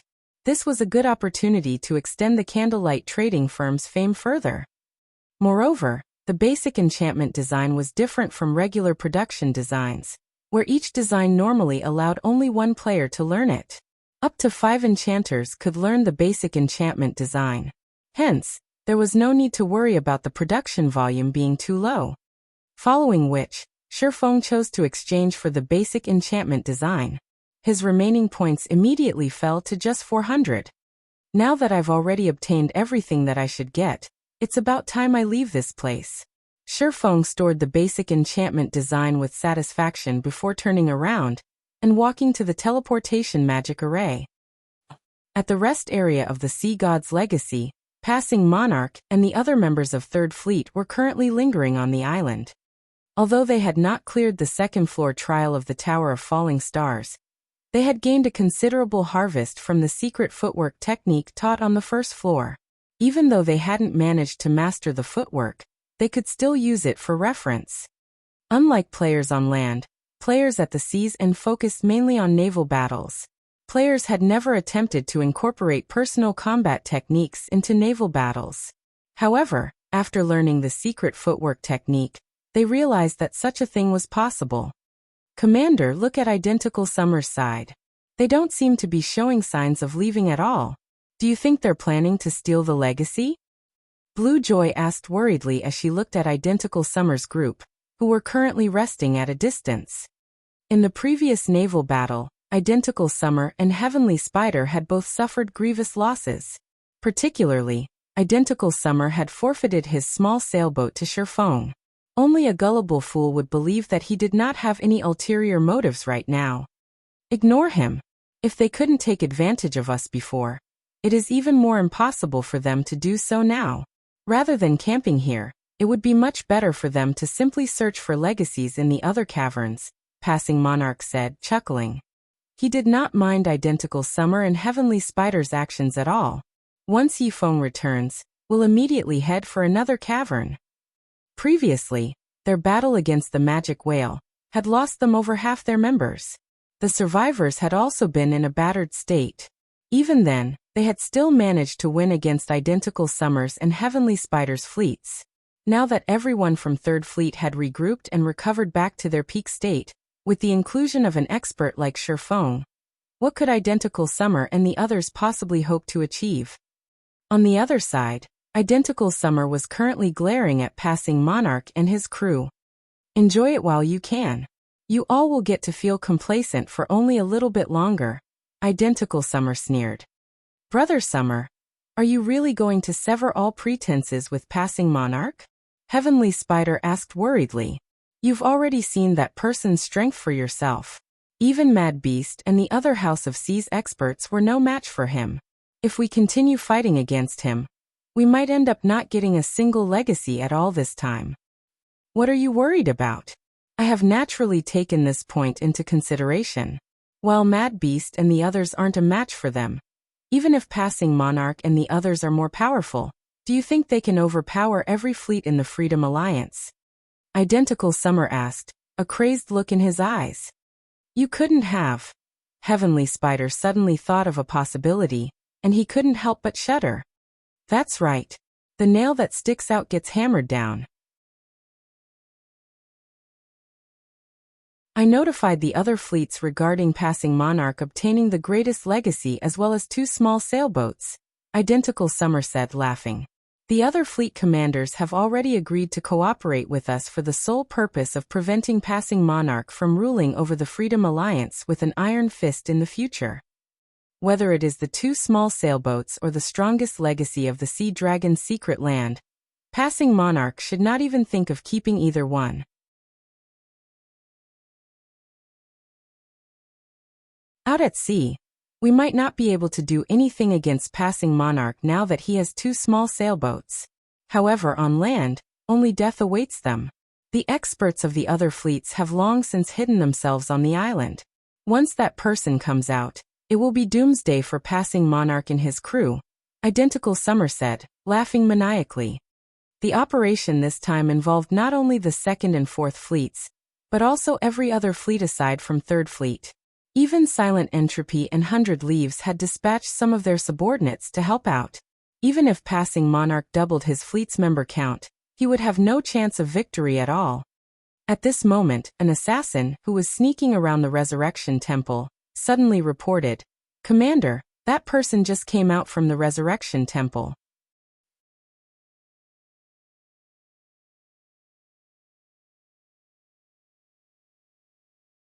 Chapter 1241. Taking Action Without Hesitation. Underor. Chapter 1241. Taking Action Without Hesitation. News of Shifeng's exit from the Resurrection Temple spread like wildfire. Practically every fleet commander of the Freedom Alliance received the word at the same time. He's finally out? Silent Entropy smiled as he read the message his subordinate had just sent him. Although you've managed to obtain the legacy, it won't be that easy for you to take it away. Compared to the other fleets, he had a much greater understanding of the Sea Dragon's secret land. After all, he had been the one to discover the secret land in the first place. How could he possibly let someone else obtain the Sea God's legacy so easily? Oh. Leaves, are you really going to cooperate with them? The cloaked woman asked as she looked at 100 Leaves, who was currently commanding a battle. The secret temple had long since made arrangements for such situations. They didn't need to cooperate with the other fleets to deal with Shifeng. As long as Shifeng exited the secret land, whether it was obtaining the Sea God's legacy or completing the Demon God's quest, they could easily achieve both by themselves. Cooperate. 100 Leaves could not help but giggle. How could I possibly cooperate with them? I simply wish to see what kind of trump cards that person still has. Previously, whether it was his fight against Identical Summer or his performance inside the Legacy Land, I kept feeling that he was still holding back a lot of his strength. Now that Identical Summer has banded together with the experts of the other fleets, I believe that even that man won't be able to continue holding back. If Identical Summer and the others do have some way to kill that man, I'll have Scorpion hinder them when the time comes. After all, that is the Sea God's legacy we're talking about. We absolutely cannot afford to let the other fleets have it. When the cloaked woman heard this, she immediately came to a realization. She had never thought that 100 Leaves had actually taken such factors into consideration. This way, Shifeng really was doomed. As long as he left the secret land, there would be no escape for him. Outside the Resurrection Temple, as soon as Shifeng came out, passing Monarch walked up to him excitedly. "Brother Yifeng, you truly are amazing. Despite all the efforts Silent Entropy and 100 Leaves have put in, you still managed to snatch the legacy from them. I'm guessing that they're bursting with rage right about now," passing Monarch said, his gaze filled with admiration as he looked at the swordsman. After all was said and done, the Freedom Alliance was an overlord at the sea's end. Meanwhile, the foundations of both Silent Entropy and 100 Leaves were among the best in the Freedom Alliance. Nonetheless, Shifeng had actually managed to steal the legacy from those two, by relying on his own strength. "Sorry for the wait. Let's set out for the other caverns now." Shifeng simply smiled in response to passing Monarch's words, not commenting on the legacy he obtained. He had already seen the Sea God's legacy for himself, and it was definitely one of the most incredible legacies he had seen. The reason for this was the legacy tablet, allowing not only one player to obtain a legacy but 10. This was an incredible matter. After all, even obtaining one legacy in God's domain was already quite a challenge, not to mention 10 in one go. Meanwhile, among these 10 players, one could obtain the Sea God's legacy, while the remaining 9 could obtain the Sea God's Protector's legacy. Players who inherited these legacies would receive a portion of the Sea God's strength. Moreover, the player who inherited the Sea God's legacy would receive greater power from the legacy the more Sea God's Protectors they had. Alright. Let's move out right away. Passing Monarch nodded.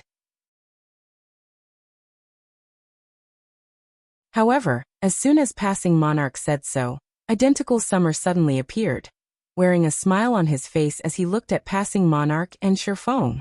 At the same time, a large group of players came out from the forest one after another, their numbers reaching close to 400. These players surrounded Sherfeng's group completely. Brother Monarch, why are you in such a hurry to leave? Identical Summer said, laughing. Look at how pitiful we are. Even after we entered the secret land, we still ended up obtaining nothing at all. You, on the other hand, have made a fortune. Shouldn't you make a gesture of goodwill? Passing Monarch's complexion turned incredibly grim as he observed his surroundings. Currently, it wasn't just Identical Summer's men that were present. He could also see well-known experts of 1st Fleet to 11th Fleet here. Our 3rd Fleet has already obtained the legacy. Are you still thinking of stealing it from us? In a deep tone, Passing Monarch said, Could you have forgotten about the contract we signed before we entered this place? What you say is indeed true. Our various fleets did sign a contract barring us from stealing the legacies others have obtained. However, we have no plans on stealing your legacy right now. We only want those 2 small sailboats of yours. Of course, you can also choose not to give them. However, you'll have to die several times until you are forcefully teleported out of the secret land. Identical Summer sneered. They dared not violate the conditions of the contract. Otherwise, they would receive a severe penalty from the system. However, the contract they signed back then was not perfect, including many exploitable loopholes. Everyone had deliberately ignored these loopholes in order to prevent one fleet from gaining too large of a monopoly. Otherwise, they would have long since signed a contract that barred all aggression against each other while inside the secret land. Despicable. Passing Monarch's complexion paled in anger. However, he was also helpless about this situation. Although he, too, had known about the loopholes in the contract, he never thought that a day would come when every other fleet would join hands to target him. Well, what's your decision? Are you going to hand over the small sailboats, or do you wish to die in here time and again? Identical Summer laughed in ridicule. How about we give it a test? In any case, we have plenty of time right now. Although we won't be able to have every one of you sent back to level 0, we should have no problems getting a few of you there. Players couldn't leave the Sea Dragon's secret land within 6 hours of entry. Only after 6 hours had passed could players teleport out of the secret land through the starting point. Either that, or get forcibly kicked out of the secret land after 10 hours had passed. There was a resurrection temple in the various rest points of the secret land, and any player killed within a cavern would get resurrected at the rest point of that particular cavern. Meanwhile, unlike the outside world, players that died here would get resurrected immediately. Although players would not lose one whole level after dying, killing a particular player back to level 0 would still be a piece of cake. One could say that this was the risk of entering the Sea Dragon's secret land. Hearing Identical Summer's words, the expressions of the 3rd Fleet's members turned grim, a hint of fear flashing across their eyes. They had spent a lot of time and effort to reach their levels. Getting killed back to level 0 was unthinkable. At this time, Tyrant Dynasty, the commander of 7th Fleet, shouted, "Why are we still wasting words with them? After they die a few times, they'll naturally become obedient." From the very beginning, they had no intention of letting Passing Monarch's fleet leave here in one piece. The reason for this was the sheer number of fleets in the Freedom Alliance. There was simply not enough resources to share with everyone. Hence, their condition for cooperating with Identical Summer was the expulsion of the Third Fleet from the Freedom Alliance. In the past, their various fleets had banded together to form the Freedom Alliance because they were too weak individually. Now, however, the situation had changed. The Freedom Alliance currently occupied 3 of the 12 major cities at the sea's end. They had both wealth and manpower. If they kicked a fleet out of the Freedom Alliance, they would obtain much more resources for themselves. However, as soon as Tyrant Dynasty finished speaking, Shifeng suddenly appeared before him, the sacred sword lightly cutting across the 7th Fleet's commander. 2 blue flashes enveloped Tyrant Dynasty. Before anyone could react to what was going on, Tyrant Dynasty was already lying motionless on the ground. So fast. Passing Monarch had an incredulous look on his face as he looked at the corpse of the level 43 Berserker lying at Shifeng's feet. Compared to the attacks Shifeng had displayed in the previous battle, despite these 2 sword slashes being of equal speed, these attacks gave off an indescribably natural and sharp feeling. Everyone was also stunned by this situation. Shifeng had actually taken action without the slightest bit of hesitation. Glancing at the corpse at his feet, Shifeng smiled as he said, "I very much agree with your opinion. Once you all die a few times, you'll naturally learn to be obedient."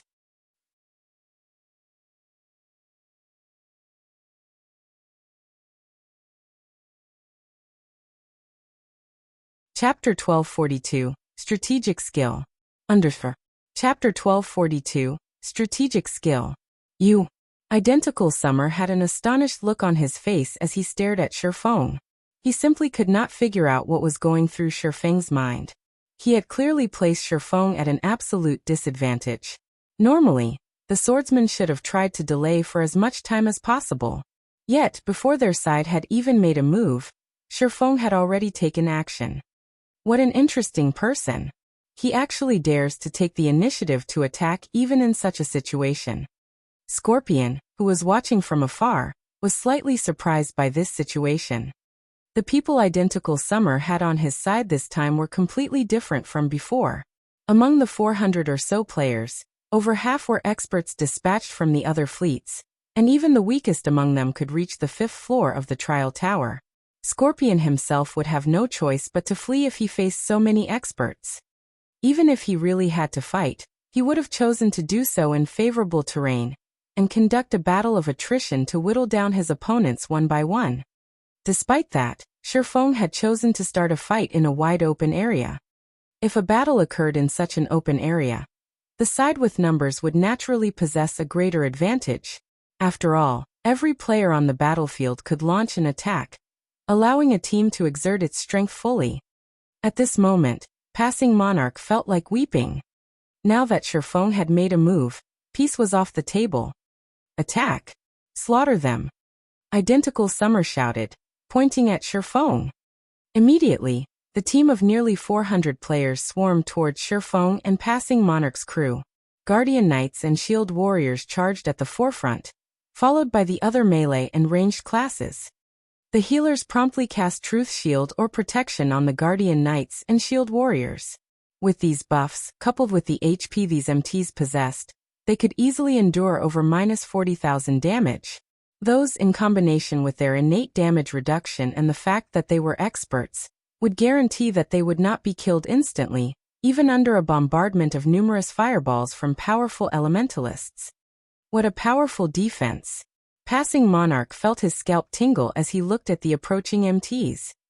Ranged players would be helpless against such this iron wall-like defensive formation.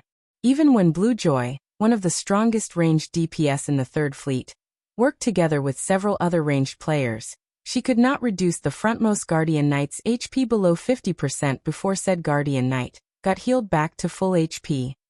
Right now, they could not even escape to the distant forest. Just as Identical Summer's group moved increasingly closer, and the enemy ranged players were about to enter attacking range, Passing Monarch took out a Tier 2 magic scroll and began chanting. Suddenly, golden spears shot at the enemy MTs. A useless struggle, Identical Summer ridiculed. The current battle was different from the one on his small sailboat. Every player here could fully exert their combat power instead of being hindered by a narrow battlefield.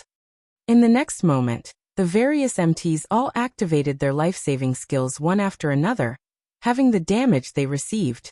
Even when struck by the golden spears, they only lost around 10,000 HP. Moreover, these MTs had also managed to dodge the majority of these spear attacks. Each one of them received only 2 or 3 spears at most. The 40 or so healers standing at the rear needed to cast only 1 or 2 heals to bring the MTs back to full HP. Passing Monarch's Tier 2 magic scroll posed no threat whatsoever. Following which, Identical Summer's group continued to close in on Passing Monarch's crew.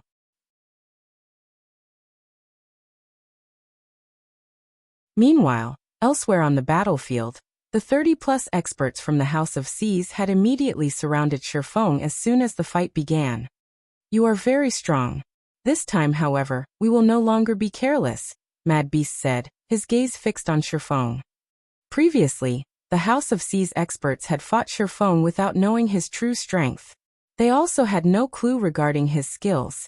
As a result, he caught them off guard and eventually annihilated them. This time, however, they had come fully prepared.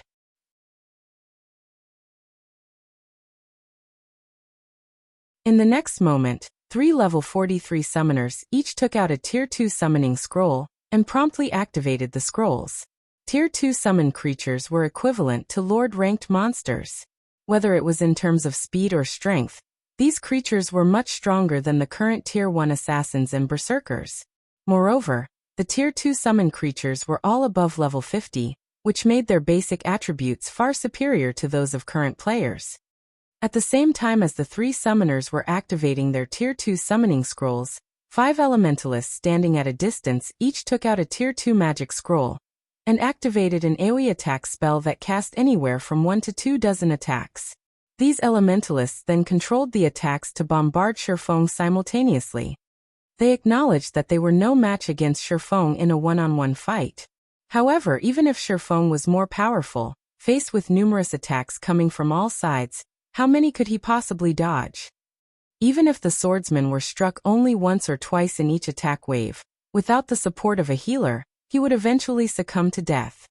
Meanwhile, Mad Beast and the other assassin experts also entered stealth and approached Shifeng. "Leaves, that person is dead for sure this time," the cloaked woman said as she watched the live stream from Scorpion. "Even Scorpion and the others won't be able to save him in time." Against Tier 2 spells coming from all directions and 3 Lord-ranked monsters, current players simply had no way to survive, unless they possessed invulnerability. Identical Summer really is ruthless. 100 Leaves also frowned at this situation. She never thought that Identical Summer and the others would be willing to waste so many magic scrolls to kill Shifeng. "It seems we have no choice but to have Scorpion use a Tier 2 defensive magic scroll." Just as Scorpion had received his orders, and was about to take out a Tier 2 defensive magic scroll from his bag, a silver magic array suddenly appeared in the sky, covering everyone present. The Tier 1 absolute time sure is scary. Its effective range has actually increased by so much. Shifeng smiled as he looked at the silver magic array in the sky. This magic array was the result of Shifeng activating the Tier 1 absolute time, which he had just sacrificed a ton of EXP to level up. Mad Beast and the others' performance had exceeded his expectations. In such a flat and open terrain, even he would not be able to handle the attacks of so many Tier 2 magic scrolls and expert players. Hence, he had no choice but to use his strategic skill, Absolute Time. Previously, at Tier 0 level 7, Absolute Time could only prevent enemies from using any skills, spells, and tools within an area of 100 by 100 yards for 24 seconds. After it reached Tier 1, level 1, however, its effective area had expanded to 200 by 200 yards. Now, not only could the strategic skill cover the entire battlefield, but its duration had also increased to 30 seconds. The only downside of the skill's level up was that its cooldown had increased from 2 minutes, 30 seconds to 3 minutes. This situation had cost Shifeng the EXP from killing the Blackstone Chieftain and completing the Legacy Trial. However, due to Absolute Time, the Tier 2 spells flying towards Shifeng simultaneously vanished into nothingness. It was as if the spells had never been cast. The magic arrays maintaining the Tier 2 summoned creatures had also been abruptly shattered. Identical Summer and the others, who were currently fighting passing Monarch's crew a short distance away, found themselves unable to use any of their skills, spells, and tools. Not good. This is an AoE silencing skill. Everyone, quickly leave the spell's range. Mad Beast, who was forced out of his stealth state, shouted hurriedly. In God's domain, both ordinary players and expert players were heavily reliant on skills and spells in combat. Suddenly preventing them from using skills and spells was akin to robbing a tiger of its fangs and claws. Their combat power would fall by more than half. However, even as Mad Beast's words entered everyone's ears, Shifeng activated Silent Steps and appeared behind Identical Summer, using Chop to kill the latter instantly. At the same time, Shifeng also switched the Aura of Time to the Aura of Fire, and promptly cast Firestorm over Mad Beast.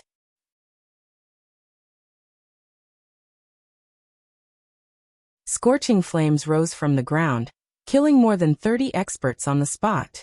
Only those with quick reactions had managed to avoid the raging inferno in time. Following which, Shifeng turned around and used Lighting Edge on the players assaulting passing Monarch's team. Unable to use any of their skills, the players targeting passing Monarch and the others fell helplessly to the innumerable arcs of lightning. In the blink of an eye, over 100 players collapsed, weapons and equipment scattered around their bodies.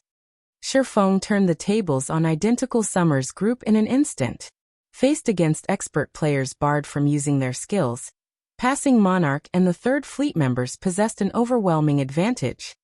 Meanwhile, Shifeng had an even easier time slaughtering players. He was practically killing one player with each attack. By the time Identical Summer's group had escaped absolute time's effective range, less than 30 members remained alive. In contrast, not a single one had died on passing Monarch's side. Oh. Is this his hidden trump card? 100 Leaves' expression darkened considerably when she saw the livestream Scorpion sent her.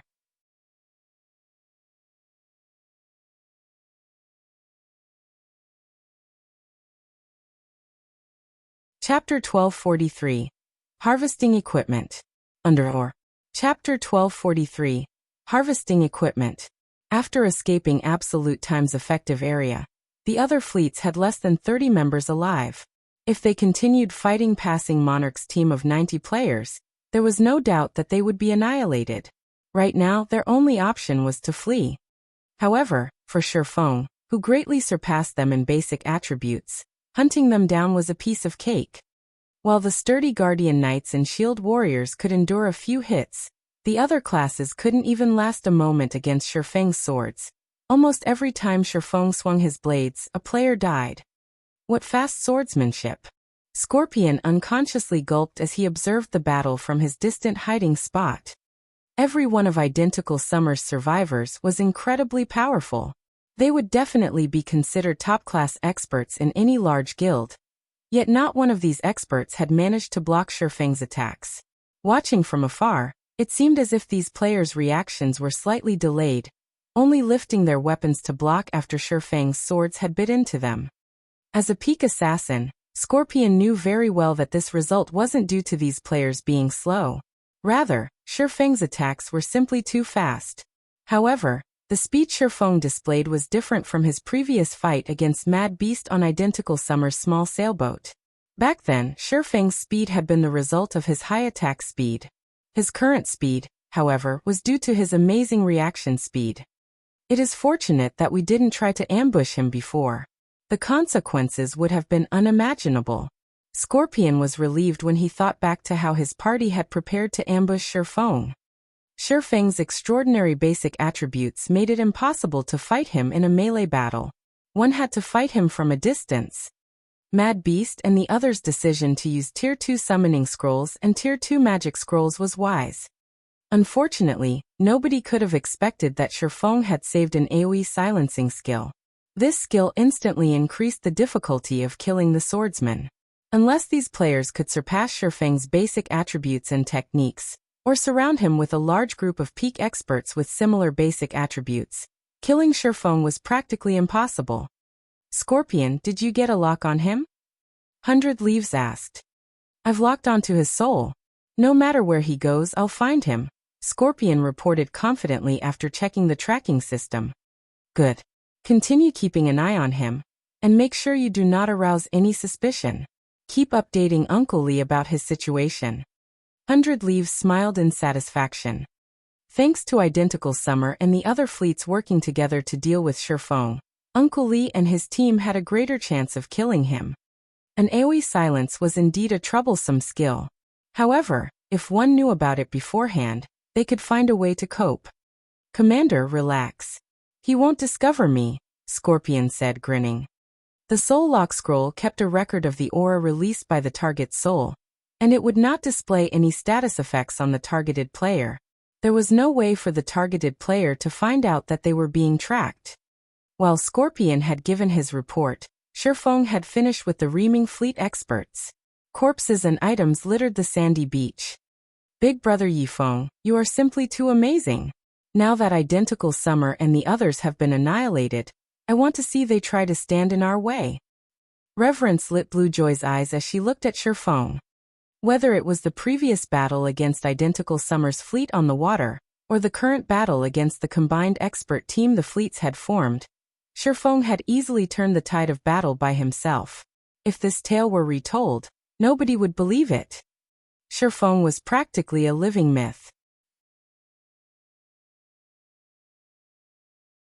Although Identical Summer and the others would not lose an entire level from 1 or 2 deaths, players killed inside the secret land would drop a weapon or piece of equipment. The items Identical Summer and the others had donned the best items they had before the fight.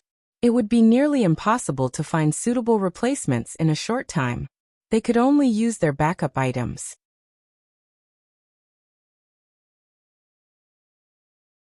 This would significantly impact their combat powers. Worse, if they had not prepared any backup items, their combat powers would fall even further. Identical Summer would have to think twice before picking a fight with them now. Brother Yifeng, before Identical Summer and the others hurry back, let's use this opportunity to get out of here, Passing Monarch suggested. Players that died inside the secret land would automatically resurrect in the nearest resurrection temple. It would be very easy for Identical Summer and the others to regroup. Meanwhile, Shifeng's AoE silencing skill was not without a cooldown. If Identical Summer and the others surrounded them once again, their chances of victory would drop. No. Let's ambush them at the Resurrection Temple, Shifeng said, shaking his head. If we leave for another cavern, by the time we get out, they will be prepared to take us on again. We have to strike while the iron is hot. We'll ambush them before they can prepare. Once we cripple them, they'll be powerless against us even after we obtain other legacies. Although Passing Monarch had considered the same option, they had only defeated Identical Summer and the others so easily due to Shifeng's AoE silencing skill. Without it, what were they going to use to ambush Identical Summer? Relax. Take these. 1 for each person. When the time comes, throw them at my command.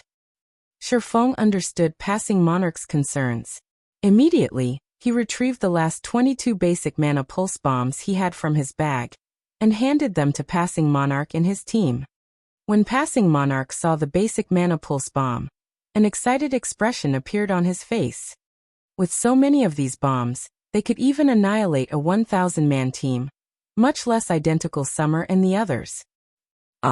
Outside the Resurrection Temple, Identical Summer and the others have already begun to reorganize their team. Damn it. I lost a pair of top-tier bracers. Just you wait. I'll make sure you lose every item you have. Identical Summer burned with rage. The first time Shifeng had killed him, he had lost his top-tier pauldrons. Fortunately, he had a replacement in his bag. However, he did not have a backup for his bracers. While Identical Summer and the others rested, someone shouted in the team chat. Passing Monarch and the others are heading this way. Everyone immediately searched their surroundings and quickly spotted Shifeng charging towards them with Passing Monarch's group. Good. You dare to seek me out on your own? Identical Summer's blood rushed as he watched Shifeng and his team run towards him. Kill them all and take back our weapons and equipment. The other experts excitedly expressed their agreement. Compared to the previous battle, they had even more motivation to wipe out Shifeng and the others. Quickly, everyone took up their positions.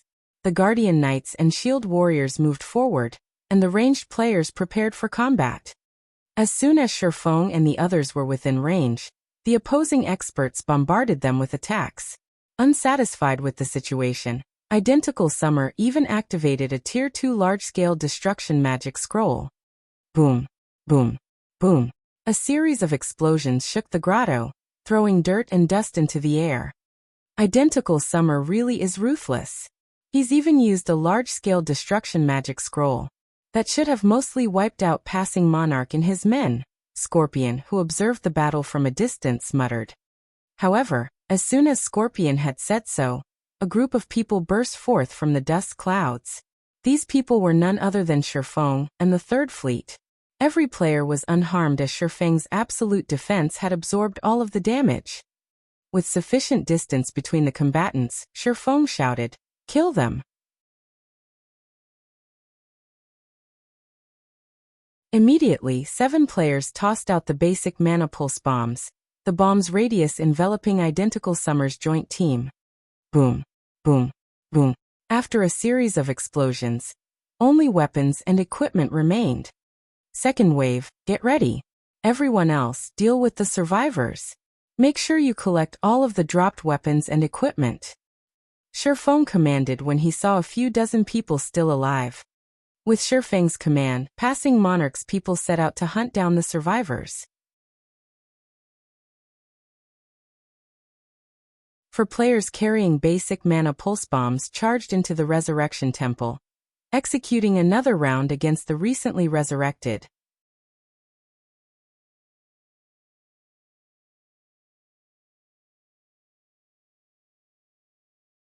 Chapter 1244, Shattering the Alliance. Under Chapter 1244, Shattering the Alliance. The Resurrection Temple was not very large. 4 or 5 basic mana pulse bombs were more than enough to cover the area. As a result, Identical Summer and the others died again and again. Although they had not lost any levels, they had each lost 5 or 6 weapons and pieces of equipment so far. That was practically half of their items. Needless to say, their combat powers had decreased tremendously. Despite their numerical advantage, they were no longer a threat to Passing Monarch's fleet. Passing Monarch, you're going too far. At the end of the day, we are still members of the Freedom Alliance. Identical Summer shouted at Passing Monarch and Shifeng, who currently stood in the Resurrection Temple's entrance. Are you trying to make an enemy of all 10 of our fleets? If these members were only from the 2nd and 4th fleets, Passing Monarch could pay them no heed. However, the players present included experts from every fleet, with the exception of 3rd. If Passing Monarch made enemies of all 10 fleets, he couldn't remain in the Freedom Alliance. The Freedom Alliance was comprised of the Independent faction and the Small Guild faction. Meanwhile, Passing Monarch had only risen to the 3rd seat in the Alliance due to the support from the other independent adventurer fleets. If Passing Monarch lost that support, with his fleet's current strength, he could easily be knocked down to the bottom of the Freedom Alliance. If Passing Monarch made enemies of everyone, he wouldn't even receive scraps in the future. If that happened, it would only be a matter of time before Passing Monarch and his fleet were forced out of the Freedom Alliance. Passing Monarch's expression darkened upon hearing this, glaring at Identical Summer. Although he was frustrated, he whispered to Shifeng, suggesting, "Brother Yifeng, if we continue this fight, every fleet here will become an enemy. If that happens, our future plans will be affected." Part of the reason that he had become the 3rd Fleet's commander was that he had worked with the other independent adventurer fleets during past city defenses. If he broke all pretenses with the other fleets here, and were kicked out of their circle, it would become far more difficult to contest for the Freedom Alliance's 1st seat in the future. "I understand." Shifeng nodded. Seeing Passing Monarch and his people halt their attack, Identical Summer chuckled and said, "Monarch, it's good that you are aware of the situation. Let's forget about this matter altogether. However, you must return the items our member lost. After all, they were originally ours. He had suffered severe losses in this visit to the secret land. Not only had he lost his small sailboat, but he had also lost half of his equipment. His subordinates had suffered severe losses as well. Recovering from these battles would take a long time. With the situation now in his favor, he had to ask for the items back. Identical Summer is too shameless. He clearly attacked us first. Now that he knows he can't beat us, he's using the masses to pressure us. Blue Joy was furious. However, she was also powerless to do anything about Identical Summer's shamelessness. As Passing Monarch hesitated over his decision, Sherfong used silent steps and appeared behind Identical Summer once more, his sacred sword slashing down on the elementalist. A streak of blue light bisected Identical Summer's body. Only after killing Ray had cut through his body did Identical Summer realize what had just occurred. He could not fathom why Sherfong would dare to make an enemy of practically every fleet in the Freedom Alliance. Although Identical Summer wanted to say something, his vision had already darkened, and his body no longer reacted as it collapsed to the ground. Without hesitation, Sherfong picked up the dark gold staff the man had dropped. Everyone was stunned. Passing Monarch's jaw hit the ground. Passing Monarch even wondered if Sherfong had understood his prior words. If you wish to leave this place, it is very simple. From now on I'll give you 3 minutes. After 3 minutes, the 50 players still standing in this resurrection temple may leave. You can keep your spoils of war. Any who linger best prepare themselves.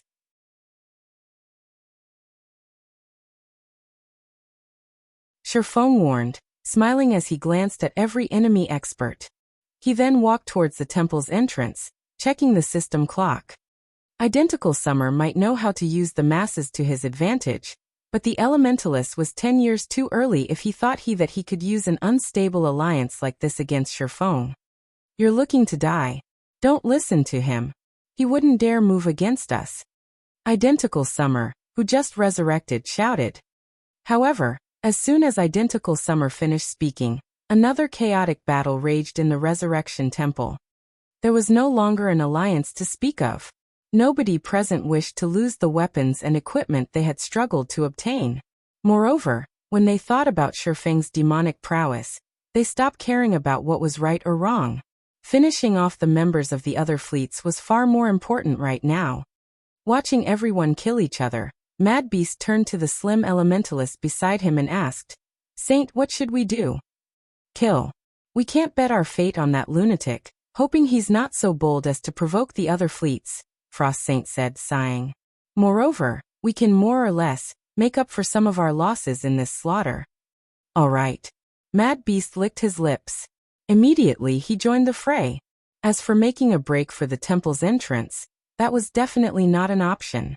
Sherfong instantly killed the few players that tried. He could only hope that Sherfong would keep to his word. Time passed quickly. Everyone inside the Resurrection Temple grew frenzied as they slaughtered each other. As soon as a player died and resurrected, they rejoined the battle. Players died just as fast as they had against the basic mana pulse bombs. Watching the bloodbath, Passing Monarch and Blue Joy were shocked. When they looked at Sherfong, who sat by the temple's entrance, cold sweat dripped down their backs. They inwardly celebrated the fact that they stood on this man's side. Otherwise, the consequences would be truly horrific. With just a few words, Sherfong had shattered the 10 fleets' temporary alliance and turned them all against each other as he watched their strength wane. A demon. He was definitely a demon. After 3 minutes, silence descended upon the Resurrection Temple. Some rejoiced, while others despaired. Those who rejoiced stood in the center of the main hall. These people were the 50 survivors after the 3 minutes. As for those that resurrected after the time limit, they stood in the back of the temple, hatred shining in their eyes as they glared at the 50 survivors. "As promised, you may leave." Sherfong addressed the victors. Hearing Sherfeng's words, these people breathed a sigh of relief. Fearing that Sherfong would change his mind, they dashed out of the Resurrection Temple. The remaining players were a miserable sight to behold due to the lost equipment and levels. Inside the secret land, players would lose 5% of their EXP each time they died. Even so, these players had lost more than one level. The majority of the items they currently wore were no more than temporary replacements. Some even wore level 30 bronze equipment. As these players watched Shattering approach, fear filled their eyes. They all regretted participating in this operation. Aside from identical summer, everyone may leave after contributing a portion of your souls, Shattering announced after meeting each player's eyes. Although they weren't sure what Shattering intended, after hearing that they could leave this demon's den, they agreed to his demands without hesitation. After all, a temporary weakened state was far better than dying back to level 0. Just you wait. I will not let a single one of you get away. Hearing Shattering's words, Identical Summer's expression twisted. He then logged out of the game, ignoring the severe penalty the system would impose as a result. Elsewhere, the other fleet commanders had received news of this situation, and every one of them was flabbergasted.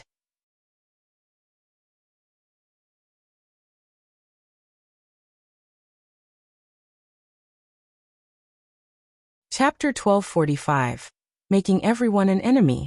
Chapter 1245. Making everyone an enemy. Has passing monarch lost his mind? He actually dared to pull a coup? Silent Entropy's expression turned frosty as he listened to his subordinates report. Not only had the 10 fleet's various experts lost 1 or 2 levels each, but they had also lost the majority of their weapons and equipment. The loss was significant. Each fleet had entered the secret land with their top experts. Every piece of equipment they wore was considered top tier at this stage of the game. They had invested a lot of time and effort to obtain these top tier weapons and equipment. It would take a very long time for these experts to recover to their peak. It would have been fine if they had only lost 1 or 2 pieces of equipment. Now that they had lost more than half of what they owned, passing monarch had undoubtedly made enemies of the 10 fleets. Although Silent Entropy admitted that turning the fleets against each other in the end had been ingenious, it was also a fact that none of the Freedom Alliance's fleets would cooperate with passing monarch in the future. This would not benefit passing monarch when he competed for the Freedom Alliance's first seat. Meanwhile, in the Resurrection Temple, everyone was shocked by Identical Summer's ruthless action. Identical Summer is quite bold. He actually dared to log out inside the secret land. What's so impressive about that? If it were up to me, I'd say that that monster is the amazing one. He had actually forced Identical Summer down this path. If I were in Identical Summer's position, I probably would have done the same. Now that Identical Summer has made such a decisive move, he will not let this matter rest until one of them has been destroyed. Everyone chatted quietly as they stared at Identical Summer's previous location. They could not help but feel a chill crawl down their spines when they recalled the hatred and madness in Identical Summer's eyes as he forcefully logged out of the game. In the outside world, if players forcefully logged out of the game, the system would impose a penalty, which was slightly more severe than the usual death penalty.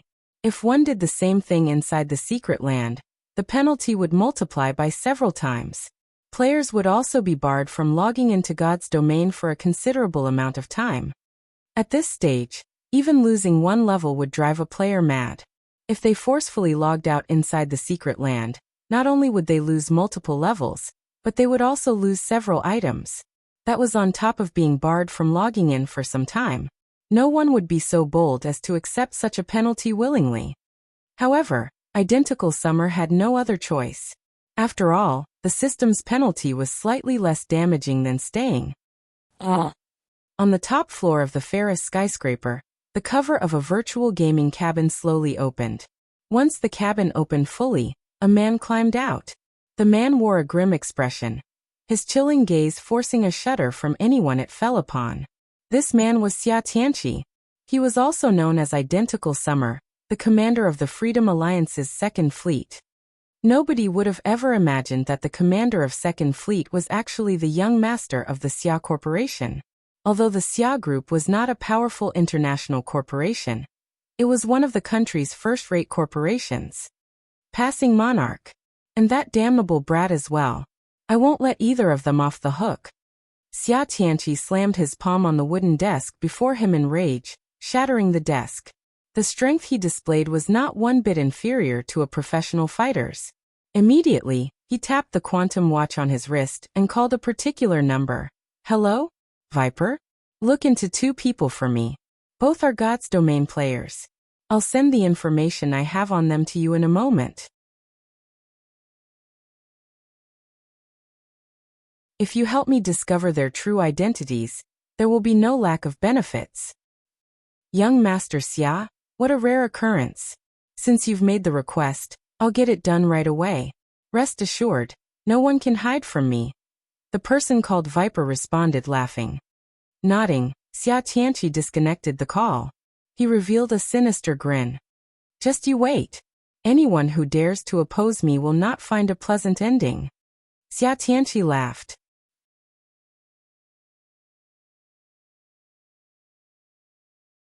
Although the main god system protected every player's information, and players normally modified their appearances, making it very difficult to learn their true identities, Xia Tianqi rather trusted Viper's capabilities. After all, this was not the first time Viper had completed such a task. Meanwhile, inside the Resurrection Temple, Shifeng collected one soul after another. With the number of players present, he could collect enough to produce 3 drops of soul water, and he planned to stockpile the soul water for learning the secret body technique. The secret spellcasting technique he had previously obtained catered mainly to magical class players. To Shifeng, the secret technique was negligible. However, the secret body technique was suitable for all players. Since he didn't need to share the slots this time, he had to prepare more soul water. He was currently in Sea's End. He had also hidden his identity under his black cloak. Aside from Passing Monarch and a few other trusted players, nobody knew his exact identity. Unlike in the Starmoon Kingdom, he did not have to worry about implicating Zero Wing. Right now, the most he had to worry about was an ambush from dark players. Shifeng quickly collected over 300 souls, producing 3 drops of soul water in the soul orb. Now that I don't have to worry about exposing my identity in Sea's End, I can use this opportunity to collect more soul water. Many ideas swam in Shifeng's mind as he gazed at the soul orb in his bag. In the past, the Flower of 7 Sins had made a fortune with the soul orb. With it, the organization had nurtured plenty of peak experts. With no concerns to hold him back, he needed to use this opportunity to collect soul water. It'd be very difficult to obtain once he returned to Starmoon Kingdom. After obtaining the soul water, Shifeng led Passing Monarch and the others to another grotto to search for legacies. Aside from the grotto that contained the sea god's legacy, there were 12 grottos in the sea dragon's secret land. Among them, the entrance to 3 grottos had a diameter of 50 yards. The legacies in these grottos was only second to the sea god's legacy.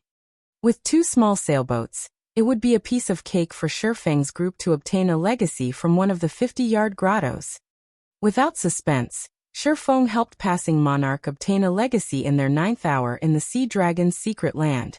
This time, however, there were no other fleets to contest for the legacy, and everything went relatively smoothly.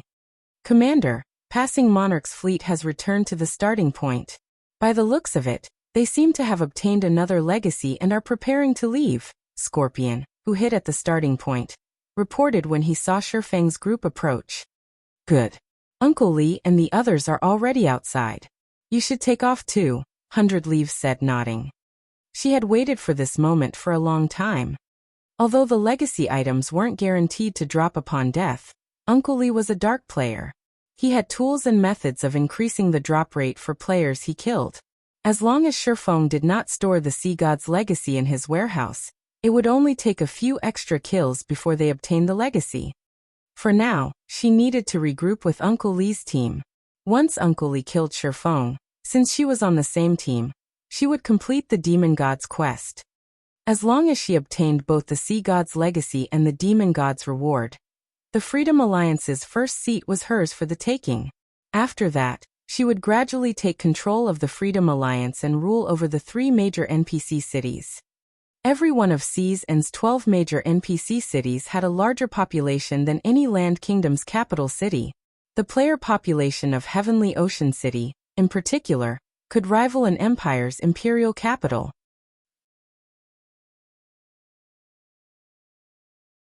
At the Sea Dragon's secret land's entrance, after Sherfong stored the 2 small sailboats, he followed Passing Monarch and the others into the teleportation magic array. System: do you wish to leave the Sea Dragon's secret land? Sherfong chose yes without hesitation. Immediately, a beam of white light descended upon him. He then vanished from the secret land. Shortly after, Sherfong returned to Blue Jade Restaurant's top-floor hall. However, more players were present than before.